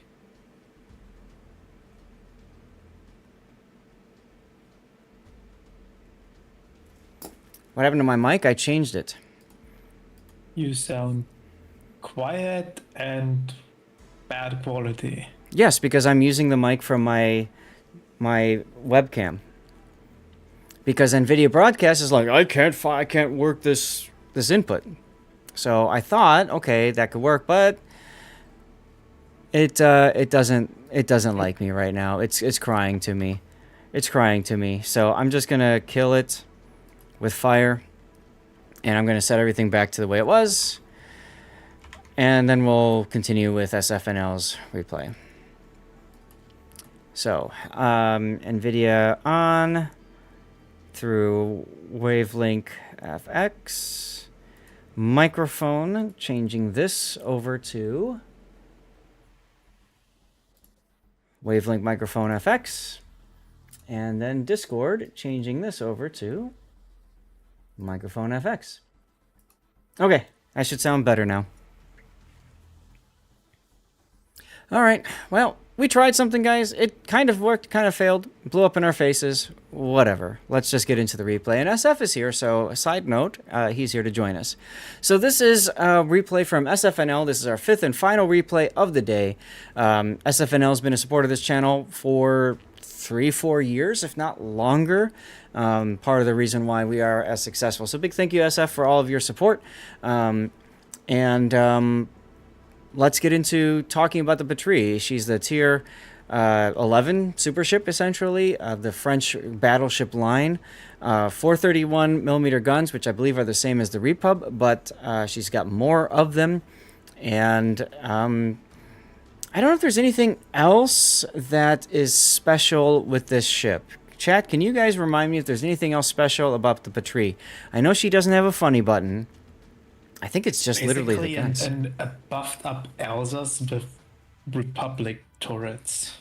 Mm-hmm. Yeah, SF had that crazy open water Sherman game. Better one. It might have a 15% speed boost, but I'm not sure. It's got a 15%, yeah. Okay.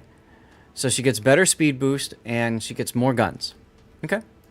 I've played a little bit of Patrie, but I haven't played a ton of her, and I've seen her her games played in, like, King of the Sea and other competitive and stuff. So, all right, let's take a look. You've got main armaments mod 1, engine boost mod to keep the engine boost going, aiming systems, propulsion, concealment, and main battery. Everything you'd want to take in a Patrie, absolutely. Rudder shift time is abysmal, though, at 20%, but it synergizes so well going propulsion. That being said, that's a huge chunk of savings for your rudder shift time. Let's see, time to max speed, 71 versus 79. So you're saving a few seconds to go full speed, almost 10 seconds. And for go full reverse, you're saving 10 seconds, quite a bit. Okay, interesting. Yeah, I mean, the 10 seconds is all front up though, right? It's like the first 10 seconds that only take 10 seconds instead of 20, basically. Right, right. Mod. So, I don't know. SF, that's something you can always experiment with if you want to try the steering gears to see if that helps or not. 14-kilometer stealth is quite nice. So I don't know that you want to drop the... well, you don't even get the steering option. So never mind. Okay, let's talk about the build. This is Abanyu. Now, Abanyu, for a battleship, feels interesting because Abanyu doesn't get any buffed skills, but Abanyu does have the talents. So, for example, if SF gets a Dev Strike achievement, then main battery and well, that's just it. Main battery reload time is improved. And then activating here for getting a key area, there's a better fire chance. And then ship speed for 2 million potential damage. I guess, SF, you're taking Abanyu on this ship specifically for this ability, right?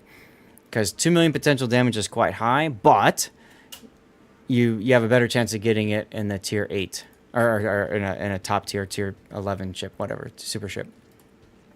The alternative to that would be Honore, where you get a buff Adrenaline Rush and also buff Grease the Gears. Anyway, so emergency repair specialist, vigilance to detect torpedoes. I guess it makes sense with your rudder shift being so long. Adrenaline rush, concealment, fire prevention, emergency repair, and improved party. So you're going for both here. Interesting. What's Usually, the turret traverse time on this ship? we'll look in a sec. Usually there's a bit of diminishing returns when you get extra heals beyond the first. So this is 1, and then this can get you a second. So we'll have to see about that. Aban use sounds more like no, but hey, American, so pointless comment probably. I don't know what you mean by that, Electric. Turret traverse time is a glacial 41 seconds. So, I guess the vigilance is the compensation for the terrible rudder shift and the prop mod here. And if you don't use grease the gears, then not having Honoré is... He might have just Honoré on Henry or on Republic or on other ships. And there's only so many ships you can put Honoré on. okay. You're correcting my pronunciation to Aboino. Okay. So this is, I mean, with turret traverse, 34 seconds, you're saving quite a bit that way. And then, of course, if you had Honoré, that would save even more. 8 seconds thereabouts. So that's really sexy. But it always comes down to how you play the ship. So I can understand the desire for the engine boost modification here in slot 2. Actually, no, I'm sorry. It would be here in slot 3. And it's kind of rough to get rid of aiming systems. So, yeah. But it's kind of rough, like you said, because you've got the turn time and you've got the maneuverability with the rudder shift time and the ginormous turning circle as well. So, personal opinion, I would probably try it with the rudder shift module, and I would probably drop vigilance to pick up the turret traverse as well. Like, But if you're insisting on, like, there's some synergy with Brisk. Like, I get it, the concealment is not that great. But if upon your procs at 2 million, you get the speed there, you have your 15% speed boost. If you could combine that with Brisk, it would be really nice as well. True. But then you're dropping a 4-pointer or 3-pointer. You're just using Brisk as your 2-point skill, like instead of the Grease the Gears as alternative. Well, he's using Vigilance right now. You suck at dodging torps, huh? Well, so Vigilance helps you with torpedo protection, but if I remember right, this only helps if you take a torpedo on your torpedo belt, right? The inherent torpedo protection belt that you got. Yes. I'm pretty sure if you have no torpedo protection on the bow, and I don't think it goes from 0 to 7. It just stays at 0. Right. You do get the buffed acquisition range, so you see them from farther out, which gives you more time to react. Interestingly enough, steering gears might give you that reaction time too, so maybe that can help. I don't think with a 20-second rudder shift time you are not like the biggest advantage you probably have with this is if you are very slow, like going quarter speed or be stationary, and you can actually dodge by accelerating up forward with the prop mod. Right, that's the only time. Absolutely, I agree with you there. You're not gonna slow down in time if you're going full speed to dodge a torpedo, and you're not gonna use your rudder to dodge a torpedo because they are awful. But if you're slow and you can accelerate out of them, then it might be nice. So, I mean, you could get rid of one of these skills that I might maybe get rid of Emergency Repair Expert because you don't have a limited number of DCPs. So maybe you do that. You use IRR as a cheap way of getting an extra charge of your heal. And this will also get your repair part of your heal up sooner. And then that allows you to pick up Brisk and your Grease the Gears. Maybe this is the play because now your turrets are fixed. Or at least turning quicker. And your maneuverability is still good. And you've got the Vigilance to see the torps earlier to help get your rudder moving sooner if you need it. Might be worth a consideration. I think in a Patrie, you probably can't use the heals. Ship gets burned down a lot because of the armor 32 millimeter. Because it's 32 millimeter all around, yeah. So the extra heal might be more valid. Okay. Well, we'll see. Tough. Yeah. I always say you play the ship based off how you play it. So, if you're struggling, you're running into problems in one area, hey, change it up. Nothing wrong with that. So, flags, you got the hit point flag, fire reduction, flood reduction, heal, speed, consumables, secondaries, and anti-air. Huh.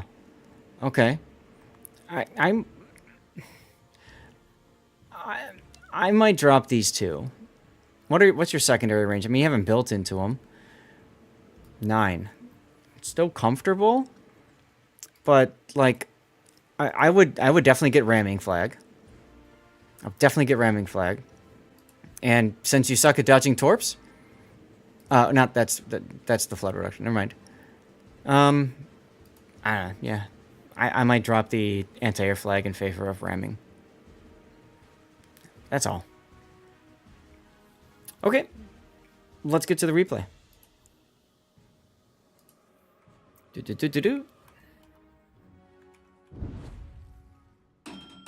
A nice dark early screenshot for you. Actually, I wonder if I can get one from the town perspective. I always like doing this, looking at the town perspective as you sally forth to battle. I wonder if I can get a car in too. That'd be fun if a car goes by right now. You know what I mean? That'd be kind of cool. Cue the car. Hey, hey, hey! Whoa! Got it!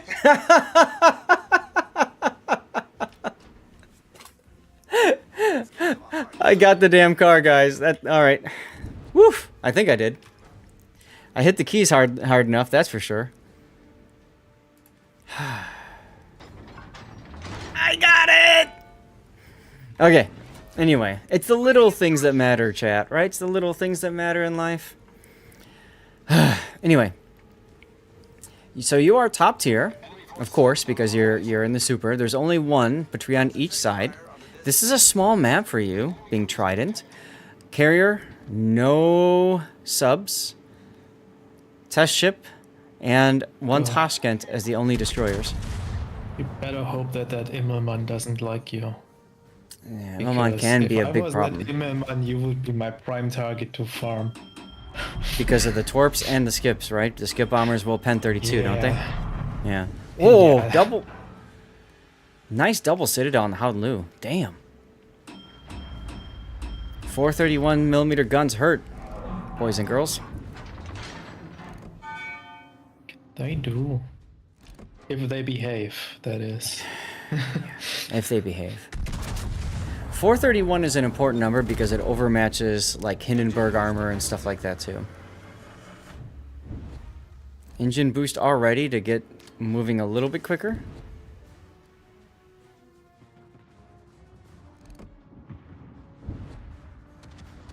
Attention.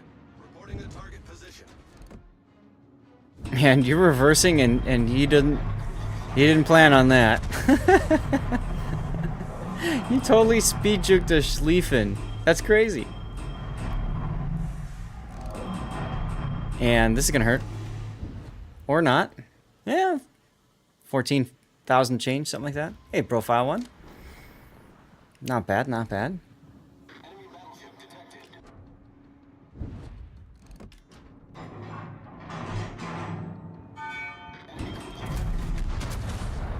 You're seeing if you can clear the island? Oh. I like the single fire here just to see if you can make sure you can clear the island with your shells, because otherwise you're wasting your shot.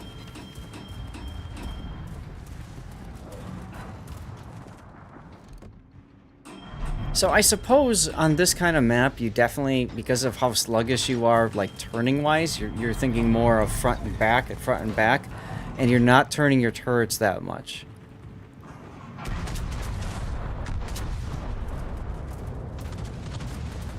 Which is fine. It's a small map, so you can pretty much smack whatever you choose. Like that Wisconsin that's backing up. Patrie shooting at you. Or maybe that's the Schlieffen.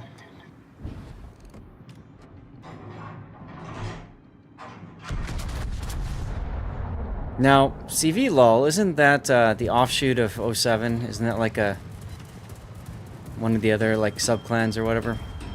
I don't know if it's a subclan, but they are typically good players. Mm-hmm. I'm asking because SF is part of 07. It's associated with them. Got it. Little early on your heal there. You're gonna have a lot of kind of wasted potential healing. Ooh, Howden-Lu broadside and beached. Yeah, you looked at it the same time I did. And you're taking the gas shot. Because he's backing up.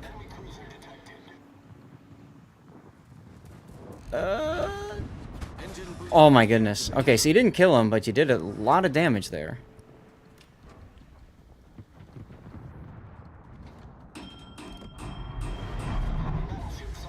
Donskoy, yes. Brisbane, reversing Brisbane broadside? Okay, sure. You'll take that, I'm right? And 1 Citadel.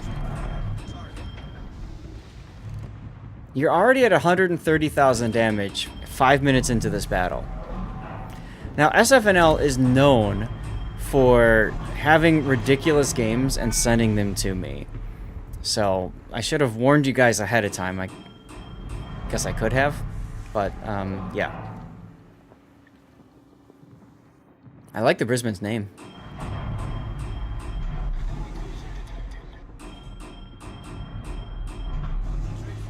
Question is he gonna move? Is he gonna turn out or is he gonna turn in? Looking for targets. He's gonna slow. He's also known for PayPaling his opponents. Just watch. That wasn't a kill. I was expecting that to be a kill. Either way. This dispersion he's getting is insane. Mm-hmm. Like, this is still the worst dispersion formula they're all sitting on. Like, it's the old German one. But it doesn't look like it. Yep.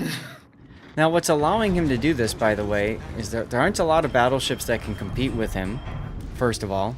And the ones that can are right in front of him, so he can see an angle accordingly.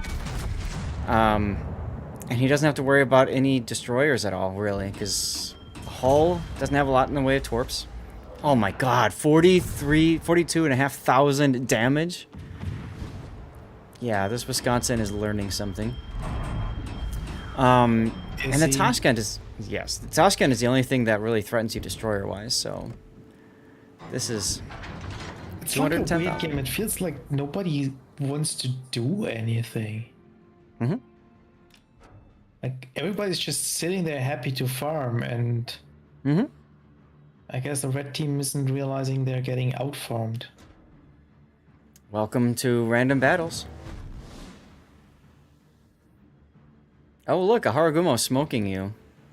I need intelligence data. It's a weird place for a Haragumo to smoke. Yep. Because I don't think he has anything in range to shoot, unless it's one of those 18-kilometer Haragumos with range more than the AFT. Could be. I could look it up if we really care. No, I'd rather not know. Mm-hmm.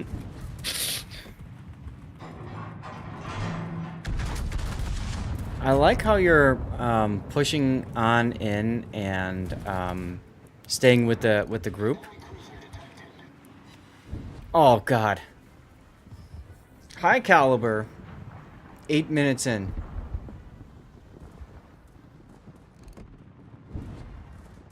Cravalanche, it'll play just about whatever song you choose. However, if it's inappropriate, then you really shouldn't be choosing it. And of course, right after you shoot, there's the Brisbane. I might need to start playing Patrie more. Yeah, these guns are nice. Again, if they behave. Like, it's the same on Republic. I liked Republic. I like those guns, but sometimes they feel like they troll you. Now Brisbane hard turning, so SF waiting until the Brisbane starts to straighten out. There you go. I like that decision. Engine boost deactivated. Hey, the first salvo where you don't get a Citadel. Maybe it's the second, but you get the joke. Direct front.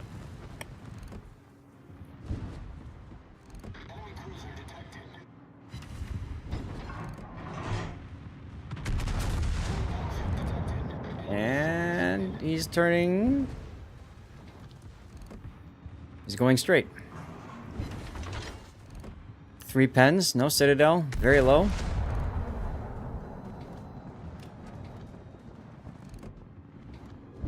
I do like how you're just staying right behind the Schlieffen. You're letting him find all the torps and stuff, right? And everything else, because he's got the Hydro. Was that your plan, SF? Oof! Tashkent kills the Harugumo. That's hilarious. Torpedoes, direct front. Maybe. There's nothing wrong with that, because I always talk about that too. Like, you use your teammate as discount hydroacoustic search, right? Let him spot all the torpedoes for you. The ironic thing is he's quite low, so you'd be better off getting in front of him.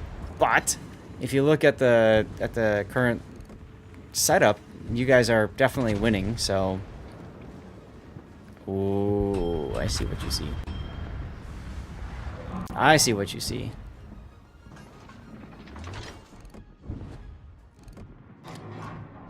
And he ain't moving. He's also, like, pointing the wrong way. Now, Los Andes is going to hit him, and he's going to start moving, but not before your shells hit. Jeez.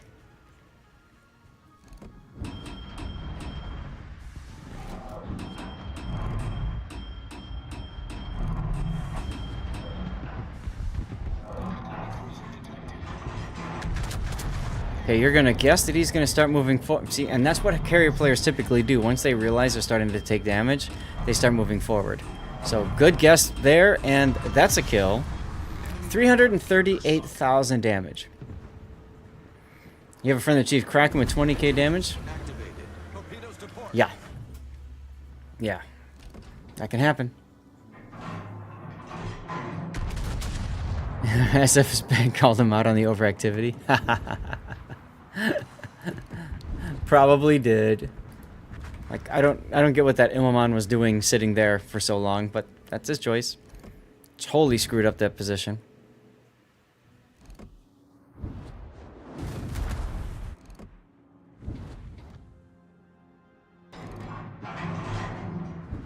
Yoshino turning.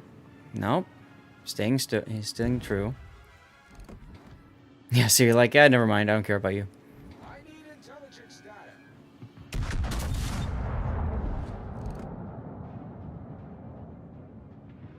So now he turns. Just to catch all your shells? Nope, missed.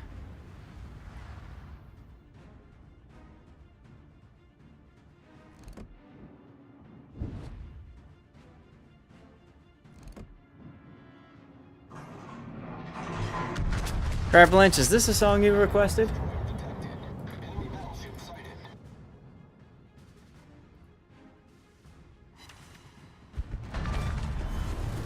Cruiser sunk. And now it's just a Tashkent that's like a sneeze away from death, and these two battleships that have literally painted themselves into a corner. Okay, the Tashkent is gone. Sorry, I'm just getting Stream Raiders ready.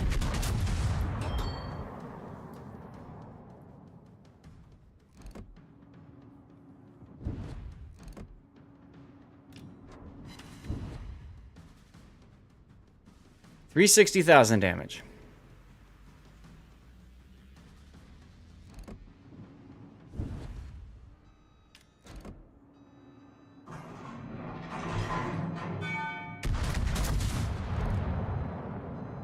Okay.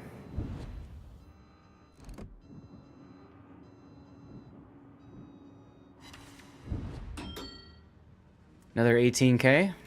Are you going to break 400? Chat, what do you guys think? Is SF going to break 400? Place your bets now.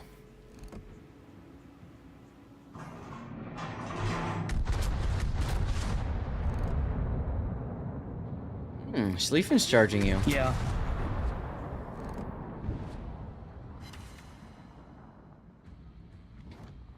Yes, go 400. Okay. Well, he needs 8,000 and change.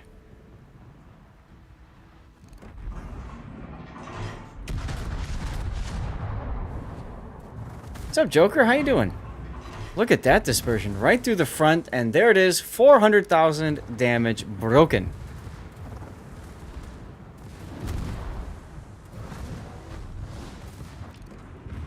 Okay. I don't think I've ever had a 400,000 damage game, other than Star Trek, where I had over 1 million damage, but come on, a lot of people had that. Me neither, but I don't play super ships a lot. I don't either. But damn it, now I'm really thinking I should. I think my random battle record is like 350 something in Thunderer. Mine is like 350, I think, in an Eagle, which was a super ship. And a non-super ship, it's like 330 in a Republic. And that's way back in time. I like how you were trying desperately not to outturn your turrets there, and you just kind of could and kind of couldn't. Also, heal earlier would have been a good idea, but whatever, you were thinking about other things. 431,000 damage. I mean, cool. Like, yeah, what do you know? You came in first. I'm shocked and appalled by this. What a game. What a game. Andes had a hell of a game too, man.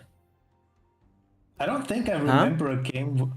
That Los Andes had over 3,000 too. I don't think I've ever seen a game with 2 people over 3,000. Yeah, we'll have to take a look at what Los Andes did in the replay as well. You never get high enough numbers and randoms to pull these kind, quite aside from your general lack of skill. I mean, like I said, it can happen.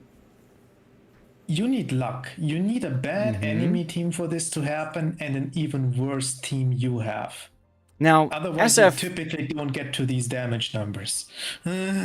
Historically, SFNL has played the game at wild times. Do we have the time? You played this at 2:30 in the afternoon. Oh my goodness.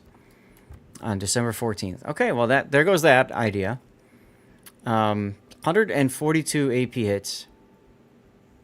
You didn't need anything else. That hit rate on that gun is crazy. Yeah, right? Over 30%. It's over almost 50%. Yeah. I'm actually putting it in a calculator and I want to know how good that I... It's like 45%, man. Yeah. Wild. Profile, hey, and thank you for... not close range shots either, like... No, they weren't. Well, I mean, to be fair, most of what he's shooting is things that are broadside or, like, stuck and slowly backing up, right? Brisbane, he shot several times doing that. Wisconsin just ate it. You know what I mean? Like, Howden Lou at the beginning. You have Victoria even at the... I mean, there are just so many ships that were, like, just happy to take his shells. It's wild. Absolutely wild what you did to these ships, man. I like the 35 secondary better hits for 0 damage. Well... Yeah, because the secondaries are what? They're 100s and 125s or something? Or the French secondary experience. Does the Republic, does it have some of the 152s? I actually don't hundreds, know. yeah, it's got hundreds and one. It's got 152s as well, yes. So it's got 3 152 mounts and 8 by 100. Yeah, so it's yeah. So, wow. So that makes sense. They're not going to pen anything. Yeah. It's funny though. It is funny. What you meant was you never played French secondary experience. They look really cool, but they do absolutely nothing. Right. Fire starting. That's about as much as they can do. Yeah. Yep, exactly. So let's go ahead and get the replay up and running in chat. Any ideas for a title for this replay? Lay it on me. Vive la France.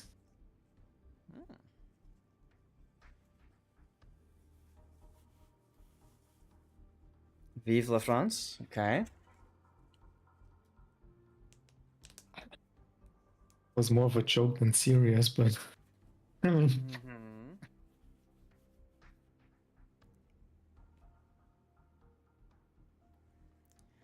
I don't know what else we could use.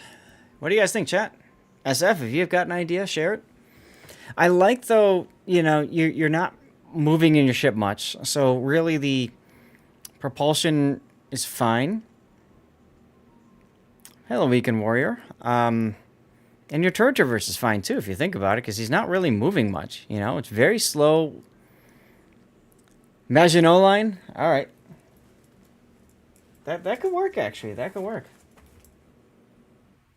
How many people are gonna understand this, though? The ones that matter. The ones that matter. Assuming this makes it to YouTube, if you are listening to this on YouTube later, the Maginot Line is a line that the French built at the end of World War I, before World War II, as a way to prevent the Germans from invading their country. Unfortunately, they forgot two major things. One, aircraft, which were a thing in World War I, but they didn't expect aircraft to develop as quickly as they did. And number two, they didn't expect the Germans to go through Belgium, through the Ardennes forest. And they did both. So. To be fair, why this doesn't really work as a name for this game is the enemy team didn't even try to get through. They never made an attempt, like. Yeah, you guys really had them on the ropes the whole time. What if we can get something about him causing their retreat? You know, French retreat, get it? Haha. Carbon-based life. Thank you for the follow.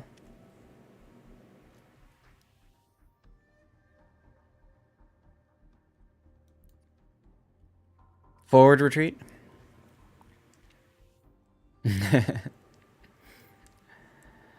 I don't know. I'm trying to think of some funny, crazy way, but I can't right now.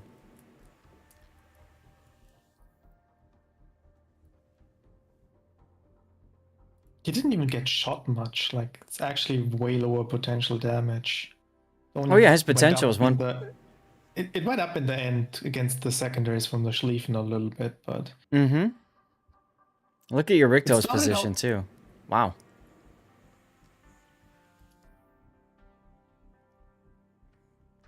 Always a bridesmaid, never the bride. Or how about damage greater than kill? Could make a joke about him getting 431,000 damage with 431mm caliber guns. Ooh, 1K per millimeter.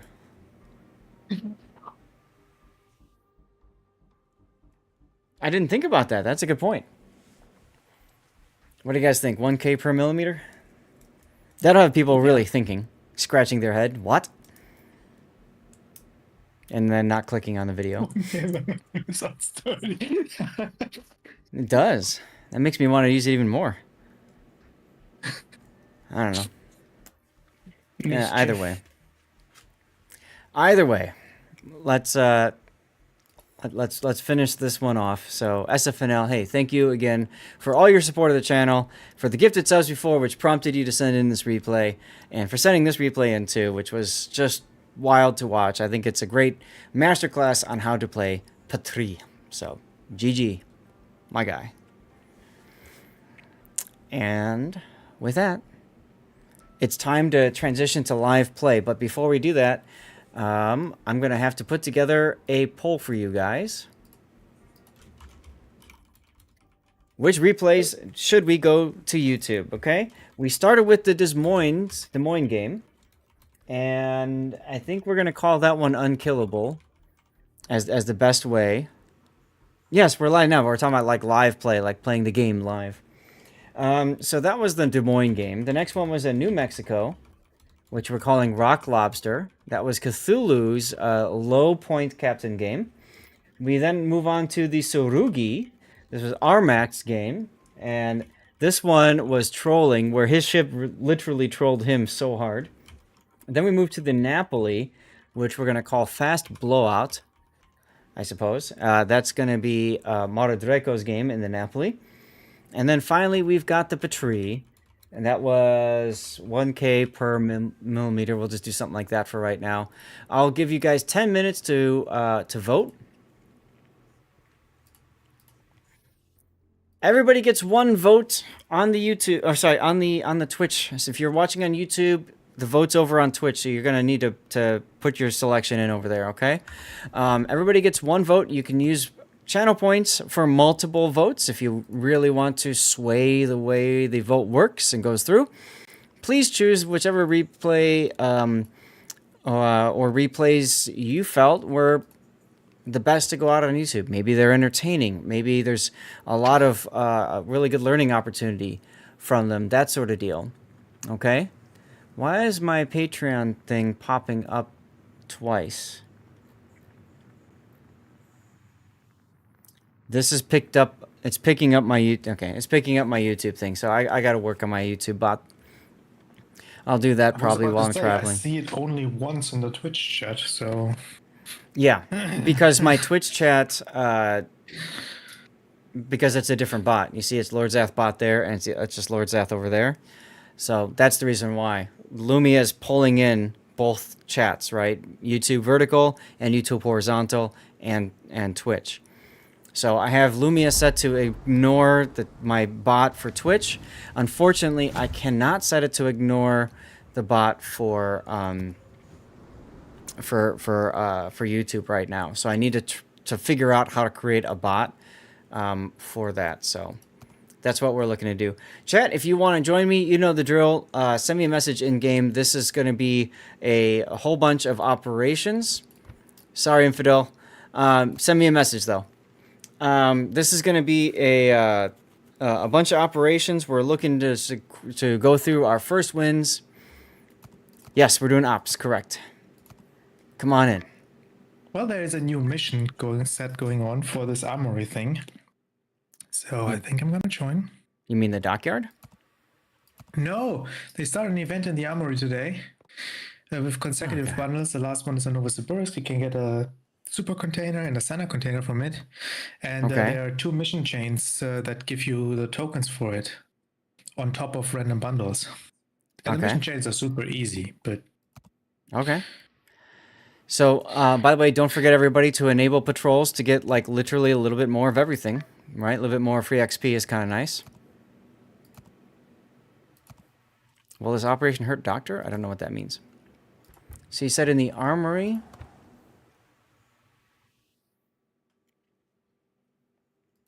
Up here? Oh, I see. Okay. So, you purchase it... Hi, Xanda. With battleship tokens. And you get battleship tokens through the missions or these random bundles. Right. And there's a Champagne in here. And a Brandenburg and Ivani. What are we looking at for tier here? Well, that's something I'll look at once we get everybody in. What's your compensation if you already do this? The ships, you get twice the doubloons, so it's 1,500. Oh, wow. It's very bad. Yeah, compared to the actual doubloon value of the ship. Okay. What is? All right. And then you said there's missions? Yeah, under common. There's a mission. Here it is. 2 this is mission available chains. in 6... Okay, this is in 6 days, and then this is... Okay. Okay. One right now. And it's not enough to finish it, but you get everything but the Novosibirsk. So you can get for free. And if you get the Novosibirsk, if you, like, whale out for it, does it matter? No, you get credit compensation for the Novosibirsk. Okay. It's a premium ship. Like, if you want it, then you have to buy, like, 200 extra tokens, I think. Oh, 150.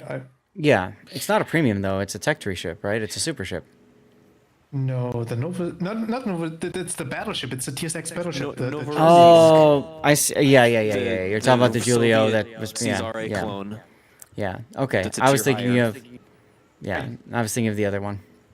I don't know if the battleship is worth it. I wouldn't. It's okay. Don't know much about it. It's fine when it's top tier, but it's basically a Caesare, but it's tier 6, so it suffers when you have to fight tier 8s. Right. There's more carriers, there's more subs that it can deal with, so... All right. First of all, I'm going to ask, does anybody... I'm not asking us to play this, but does anybody need a tier 7 in our div? If so, we can do 7s and 8s. Okay. So, I've got 2 8s... 3 8s that I can play. So 7s and 8s, we'll do at least one of that, and we'll see where we go, okay? I mean, I just need to play the game for the first mission set, and I guess I play a 7. How It's a far bad away? ship. Okay. I'm close to the Sejong. Yeah, I'm Can I take a 30,000 away. destroyer or not a destroyer? Up to you. If I'm that close You- to a Sejong, should I just free XP it? You can take a destroyer, but if you want to complete something, like destroyers usually perform the worst in operations of all Yep. ships. Oh, yeah. Yep. So unless you really want to play a destroyer because you're grinding it, I would advise you don't play a destroyer. But you can. What are we doing? 7 8s? Yes.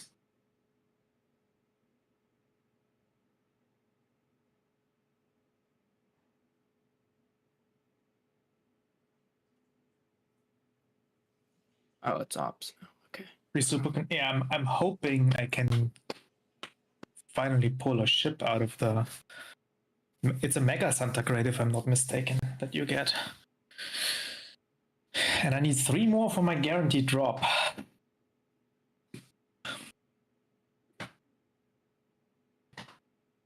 Because I'm unlucky.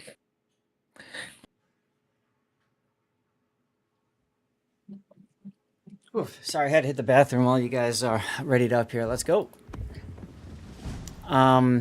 You're trying to get. Is that the end of a mission chain or something that you get the mega? It's in the Novosibirsk chain. Oh, It's like okay. the 4th or 3rd reward there. Gotcha. So you don't have it now, but you're hoping you'll get it and it'll be something good. Ooh, Narai, let's go. Oh, boy. All right, who's got transports and who's got carrier? I mean, I'm a destroyer. I might as well go for the transports, right? You want the San Diego to go with you? I don't think I'll need it. Okay. Okay, so a destroyer, is it the Clemson, right? It depends on the tiering, probably. I think it's a Nicholas. So we've got Infidel and Tanis going for the carrier. That's fine. So then the rest of us go basically mid and left. So we just ignore the transports because Where does the carrier show up in? carrier shows up here, and then it works its way up like that. Yeah, you typically want to intercept it here. Mm-hmm. Just don't get towed by the destroyer that escorts it. That will be... Archerfish. Oh, yeah, you're trying to kill for the archerfish. That's right. Yeah. I forgot about that. Still. Oh, it's a pain in the butt to deal with. What do you need for the archerfish? Killing a carrier. Oh, the CV kill. Yep. Is that for the flag thingy or? Yeah, I think it's for flag, yeah. I see. Man, I have failed Raptor so many times because people just sit in their secondary battleship behind the carrier. It's so frustrating.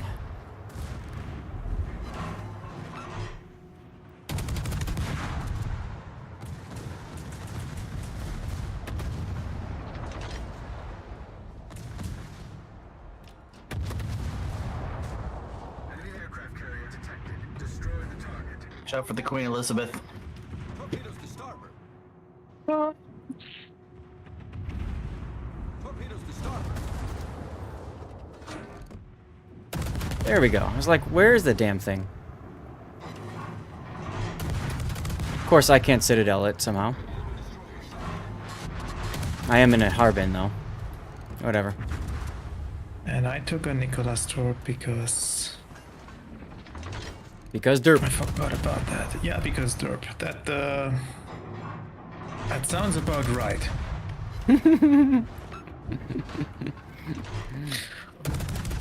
Sarugi came in first place. All right. Interesting. That was a crazy replay. So I like that. Bringing down the win rate of the channel too, but with that choice.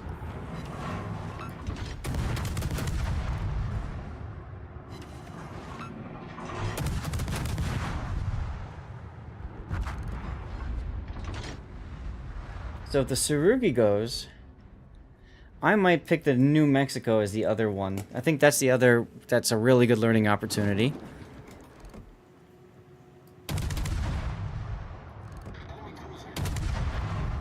I just noticed that this transport ship has the Gamescom camo on it. Mm-hmm. Always had that. Really? I never Oh, yeah. noticed.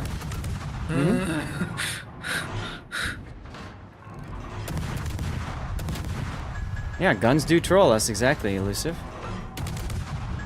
That's my think.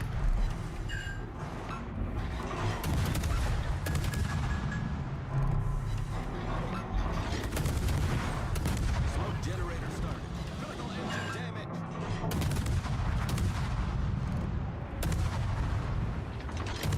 All right.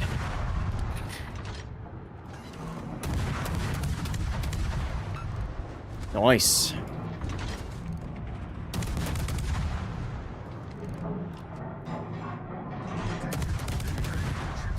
So for those of you guys who don't know Narai that well, it's really just all about getting in position to deal with this Missouri.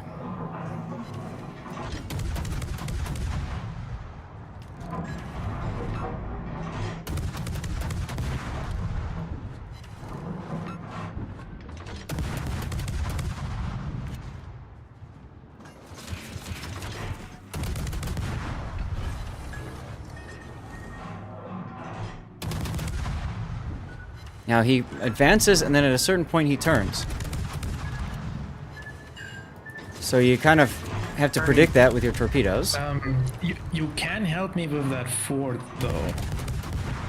That would Not be too late, everybody's left. appreciated. On my way. You go. Yes, and then he tries to ram the Citadel. transports. Exactly. Exactly. I can maybe I can snipe the fort for you. Give me I'm on like the 10 fort. seconds and I can snipe the fort. Weekend Warrior, thank you for the lurk. Okay, you said around here is where the aircraft carrier shows up. You're in the Gonna Helena? start right here and Yeah. head this way. Shells are on the way to deal with your fort, Grunty. I'm on my way as well. Thank you very much. Airport's done. Are you doing the achievement? I don't need the achievement, I have it. If you have nothing else to shoot, you are more than welcome to shoot the transports, but you don't need to.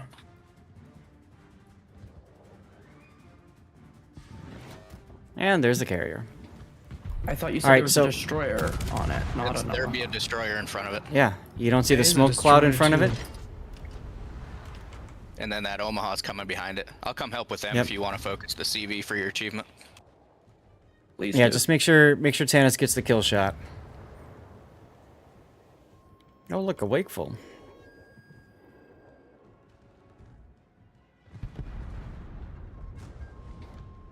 Throw your hydro up too, Tanis. That DD's great at torping you. Mm-hmm.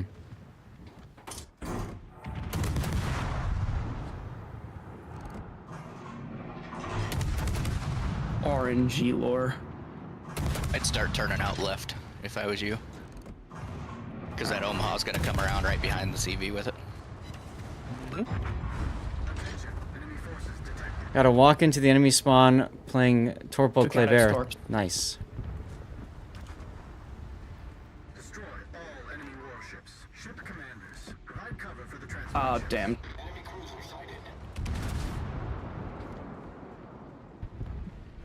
Yep. All right, open season on the carrier. Still went.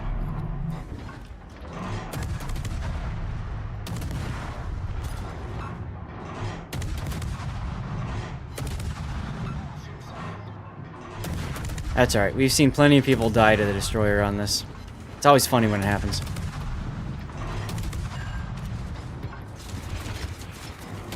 You are wrong, by the way. It was not a Nicholas down there. It was a Farragut for me as well. Okay. Well, the tiering changes because they've, Wargaming changed how they did that stuff.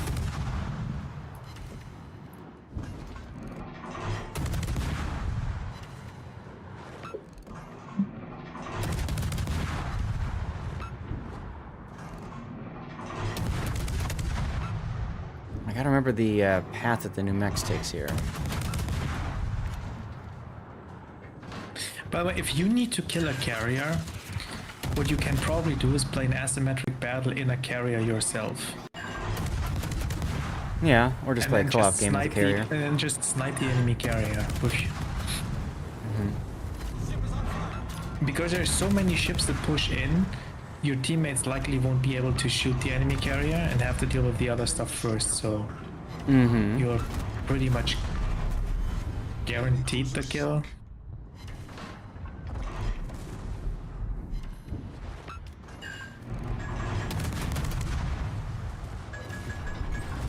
Really? Just as I'm fixing to go ram the Britann, the freaking New Mexico takes out my engines. No, actually, the reason I did that is because you guys were taking all the damage, so I had to go and be aggressive. Otherwise, I get jack. So, whatever. It's a Harbin. This is not a good operation for a Pan-Asian cruiser because you have to be super aggressive. So if you have to be super aggressive, you can't use the one thing you need, which is your smoke. And not a super great operation for an Alabama either. This is a fine operation for Alabama. What are you talking about? I'd much rather be in Massachusetts. What's the ST Well, mean on okay. Super test ST's for version. super tester. He's basically flexing on you. That's all. No, I'm playing it because it has a really good camo. Yep, you got the veteran. Camo. But yeah, I mean, that's also a good point, Pac. If I was playing in randoms, like with you know, 6 other random players, I could probably rack up a lot more damage. But everyone's here.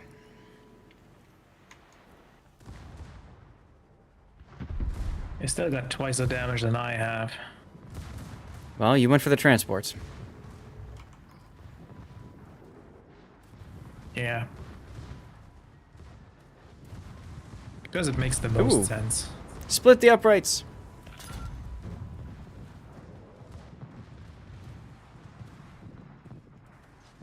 We should be dead to my torpedoes. I forgot to tweet out. Oh well.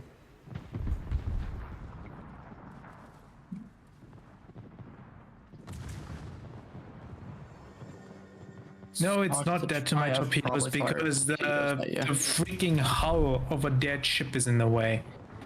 Gosh darn it. Welcome to the world of playing torpedo boat, Grunty.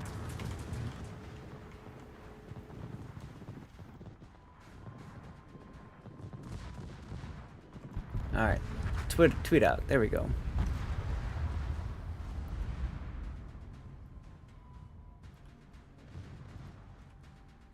So, as is tradition, I'm gonna ram the Colorado. Okay. Or not, because it's shooting me. Ow! That was my plan, but yeah, I I'm surprised manage to dodge the Chappie's torps. I'm surprised you didn't ram the Queen Elizabeth. I wanted more damage on the cruisers. I thought Greedy. about it, but my guns wouldn't have reloaded in time to get another shot at the cruisers. Yeah. Well, you didn't ram the Colorado like you thought you would. No, because it took out my engine and my rudder and my torp tubes. Because 16-inch HE kind of hurts, huh? Oh, the torps all fizzled. Oh well.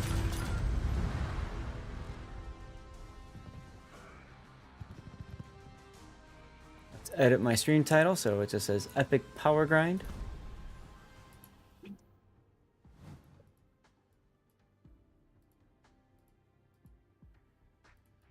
Well, hey, the thing is, I got enough XP to finish it, and I didn't use any free XP, so I guess that's exciting.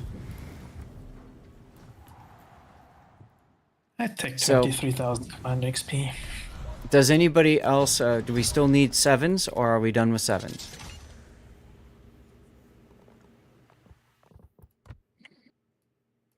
Anyone need 7? No. No. Not me.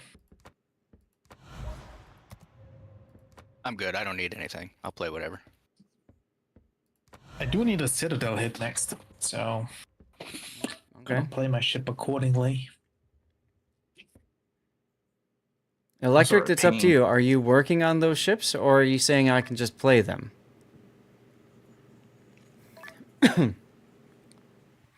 Okay, then let's go 8s or 9s.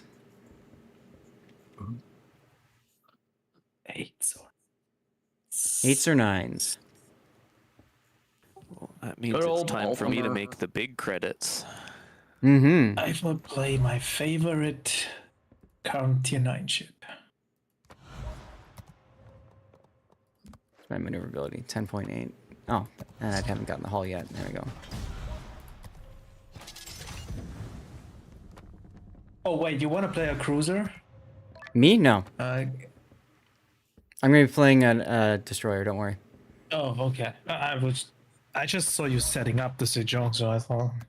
Yeah, I figured I must do something while everybody else is picking their ships, so. Actually, you know what? I should probably play Georgia instead. That's going to make more sense for this than Missouri.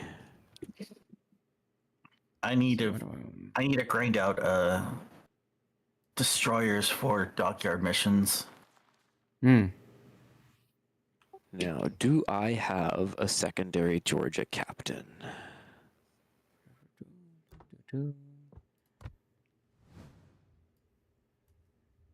And I've got a Sejong captain here. He's a 21 pointer, and he's been reset. So let's think about this.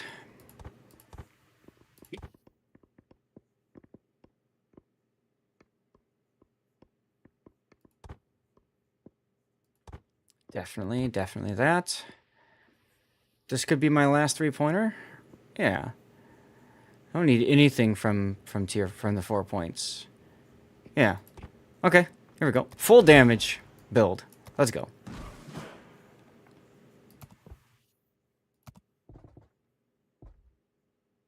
I don't like Sejong enough to want to put a bonus package on it. So I'm not gonna. I got a golden container out of a small Santa container from the event pass. That's hilarious. Well, that's also really lucky. Yeah. Oh, I got the Exeter earlier today. You want me to say congratulations or sorry to hear that? It's a ship I didn't have. Exeter's a fine Congratulations it is ship. then. Really? Exeter's a fine ship. I mean, she's a heavy cruiser at tier 5, so you can absolutely take advantage of people that don't know how to not show side.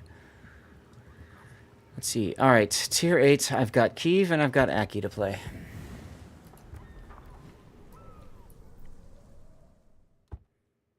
I should just free XP to the Tashkent.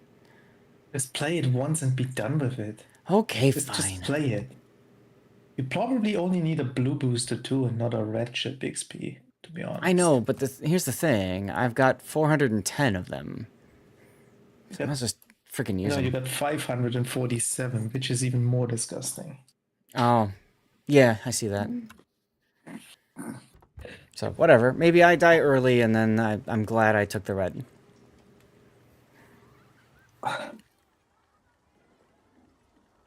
It's the first time I hear someone say that. I know, right? I was so glad I used the red booster because my game was garbage. Bear with me for just a moment here. That's fine. I'm going to post the dev blogs then while we're at that, because I see Grunty posted both of them. There's 2 of them from today? Yeah, one is balance changes and the other one is for the update. The balance change for the Dutch commander is really nice. They outdid themselves. Oh, really? Yeah, they changed the color traces from light blue to dark blue. Woohoo! Amazing! Alright, call out when you're ready, because I'm gonna do, Just like 2 more seconds, just about to just changing boosters. Yep, ready to go. They should change it to orange. Like, why are the Dutch traces not orange? I don't know. Let's go. You should raise a concern there. Make it. What makes you think I haven't just, already raised it? Because usually you don't care for that type of stuff. Raised what? Exactly, Tannis, exactly. No, like I didn't have any of the context. Shell tracers should be tracer- orange shell instead of tracer color. blue. Oh, It's a Too Dutch similar to commander. Sap? Oh, I'm that's all true. by my lonesome. Yeah, you are. Wow. Well, you've got the Ibuki there to help you out. I mean, See, this one I wish I was in Alabama now. Yeah, I mean, you that's are how the it only works. battleship, so. Also, you Well, might have that's true. forgotten to shower. that's a nice I don't know. skin, Zeth. Thank you. This is the base commander. We expect the arrival of All right, we got the high tier strike aircraft will ensure Is the variant. high tier different? Yeah, Where do they it's even come from at first from up here? more It's been so challenging. long since I've played You wanna- this operation. you want to help the Ibuki up here. Yeah, there's 2 cruisers in like the 9 line up there. I'll run first radar, Tannis, All right. once they pop out. You know what? I think I got this ship in a like Black Friday container like 2 or 3 years ago, and I don't think I've ever actually played it.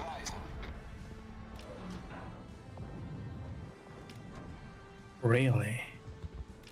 Oh, they're running. They usually turn out right away, but he turned out a lot earlier than I expected. It's because you're over there. No, Yeah, it's I because think- something else spotted him. Iowa jump scare. It's just an Iowa. It's the Des Moines that jump scares everyone usually. Oh lord, it's me, but better. Oh my god, that throttle choke is so real, man.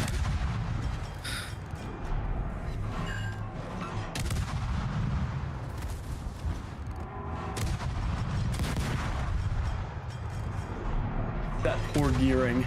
Ooh. Iowa is shooting me? Of course he is. Can someone You put a missed, fire loser. on the Iowa so I can bomb it? Yeah, trying. I did it myself. Santa, you might want to like not charge. I don't know. It's up to you. Ooh, me? No, Xanda in the Groningen. He's like, I was heading for the smoke. yeah, the problem with that is you can see everybody's going to shoot you, and then you're going to smoke, and Des Moines got a radar. So, yeah.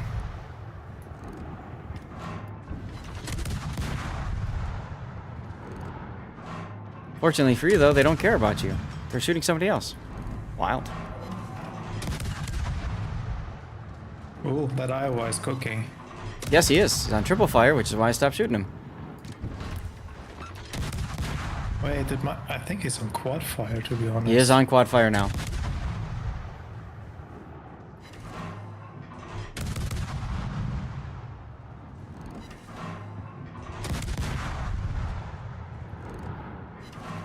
I got the speed to do something really stupid, Oh hey, Seattle. so I think I'm gonna try that.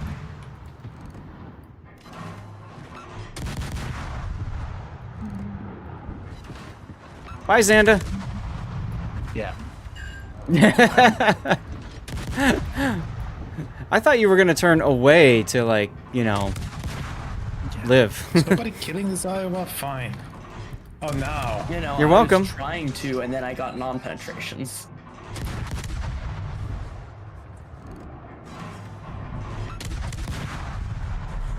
North Does Carolina's Seattle looking at have me. No.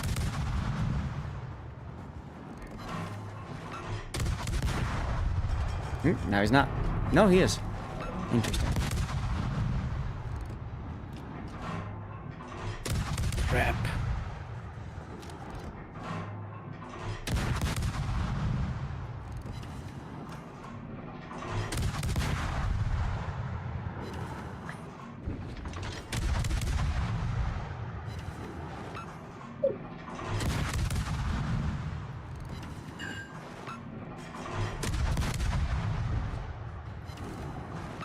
How much? No, Scout. You don't want this. No. This is what happens when you're come out broadside there.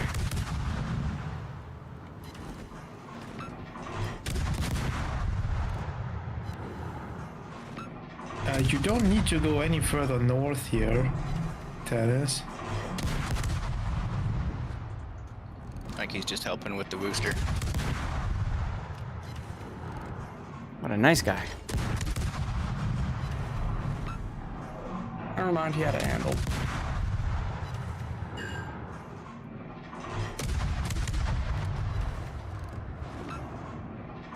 This thing actually has pretty good AP too. What are you in? Baltimore. Yes, it does. North Cal should be Dutch ovened here. Oh no, he keeps moving again. He was stuck the whole time and now he moves. Okay. Mm-hmm.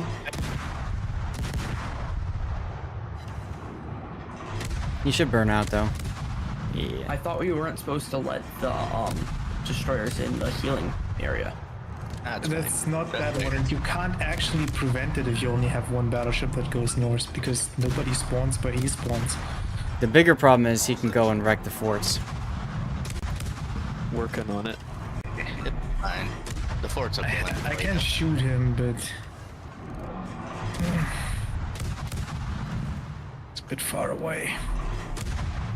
Alright, time to do something stupid. Oh my god, it took us so long to get those things dead that everything else just spawned. Cute.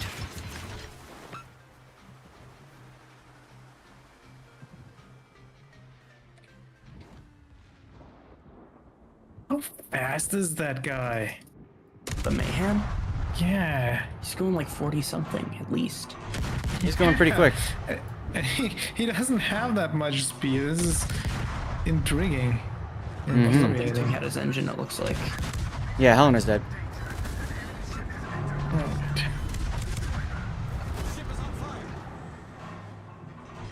Oh my god, more? That's exciting. So many Clevelands. That's what I was saying.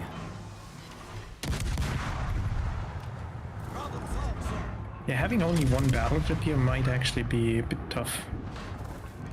We'll see. We'll have to see how it plays out.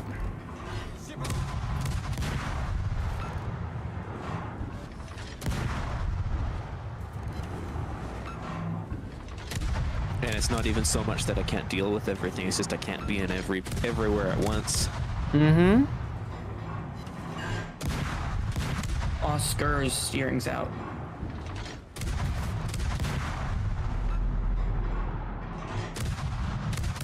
Okay, let's see if I can get my Citadel on that. I love this ship so much. Well, I'm not getting my Citadel because someone just smacked the crap out of it. That was me. Aww.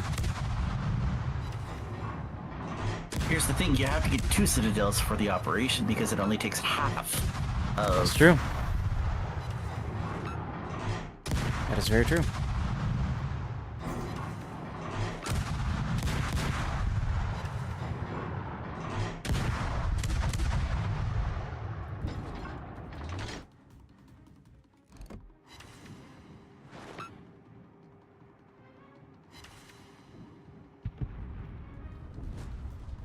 You think it rounds up? Darn it. It might. But see, back in the day, I used to call it Russian rounding because Russian rounding was always, oh, you didn't have the full? Down one.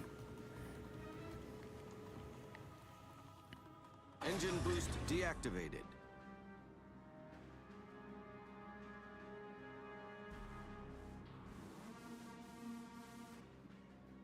Nom nom nom nom nom.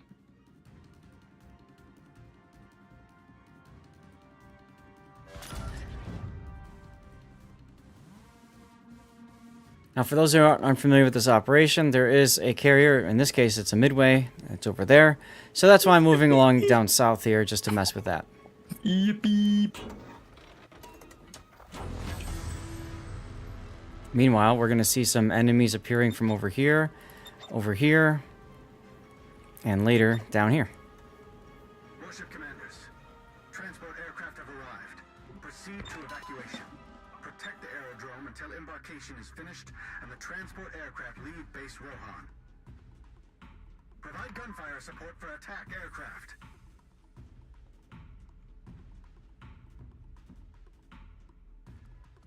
I suck.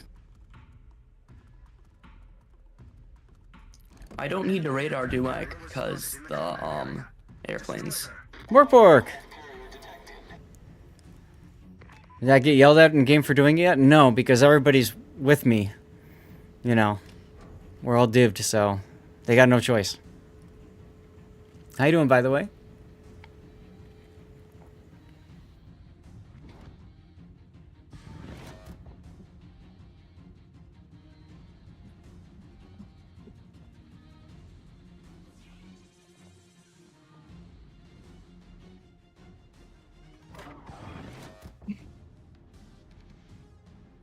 Man, the wanna find Arizona just tired? planes just got eaten alive. Fair enough. Well, they're all American ships, so yeah, that's gonna happen. Oh no, I'm spotted. Engine boost activated. Oh, this is actually problematic.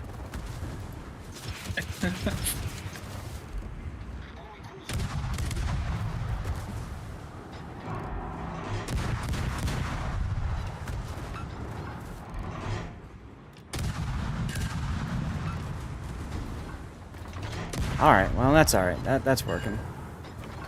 Get the next heal going.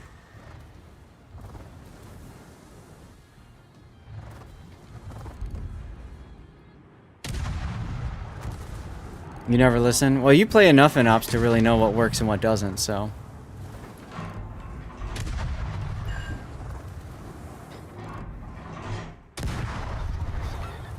Run Zath.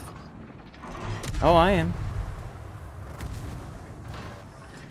They're not really hitting me that well at this range. Oh lord, my connection's starting to go off.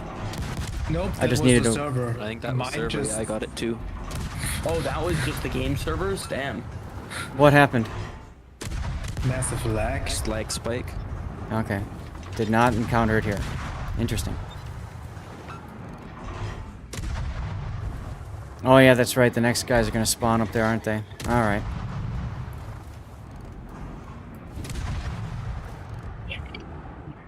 Oh no, I'm radared. Yep, there they are. Oof. Come here, Midway. I'm in danger. Okay, I'm not getting my citadels here. This is ridiculous. Enemy destroyers have been sent to disrupt our repair base. Do not allow them to capture the repair base. Rip that ass. I just want to get the carrier. Oh, that's right. I forgot about that mission. For ya. Not gonna work if you YOLO like that, though. Oh, there. Okay, now I just got the lag. Half a second away from getting the next shot off. And now I got another Wouldn't set even of have lag. killed it. Jeez. Yeah, it's. I don't know what's going on. This makes aiming really hard. Yeah. You don't say.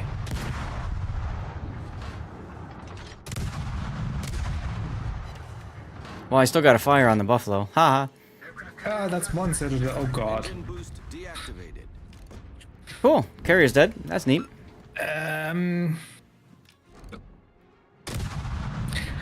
Really? You had to kill this? Sorry. Seattle. Don't forget And the. now I'm gonna ram because I can't. Trying to get my steal with damage the lag. before I burn out here.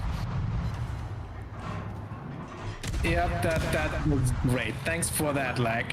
Oh my god. Yeah, it's really bad. I can't hit the DDs because I can't aim because of the lag. Yeah. I'm having like they're- 5-second lag spikes here.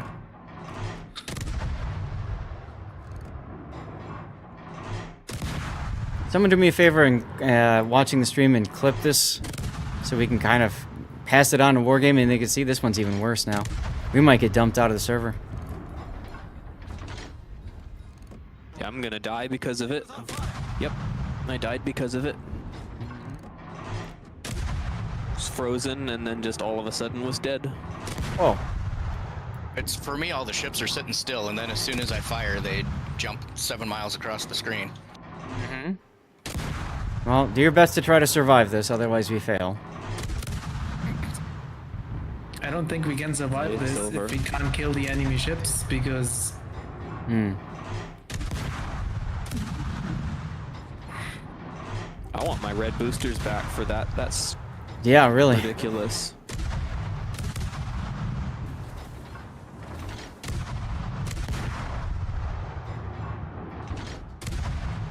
Well, Oh my god. I might actually be able to survive this. Got 4 minutes. I don't see how we keep the base alive, though. Like... Yeah. There's only 3 of us left against 2 full waves yet. And I can't hit a thing. Like...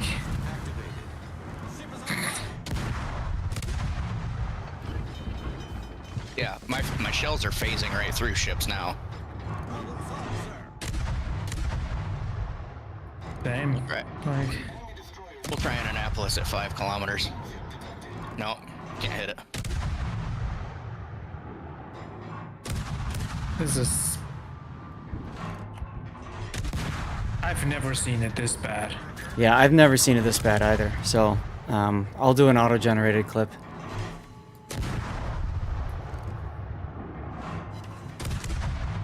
You think them forts can last for 3 minutes? Well, I guess if Zast stays alive, as long That as was my there's still thinking. fort- Yeah, you just go dark over there.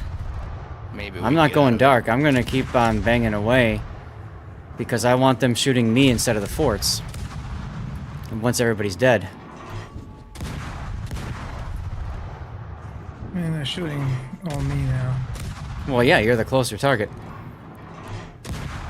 And I Hey, can't I get... hit Monty. Nice. Was that a citadel? No. Oh. Ooh, can you ram the Montana? That would help. I mean, I'm trying, but I think the buffalo rams me and I... Actually, yes. Can do. Actually, yes, that's pretty funny. Okay. Alright, Infidel, it's just you and me, right? Buffalo survived. Did you not have a ram flag? No. Why would I have a ram flag? I never intended to pull off a ram here. Like... I summon Putin 597. This is 1 minute 40. I mean that right fort is definitely gonna die. Yeah, Infidel, it's okay to die. You got to get them shooting you. So come out and let's just shoot.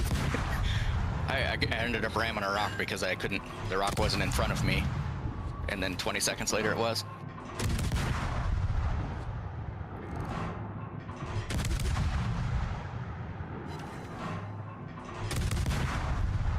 Thank you, Vulture.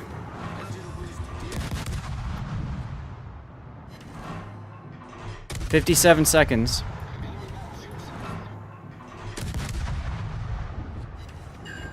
Don't worry. I auto-generated one anyway, so I can send it over to Wargaming. Power stations go out. Uh-oh, they're taking out the power? I mean, on the servers too, apparently. Mm-hmm.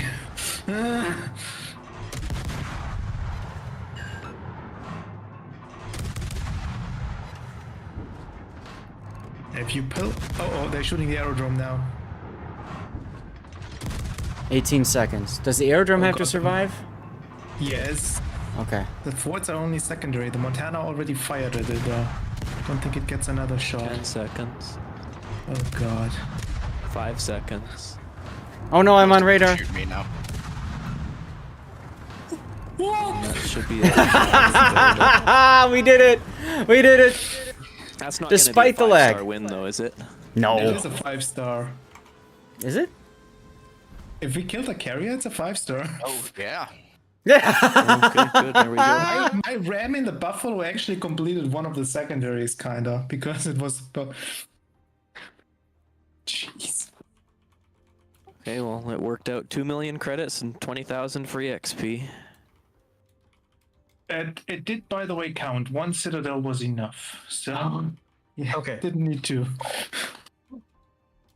Well, I mean, on some of them, they say, you know, it only takes half of the performance into account. Yeah, I know. I think it actually did that for this mission, but yeah, it did it. It did say it counts only half, but I'll be quite honest, I don't want to play that way. That is frustrating. Are we staying at 8-9? Yes. We'll do one more 8-9. I'm gonna go with a Content. little bit more ship health.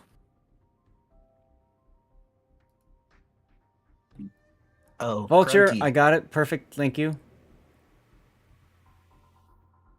I have to send you some screenshots of an asymmetric battle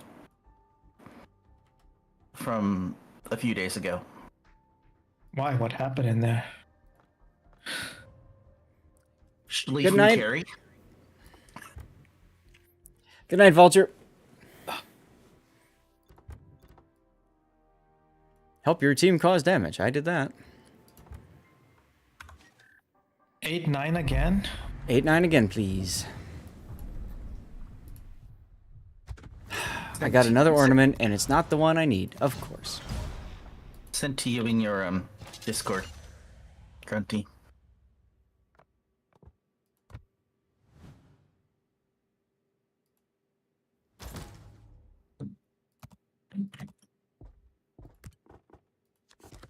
Ooh, All right. nice. So, for those of you guys in chat who are curious about what I'm doing, I started this back when the 200% first win bonus started. I reset a bunch of lines, and basically my rule was if we were still streaming and we still had time, I went ahead and reset another line. So that's how I've been kind of playing through it. And I figure, hey, if I've got the time for it, and I've definitely got the boosters for it, work my way through. And then I would free XP up to the next, to the hull and, you know, whatever important things were for the ship, maybe torpedoes, what have you. And that was the idea in my choices. Tashkent only has 8s. Huh. Guns are very important in Tashkent. Monday night will be the last stream. Sunday will be the last replay stream. I don't know what I'll be doing yet Monday night. So far, we've canceled the past couple nights. So I'm really hoping that we won't be canceling, but we'll, like canceling Civ, I mean. But we'll see. But I will be streaming either way. At least that's the plan for now. Do I care about the Torps and the Tashkent? Care about the range. In operations, probably not. Yeah. Hey, Grunty. Hmm? You think that's a carry? Yeah. Looked like it. Good. I got my 9 booster on there. Okay. There's Tashkent. Did I miss one of my other ones? This is one of the things that's difficult, is trying to... Okay, good. Sejong is make sure that I have ships that I'm currently grinding through as up there. Maybe I should use a bonus package, because otherwise this is being wasted. I think I got bonus packages on, like, Buffalo. No, I don't. No, I don't on Seattle, because that thing's trash. Sejong at least isn't as trash. So yeah, I'll put a bonus package on Sejong. That's fine. Hey, RW Insmen, thanks for the follow. Welcome on in. Okay, Akazuki. Oh wait, you're almost all playing 9s? I'm gonna play a 9 then too. I'm only... You know what? Yeah, that's fine, because I might free X... I'm so close to finishing the Akazuki grind. Or the... Yeah. 12,000? Let's just do that.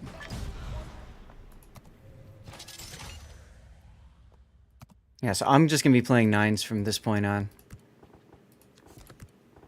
We can do 8s, 9s, or 9s, 10s, however you guys want. Stream Raiders is ready.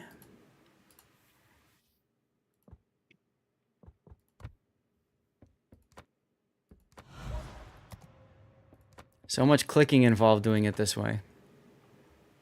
Oh well. Tannis, what are you going to take?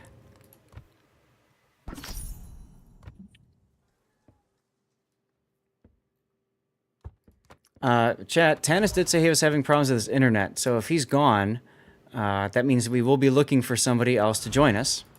So if anybody else wants in, you know the deal. Send me a message in game. We'll kick Tannis and bring you in, okay?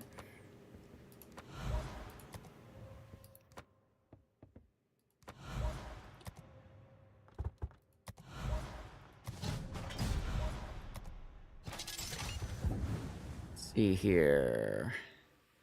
Yeah, I want these torps. I don't care about the F3s. Alright, success in Stream Raiders. Let's go. I'm just updating my ship. Just let me know when you're ready. That's fine. I'm starting up Stream Raiders, and then,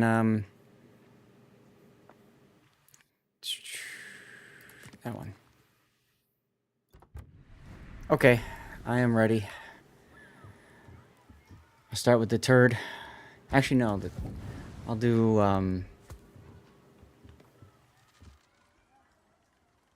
I'll play Battleship. Yeah, I'll play Battleship. I want to play the fun ships. Electric, are you sure you're playing the correct ship? Here we go. All right. Sorry, I was gone. Okay, well, ready up 8 or 9. I was about to kick you.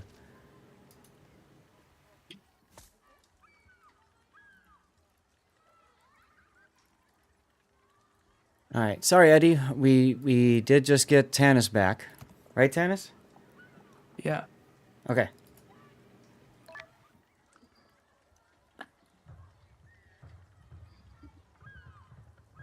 It'd be nice if this thing would not be so laggy whenever I click places.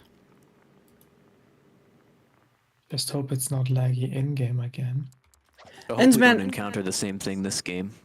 Mm-hmm. We shall find out. Part of the reason I took a secondary battleship, because then I don't care. Smart choice. Mm-hmm. Very smart. Of course, I probably should have done Los Andes, but that's okay. This is fine, too. Innsman, you were asking me to play ZF6. Normally, I would. If you don't mind waiting a bit. We're trying to grind up tech tree ships right now with the 200% first win bonus. That ends today. So if you're willing to come back on Sunday and ask me that same question, we can look into that. Is that okay with you? Attention Task Force Commander. Escort the support ship and floating workshop to the carrier. Actually, I should have HE at the barrels first for the destroyer. Oh well. Who's going south for the south carrier? Restore the carrier to operational condition. Attention. Thank you, Innsman. Deliver ammunition and resupply the Raptor air group. Over. And Moin to you as well. Are you in Deutschland? You still need CV kill Tannis? That's true. There's 2 carriers in this map. Oh, nice. Yeah. One of them will spawn down here, and the other one will spawn over here. The first one spawns down here. I recommend 2 ships go after that carrier. I don't think any more than that. I can go with Tannis. Okay. And then coach him along, Grunty, so he doesn't get himself killed right away. Germania. Ha, nice. All my shells missed. That's exciting. I don't like that everybody's targeting me. You're very popular. That's okay. Oh, you're playing the Hector again. Well, no wonder. They know they can pop you. I just needed main battery. I need ribbons, and I figured Hector is a good ship to get ribbons. Fair enough. What's up, eating my waffle? Damage, but I should get ribbons. We're doing operations. Whoa! Oh, wow. Damn! Someone grab that, please. That was insane. a little busy, I can't clip. That's okay. This is gonna hurt. Not as bad as it could have. I'll be staying with the carrier to make sure that it doesn't get killed. I'll go to the north carrier. Alrighty then. Yeah, Eden, so we have 200% first win bonus. So we are grinding up, we're trying to power grind a bunch of tier 9 ships. That's the plan, at least. So Dennis, there's an Hakir spawning down there. I think a Kitakaze and an Azuma. Something Kitakaze Azuma. That's why I said coach him, Grunty.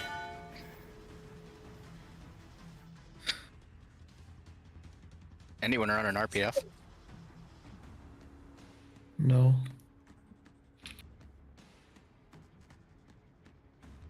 So I'll let you kill a carrier, no problem, but we have to focus the Azuma Electric and the does. Kitakaze first. Okay.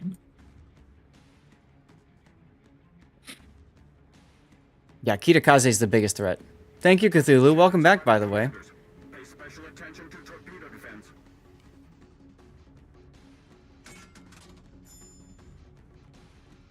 Pay special attention to torpedo defense, it says.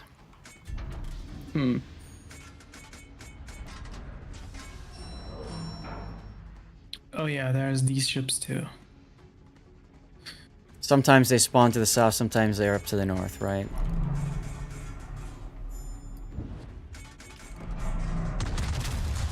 Waffle, thanks for the clip.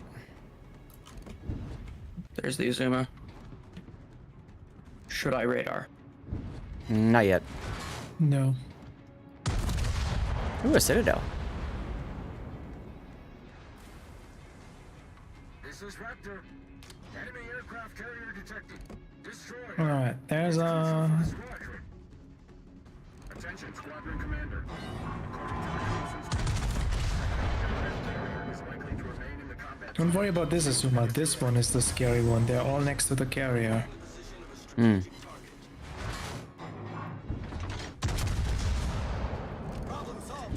Knocking out dockyards before you move next Tuesday. Good luck on that move.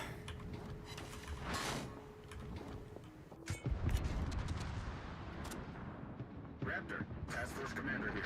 Working on an optimal. Now you can probably radar for the Kitakaze. Where are you moving to, Waffle?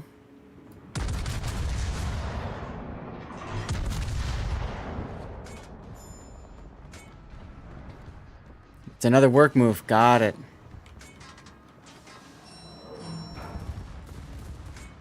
I was very fortunate growing up. My dad never had to work, move for work.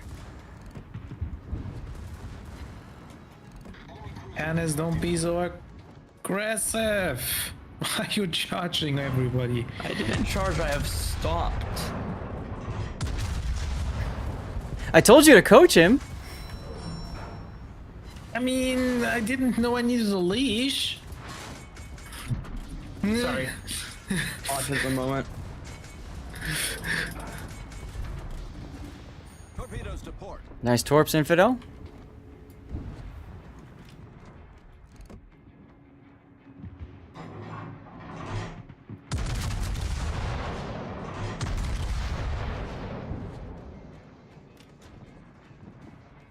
This is engineer. All stations. I have equipment for light repairs of ships. All that for one ricochet? Come on, really? Oh, there you go. That was a nice Citadel. Did nothing, but it was nice. Citadel is a citadel. South of Nashville. Oh, okay, cool. That's right, Random Pie Guy. We are, Random Guy Pie. We are, indeed, power grinding in ops.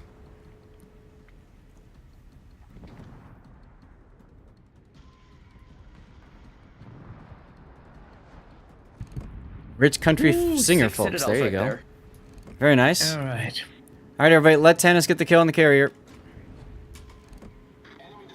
Yeah, I'm not sure. Who topped it? That was me. Infidel. Okay, now Tannis, you got to get over here. Sorry, my bloodlust took over. Jesus Christ. You freaking Klingon. Glad to see you streaming. You've had an absurdly top. Blood for the blood What? god. Skulls for the skull throne. Okay, I was gonna say, hopefully that was not the case. And if I was gonna tell you that if there are people who are toxic, I do want to know. You can whisper them to me. You don't have to like say it out loud. And I also want to know if if there's any streamers that are not CCs that are toxic too. I need to know. And it's not to go and tell on them. It's just you know, there's a very important reason for that. And that is, I don't want to support those kinds of streamers by you know, like raiding them and that sort of thing. So please do tell me. Like I said, you can always just whisper me, and that's fine.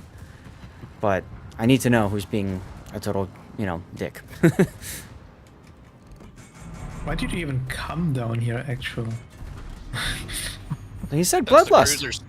Since the cruisers spawn here, if you come sit here, you get broadsides on them. You're toxic-ish. Depends on your day. There's something to be said about that a little bit, but like so much, you know.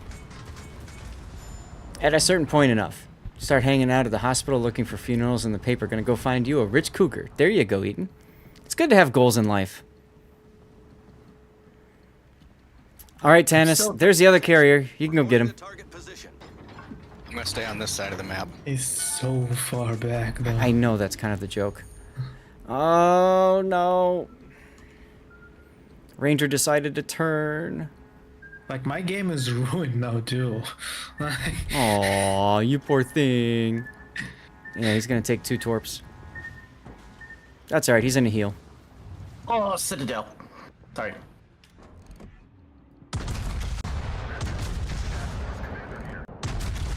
Oh, we're on the far north one. I hate this exit. This one's the most difficult one to guard this stupid thing on.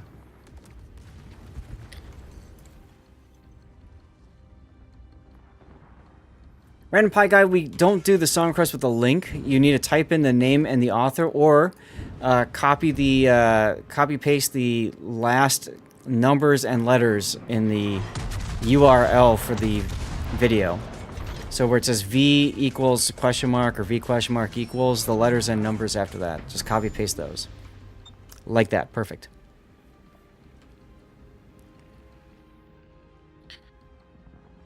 Good job, because a lot of people really struggle with figuring that out.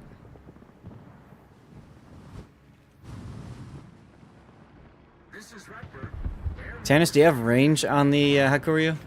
I do not. I have a 16 kilometer. I have range out to Zand. He's like 7 kilometers away from being able to shoot, yeah. Okay, so you're not going to get the kill on it then. Yeah, don't even wait. If Zand can stop, I mean, if nobody shoots it anymore... coming at him. Oh, no, never mind. There's stuff back here. That's okay. I mean, you can keep going. I can smoke behind us, so you're not getting killed by these guys behind us. All right. Yeah, if everybody... P. Infidel, Grunty, you're covering. Yeah, so just focus on killing the Hakuryu. Just focus on the carrier, okay? Everybody else, don't shoot the carrier, please. He's at 8,000. It's my secondaries that are killing him. Turn them off. Turn Peaky. them off! How? Peaky! P!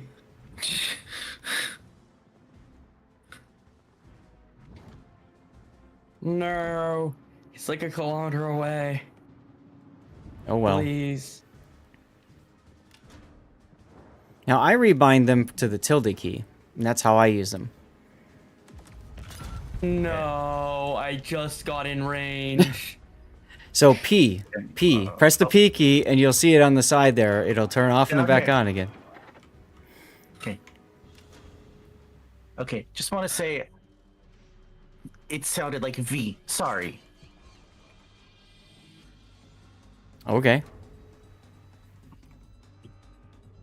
How did they dodge these two? Okay. Thanks, Pi. I don't know that person, so that's good to know. I want to make sure I'm not rating that person or have, so cool. Okay.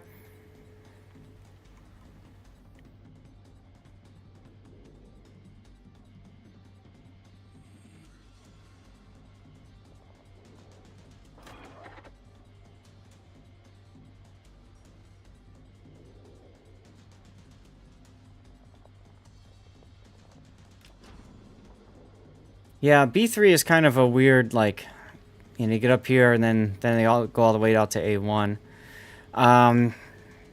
Sock, are you gonna go to the exit, or do you need me to? Yeah, I'll get the secondary for reaching Okay. the rendezvous point. That's fine. I'm already heading that way. That's why I'm asking you. Okay, cool, thanks.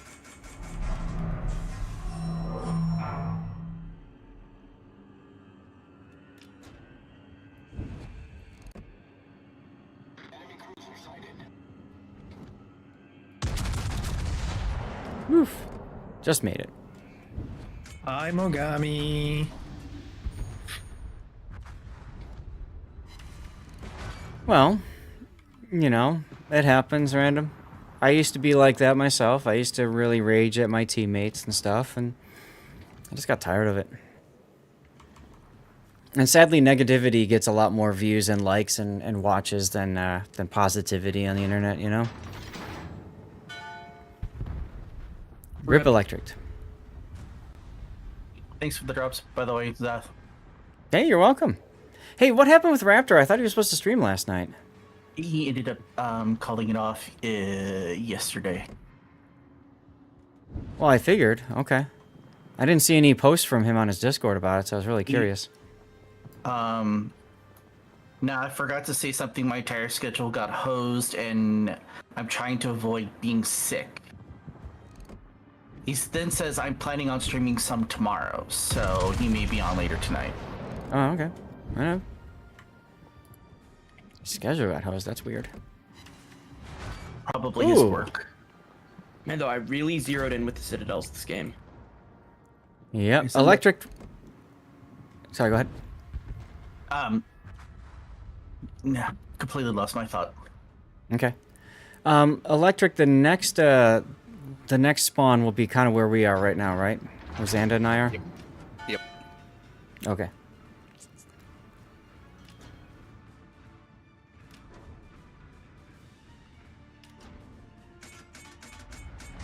You ranked out a gold? Oh, God. That's a lot of pain. I need to play ranked again. I have no more steel left after buying the Oranje and the Hoffman.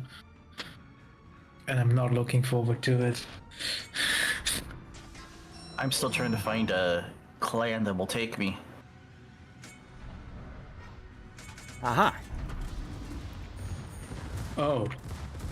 3 of the wolf clans that I signed up, rejected my invite. Oh, I'm sorry to hear that. Really? Oh, Yes. I didn't know wolf clans do that. Are they? Unless they may be full. That's a possibility. One was, but the other 2 were not. Yoshino behind us, Seth. Yeah, oh yeah. You see the torps on him?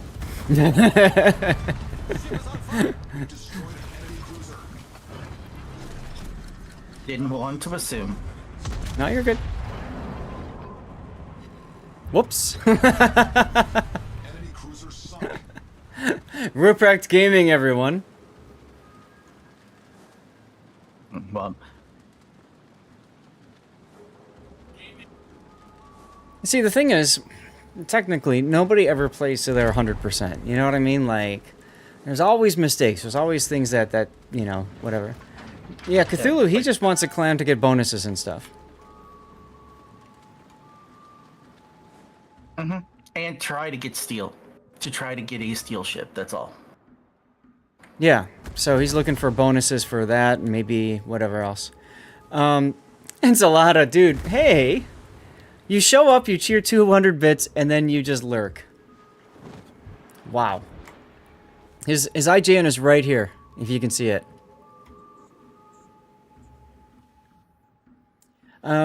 Random Pie Guy, either of them are good choices. Orange is probably the better of the two, but Hoffman is still no slouch. You'd be happy with either. I think it just comes down to what you prefer to play as a cruiser or a destroyer.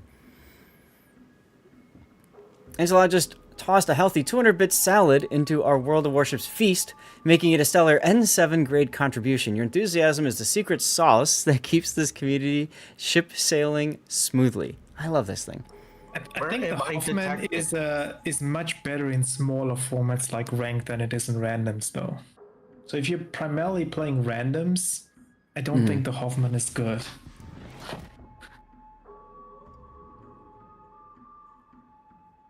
You're out. No worries, Duck. Real Durans. Take care. Your clan has open spots as well. Issues, you've been a bit inconsistent on clan battles. I don't... Xander, are you looking to play clan battles? No, I'm just looking to try to get some extra stuff. Okay. I'm a lone wolf right now. Remind me, by the way, I need to do a video, like a Zath chat video about why joining a clan and like talk about things that people are like what you're saying, you know, getting more steel and stuff.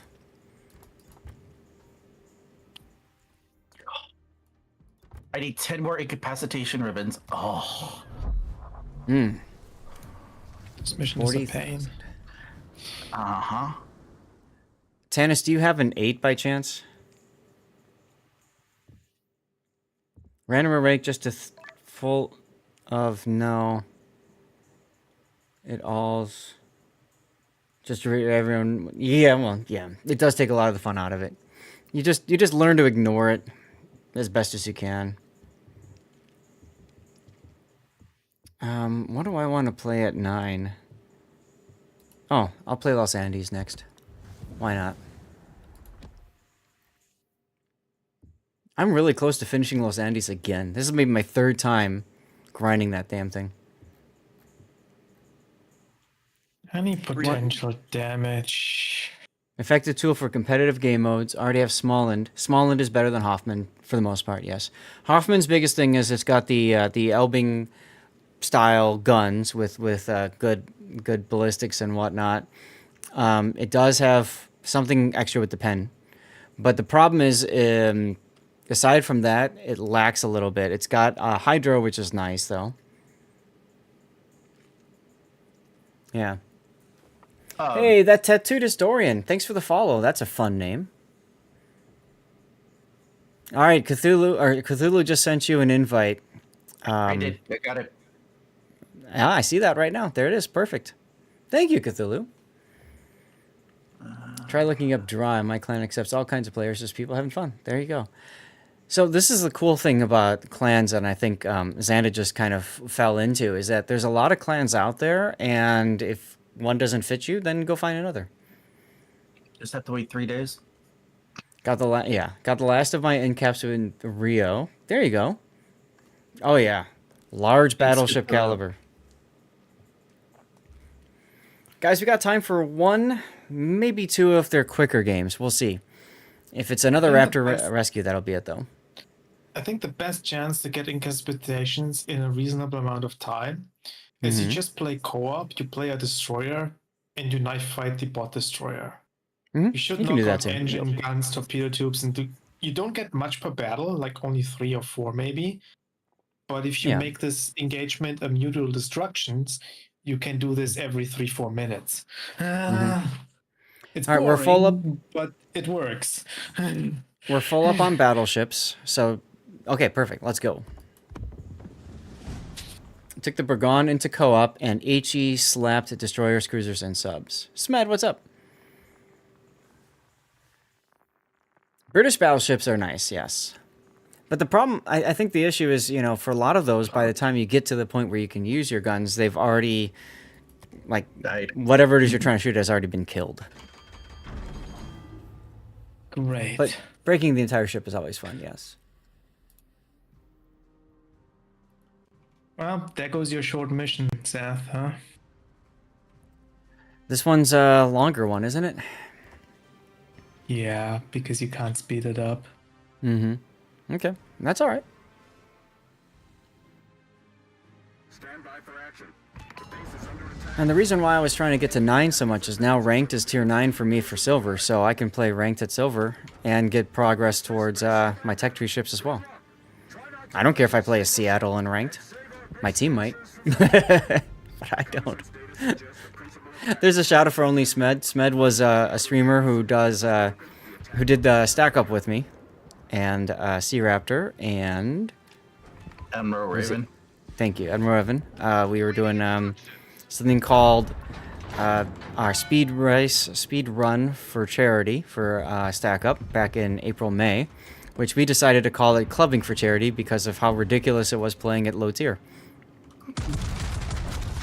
Have you guys set up another one of those yet? No, I've been so busy. I think everybody's been busy. But we'll probably do it again in the spring. That was nice. Haha, Hipper, I killed your top tube.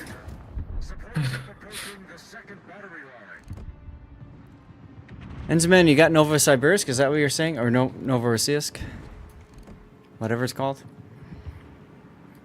I actually got 4 incaps already. This is kind of crazy. Is that what you were working on? I mean, it's a secondary objective for the dockyard that I don't really care for, so I'll take them. Oh, okay. I gotcha. I'm not really trying to get them. I need potential damage. That's what I need. Seattle's a very rough ship to play.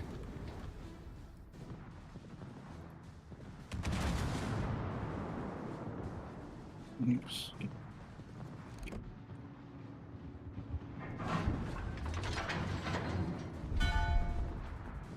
Ooh. Never mind that thought. I was like, I gotta hit something with my main gun so that I don't lose progress on my funny button, and then that happened. Seattle's a rough ship to play. Yes, it is.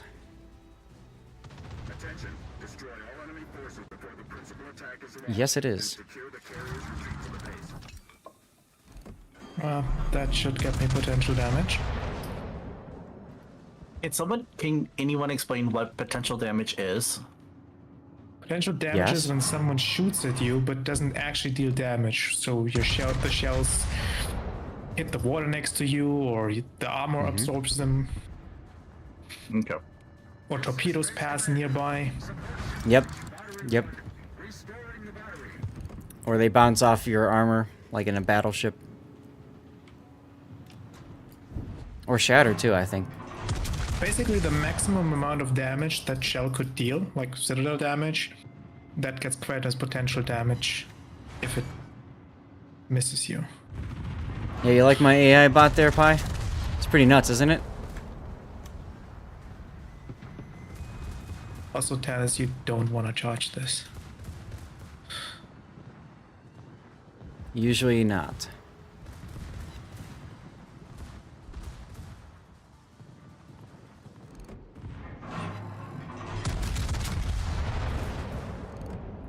It's the sad cowboy song. Uh-oh.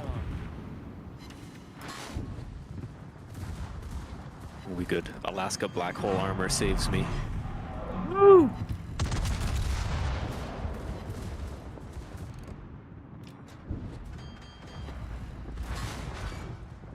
You also get potential damage if the shell hits you or torps the sail past you.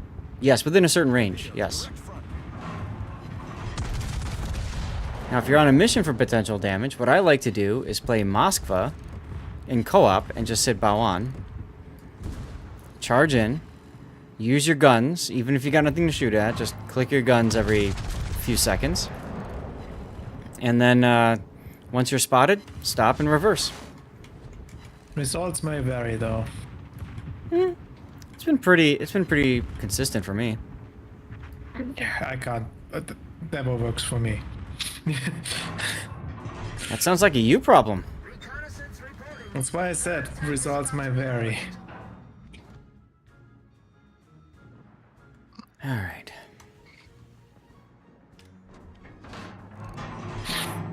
I had a mission where I needed to get like 60 ribbons, and I took like a Schlieffen into somewhere, and I had like over 600. Yeah, the bots shoot at whoever's first spotted, so that's why I like to take a Moskva, especially if it's range build, and you just keep shooting like once every 10 seconds. And then, like I said, you just sit there and you don't care about anything else in the battle because it's co-op, so whatever.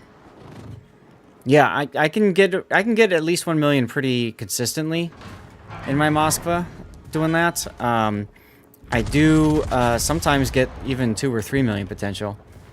Which is hilarious when that happens. Huh? Coming behind you. Okay, dokie.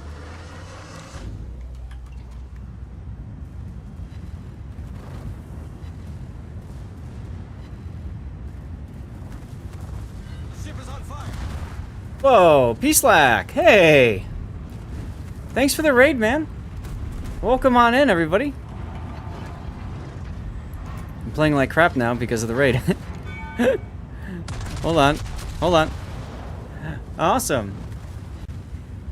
There's the kill. There's the kill. How you been, man? Been a while. Always the way. Yep, yep, yep. It's been a minute. How the heck have you been? You doing well? Good. P-Slack is somebody who interviewed me. God, what was it, like 2 or 3 years ago now? Right? Like you did a podcast, wasn't it?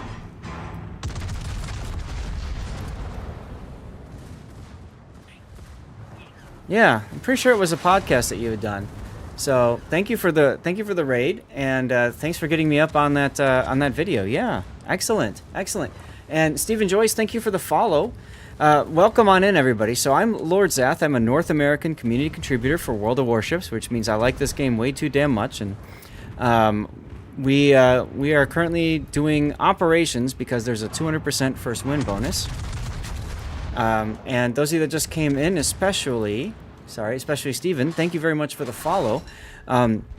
We are, where am I at? 20, we just hit 20 followers away, 20 followers away from 15,000 follows. 15,000. When we get there, we get to give away like $200 of wargaming stuff and things, so I'm very excited about that. Hey, Bucket. Dennis, you want to turn and come back right now. Coming like that, Dan. Otherwise, you're gonna be dead very, very soon. He's probably dead anyway. It is awesome. It is awesome. If And he turns Steven... left and hides right here, he's only got to fight 2 ships. Oh, that's a good point. Didn't think about that.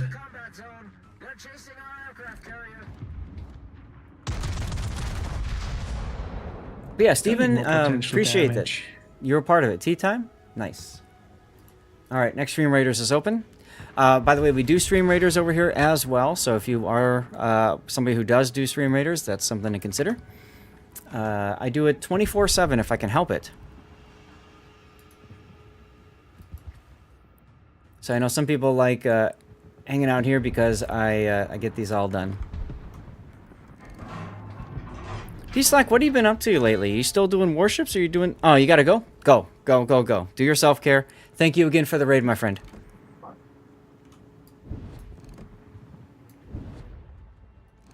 Clausewitz. Take AP.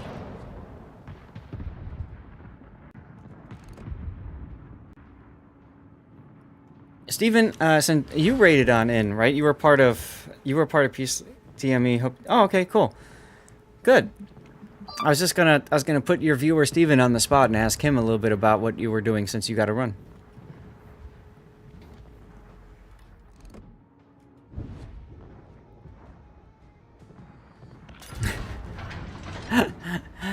There's my AI bot going crazy. Oh, there you go, Tannis. Have fun. Go play with the Yamato. Y'all are trolling, aren't you? And sink the Yamato. I mean, we were not wrong. Now you only have to fight 2 ships. If you stayed there, you would have a Satsuma on your other flank. Mm-hmm. So. Yep, and you can AP him, by the way, because you're that close. Or just ram him. That works too. You already got him halfway down. Look at that. Nah, don't ram. Don't ram. Stay in it for more damage. Sadly, there's no carrier for you to try to kill in this one. Oh, no, Satsuma. I know I said I wanted potential damage, but not from... Oh, it's okay. They're only dual turrets. Did you see what just happened to my hit point bar? No, Nope. I was looking at something else that mattered more.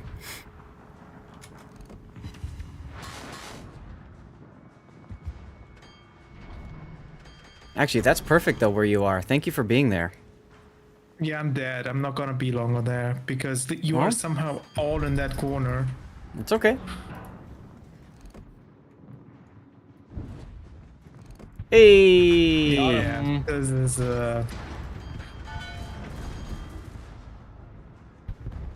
All right. let's go deal with the next group.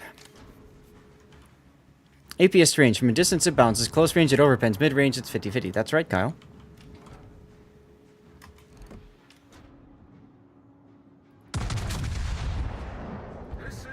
I got shot by everybody here from all sides.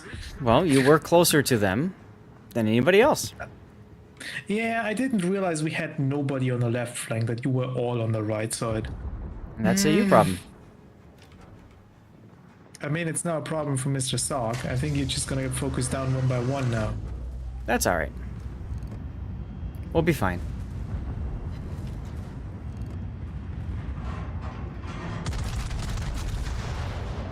Lost a star? Had enough health. Yeah, whatever.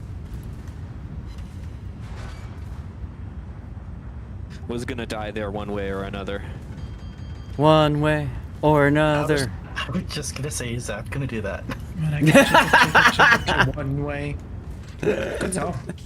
It is a good song.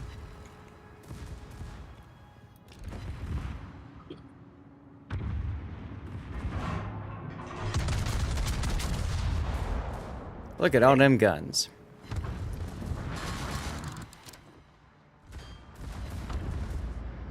There you go, Pi. Nice. Thank you, Smed. Yeah, we're gonna try to do it, I think, in the spring, alright? I think it'll be nice to get something going up again in the spring. I think May would probably be best if it could be done, since that's Memorial. Yeah, that's usually that's usually the way we do it. You're always here unless you're not. I don't know why I did One Direction. It's okay.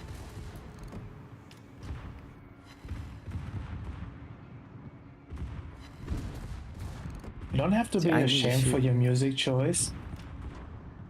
I like One Direction requested.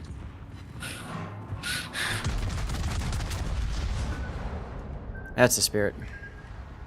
Oh, look. Potential damage? Yes! I saw the torpedo, and my ship got excited because of that. That's, I know, right? Okay. I can't help it if my ship gets excited when it sees a torp. No comment. Did it get wet?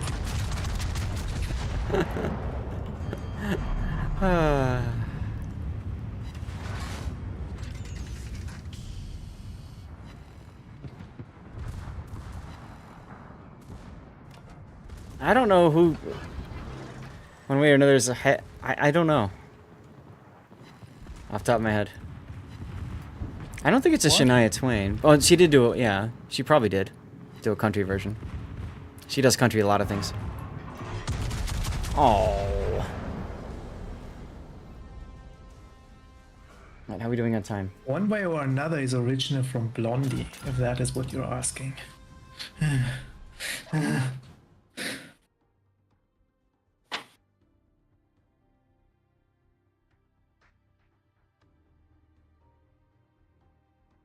Well, I need more potential damage. Okay, I got time for one more, and then we gotta read out.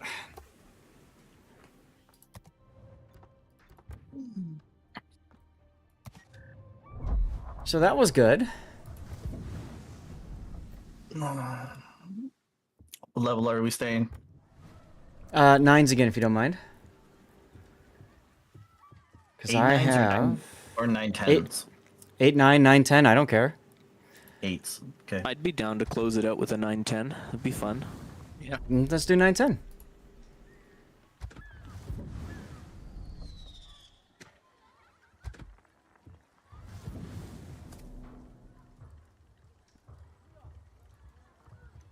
I think I'll do Chungmu with you guys. Because I've been hating this grind so far. This has been the worst. I had a game where I did Hermes, and I killed 3 of the 4 battleships. I had 200 and something thousand damage, took a random torpedo, and died as the final wave spawned in. And I'm like, okay, I did my job, I'm out, and we lost it somehow. I'm thinking to myself, how the hell did we lose that?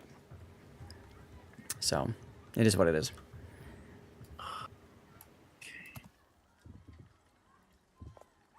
Did I play anything but Dutch ships today? Oh yeah, That I do not know. And Hector. And Hector, there you go. Good job. Good job. Proud of you. I love my Dutch. Hmm.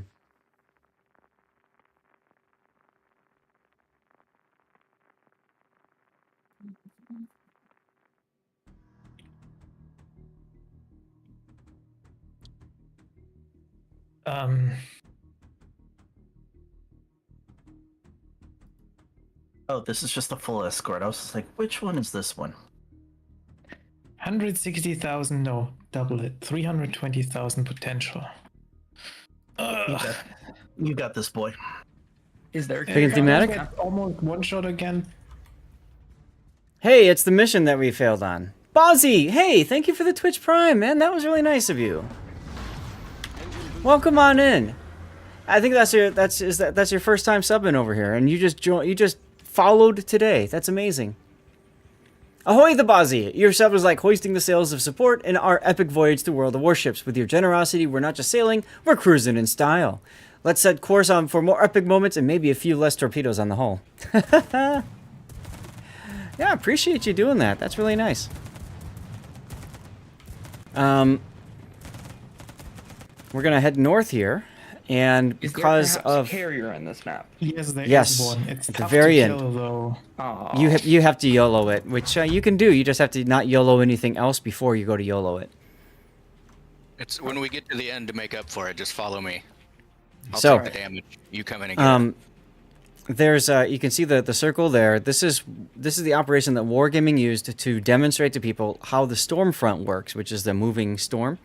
So basically, right now there's going to be some enemies over there, and then the enemies are going to spawn on the opposite of it, which forces us to go into the storm so that we can see the effects of enemies in it, and then we can see the impact of sitting in it, the gains that we get. So that's the idea.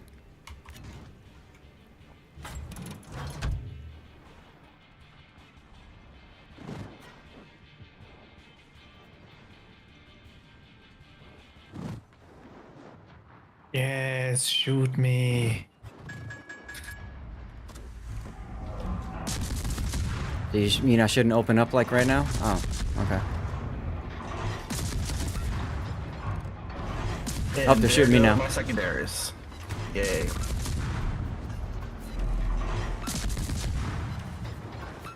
It's not a bad rendition.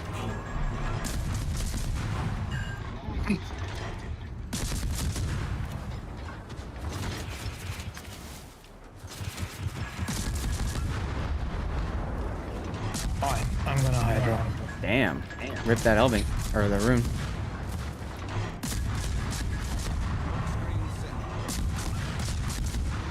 The rune would have dodged it, I think. Yeah, probably. The AI is really good at dodging stuff. But I got nothing else to torp for a minute and 8 seconds anyway, so it's worth a try. Man, you suck, idiots. Ends, man, you can't copy paste the entire link in there. You're gonna have to do something else. You can put the name and the author in, or you can copy paste the last digits of the URL, what comes after the V question equals whatever in the link. And hi, Scheist. Where the hell have you been? We've been streaming all day. I've been working because, you know, some people have to do that. I do too. It's just this is like my day where I don't work. Ah, well, I do applaud you for that, sir. I'm still in between jobs. Yeah. Although technically, I Sounds guess you like could consider this to something. be work too. Oh, I've been trying to get my generator running. Yeah? Yeah, because Sunday's going to get interesting. Because, oh, yeah, because it's going to be super cold. Because it's going to be super, like, moisture filled with frozen stuff. Yeah, where are you? Where it's so cold? Oh, is it? 2 hours south Chicago, looking. Oh, yeah. You're going to get it for a change. On the low end, 5 inches, on the high end, over a foot. Yeah. Nice. and I'm just not gonna risk it and be that guy that doesn't have a generator when things go south. So. Yeah. I actually got a 5,000 watt generator for free at the moment until I get it running. What? Yeah. How'd you make that happen? Okay, so Facebook Marketplace, I went to the guy's place. I mean, he wasn't even there. He was like, "Hey, it's out back in the shed. I fire it up every month. It's fine." Da, da, da. Okay, cool. So I get there and I'm cranking, and I'm not an idiot, so I know how to run it. Okay. And it won't start. So I message him and I'm like, "Hey, it's just not working. So I'm gonna walk away." I said, "It's a shame because I'd have paid you. If you can go by there after work and get it started, I'm 10 minutes up the road. I'll be there with $300. I'll pay you more than what you asked for it." He's like, "Okay, yeah. Well, why don't you just go get it? And if you can't get it running, then you can just scrap it." And I was like, "Well, I'm honest. So if I get it running, how much you want?" He was $200. I said, "Done." Yeah, right. But, Seriously. So I went and picked it up and brought it back to the house, and I've got the carburetors torn apart, and I've got it soaking in carb cleaner, and I'm gonna put it all back together in the morning. Oh Lord. Nice. See if I can't get it running. Yeah, hang her right. Excited for you, dude. Yeah, no worries. Something to do. Yeah. Dennis found out that battleships hard. Uh-oh. Uh-oh. There's a heal, Dennis. In the middle. Yeah. Yeah. Right in here. I don't know what I expected having just annihilated a Yamato last game, but Another Yamato to annihilate?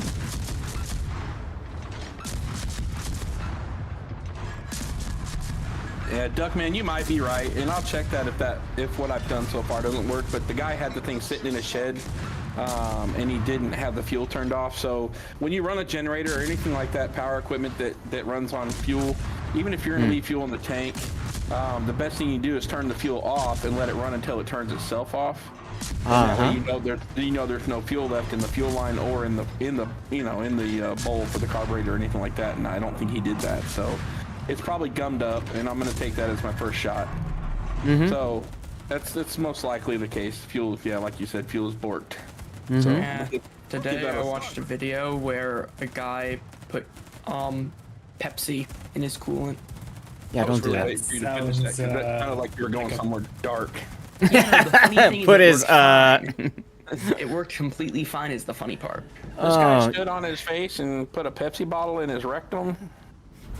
Look, videos like that, they'll show it and they'll be like, "Oh, it works," and then what they don't tell you is that 30 seconds after they turned it off, it blew up in their face or whatever. Oh yeah, so. no. That's the funny part. Is they replaced the engine oil with chocolate, and it ran for like 36 seconds before the caramelization seized it. And did you like that, Duckman? 11 torpedo hits? Yeah, that's what I did last time. And then I still managed to lose this op in this particular ship because... Oh well. You got Tannis in there instead of me. Because you weren't here. But you didn't deny the Tannis part. I hope you spit that drink out. No, you weren't here. You know how I do this. If you're present, you message me and I get you in. And who's dead already? Oh. Tannis, no. Tannis still alive? Yep. Barely. Yeah. I got half health. I'm proud of you. Yippee, validation. Not that you needed it.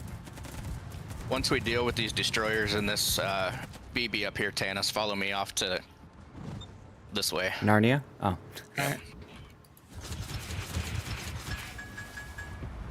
Smoke generator started. Yes, this is Hermes. I get it far too often for my liking. You don't like and because Hermes? No, because I got spotted here. Basically, these destroyers are gonna just luck chuck torps towards me, and they're gonna go on widespread because I have hydro running. Whatever. So I should spot these torpedoes well in advance. I'm also being shoved out of my smoke by Electric. So thanks, Electric.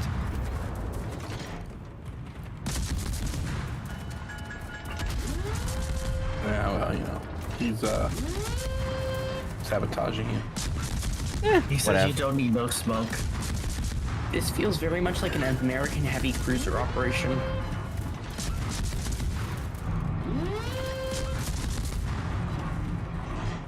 Yeah, it's a good one for heavy cruisers. Yeah, for sure. This was the one where originally you could only bring allied ships. Correct. If I remember correctly. Cherry Blossom was that too. Yeah.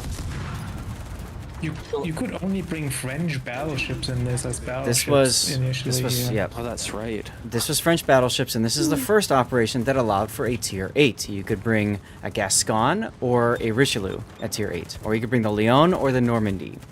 So a lot of people used it. I think you could Normandy. I think you had 7 or 8 only. No, you could bring a Normandy. I know that because I was going to say a lot of people ground out the tech tree using this operation. I mean, that was released together with the tech tree. Yeah, exactly. Yep. And then you could also bring allied cruisers. So yes, a lot of people brought Atlantas and Flints. I had games, I have screenshots somewhere, it was like 142 planes shot down or something. And all you did was just gun down all of them. It's good times. It was good times. Is this your last round, Zach? This is. Sorry. Okay. No worries. I'll catch you on the flip side. Have a good one. You streaming tomorrow or Sunday? Sunday. Not tomorrow? No, not tomorrow. Tomorrow I need to cut up today's stream, get that all done. Right on. Pack for my trip, and work. Roger that. If I have power and everything's going okay Sunday afternoon, I will catch you then. I was Awesome. gonna say he also needs to have lifetime. Yes, I need lifetime, absolutely. Go Oh, you said Life. wife time. Life. Oh. Wife. See what I did there? Yes, I do need... wife time will be tonight and tomorrow night. Bye, guys. Take care. Thanks for hanging out. There it is. Oh, there's the carrier. The creature. Carrier? All stations, concentrate fire on the target. It is also a secondary objective, so... Yes, so it is very important that you kill it. Arkish. Practice your push-ups to get fit. Where's the Citadel on it? You will not be able to good Citadel luck. it. It's a Richthofen. Forget it. Shoot up a belt. Just start shooting it. Just shoot the thing, damn Never it. mind, I Citadeled it. 460 go bang. Let me know when it's getting low. I'm not paying attention to it, but I'll turn my secondaries off. But I don't want to quite yet. Well, It's at half. who needs it? Tannis? Or Tannis. Annabelle? Yeah. Okay, Tannis I was gonna needs be it. like, I'm gonna be dead in a second. All right. Rip. 5 ricochets.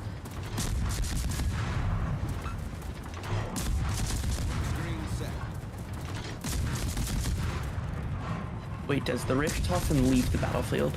No, Nope. but he'll just circle around. He circles. The problem is sometimes he disappears because of the destroyer smokes. It's Tannis should be spotting him now. Yeah. Another Okay, you're 6 supposed to actually ricochets. hit him to do damage?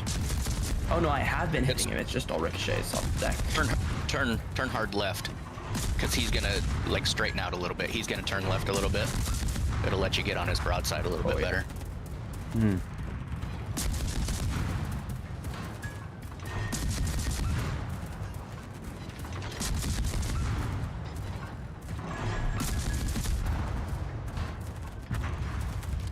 I can help you a little bit with shooting it, but I'm worried. I am too, because we got plenty of time. Yeah. The Ruan's Ruan's way a down long there. ways away yet. I'm because just we've worried just that I accidentally kill it. That's what I meant.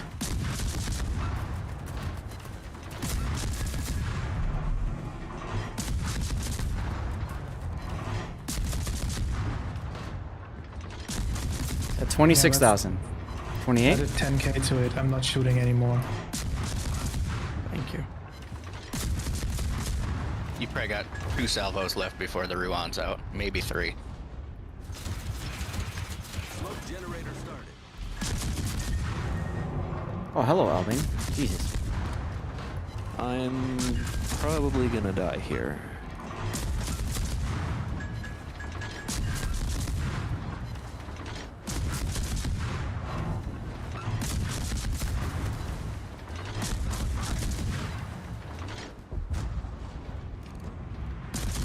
course, it turns broadside red as I load HE. Yep.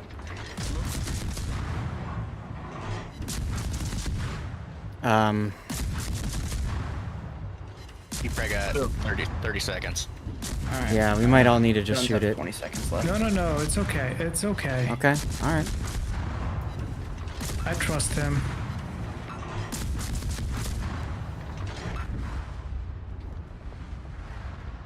Oh, the Bourgogne shot it. Oh my god. About 10 seconds, probably. Thank god. Hurry up, hurry up, hurry up. Shot. Oh!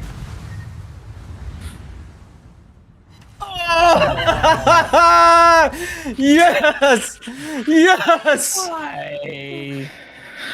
440,000 damage. Man, I was 200 off. Someone grab a clip of that. That was beautiful. Just as I died, my parting shots got the carrier, got us a 5th star. Let's go! I did shoot it. I was worried that if I kept shooting, I'd kill it.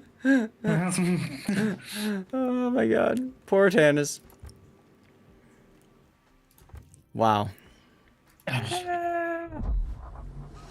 Well, that'll do it for us for the day for the stream, guys. Alright, good night. Are you gonna leave the chat running until your bot draws a winner here? Of course, the giveaway yeah. just We started. got things to do. Don't worry, Grunty. Don't worry. I'll see you guys later, though. I'm gonna leave the Discord.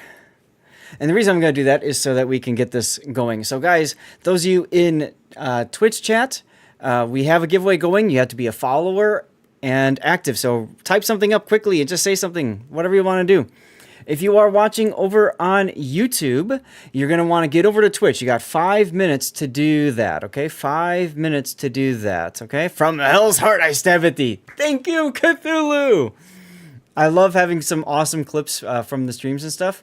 So I appreciate that. So chat, while we're doing this, I'm going to ask you guys, and this is what I was going to say when Grunty was like, hey, so we need to do a vote for who to raid. This is something I like to do at the end of the stream. So I need nominations for who to raid.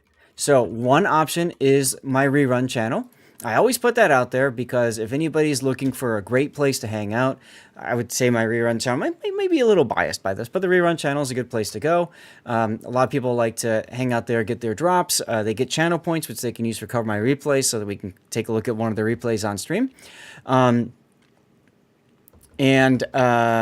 apostrophe because I wasn't sure if Twitch would like it. Okay, fair enough. What's the other reason? We do have giveaways. You have 2 giveaways over on the rerun channel every day. So you're more than welcome to check it out and tune in and all that kind of stuff. It's good stuff. A lot of people also like the nice, just chill, relaxed place and all that kind of stuff. So, hey, Ward Clan, put it in chat. Who do you want me to raid? I'm looking for somebody who does World of Warships who has less than 100 viewers. That's all. Someone who's doing World of Warships content. Ironically enough, there's a couple of people who aren't, who are also in the category. Wild. So, who do you guys see? Last you were there, you could try to solo words on stream.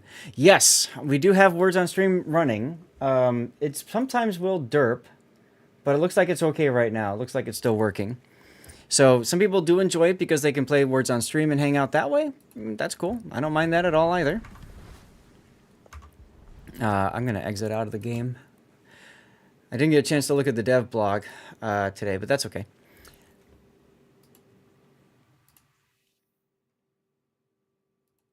So, do we have any nominations, guys? I don't see any nominations yet for raid targets. Yes, you have to hit the high value guesses. Exactly right, Cthulhu. Exactly right. Ming's Past Adventure, Finest Hour Collection, Unique Dutch Commander. Okay. Xander going with the fireworks. Let's drop the lights for you guys. Chief Benjamin, thank you. Okay, so now we've got some peoples. I'm going to put High Fire down because I know how to spell his. Chief Benjamin, I'm going to have to go find him. Ah, there he is. Okay. I don't want to raid the wrong person. You know what I mean?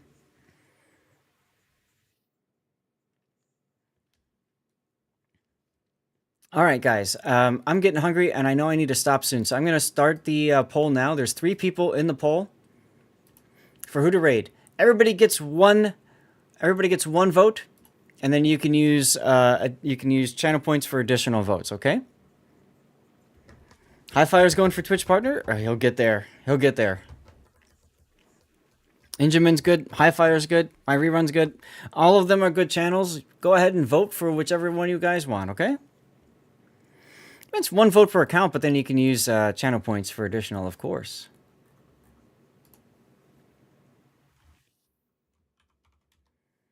We're back. Thank you very much, Profe and Havo. Sorry, we already started the poll,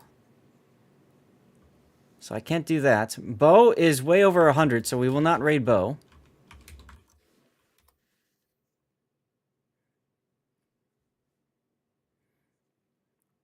Play World of Warships for the rest of the evening. Yes. Yes, exactly. There are people that have multiple Twitch accounts, and that's fine. Nothing wrong with that. There's a shout out, by the way, for their back. Random Guy Pie just won, and he left. He's going to wake up. He's going to get this whisper. He's going to be like, what the heck? So that'll work. All right, let's get to the stream ending screen, guys. You guys are going to see some things up here. You're going to see some links like my rerun channel. There's the link again. You're going to see some other links, and you're going to see some commercial breaks, because it looks like some of those are going to start. Who dang, thank you for the follow. Yo, guys, that brings us down to 19. 19 away from 15,000. 19. Let's go, 19. That's amazing. Good night, Tunip.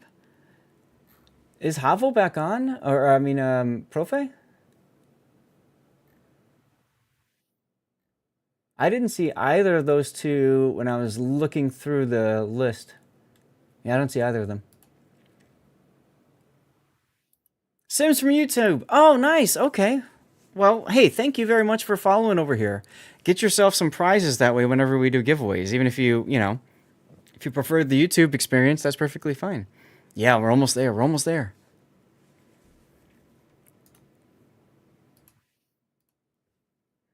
We got a whole bunch of subscribers today, thanks to some gifted subs for earlier from Tarot, and then I think we also had a Twitch Prime sub that was Bozzy.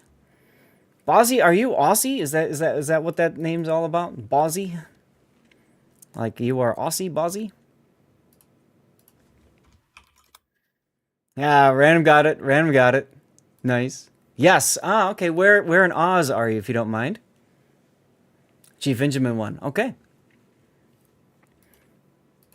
If you don't mind, where in Oz are you? I just like to ask. I've been there several times. Love it. As a matter of fact, the commercial break is about to start.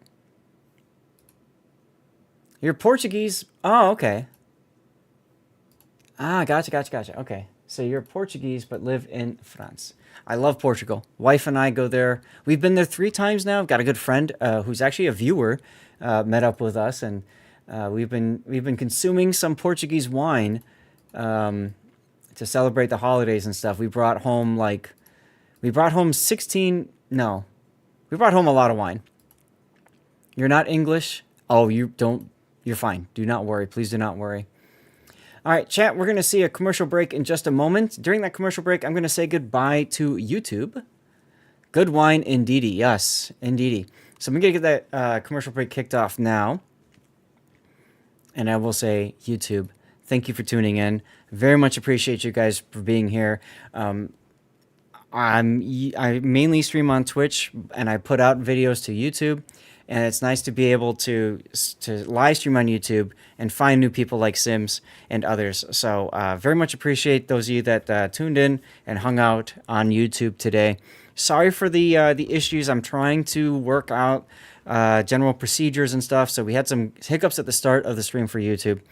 But I think we're in a better place. I think we have a better idea of how this is all going to go down and work. So We should be alrighty then. We should be good. So YouTube, thank you for tuning in, and I will see you all next time. Sunday will be the next YouTube stream, and stream in general. All right, so I'm going to turn off my vertical YouTube,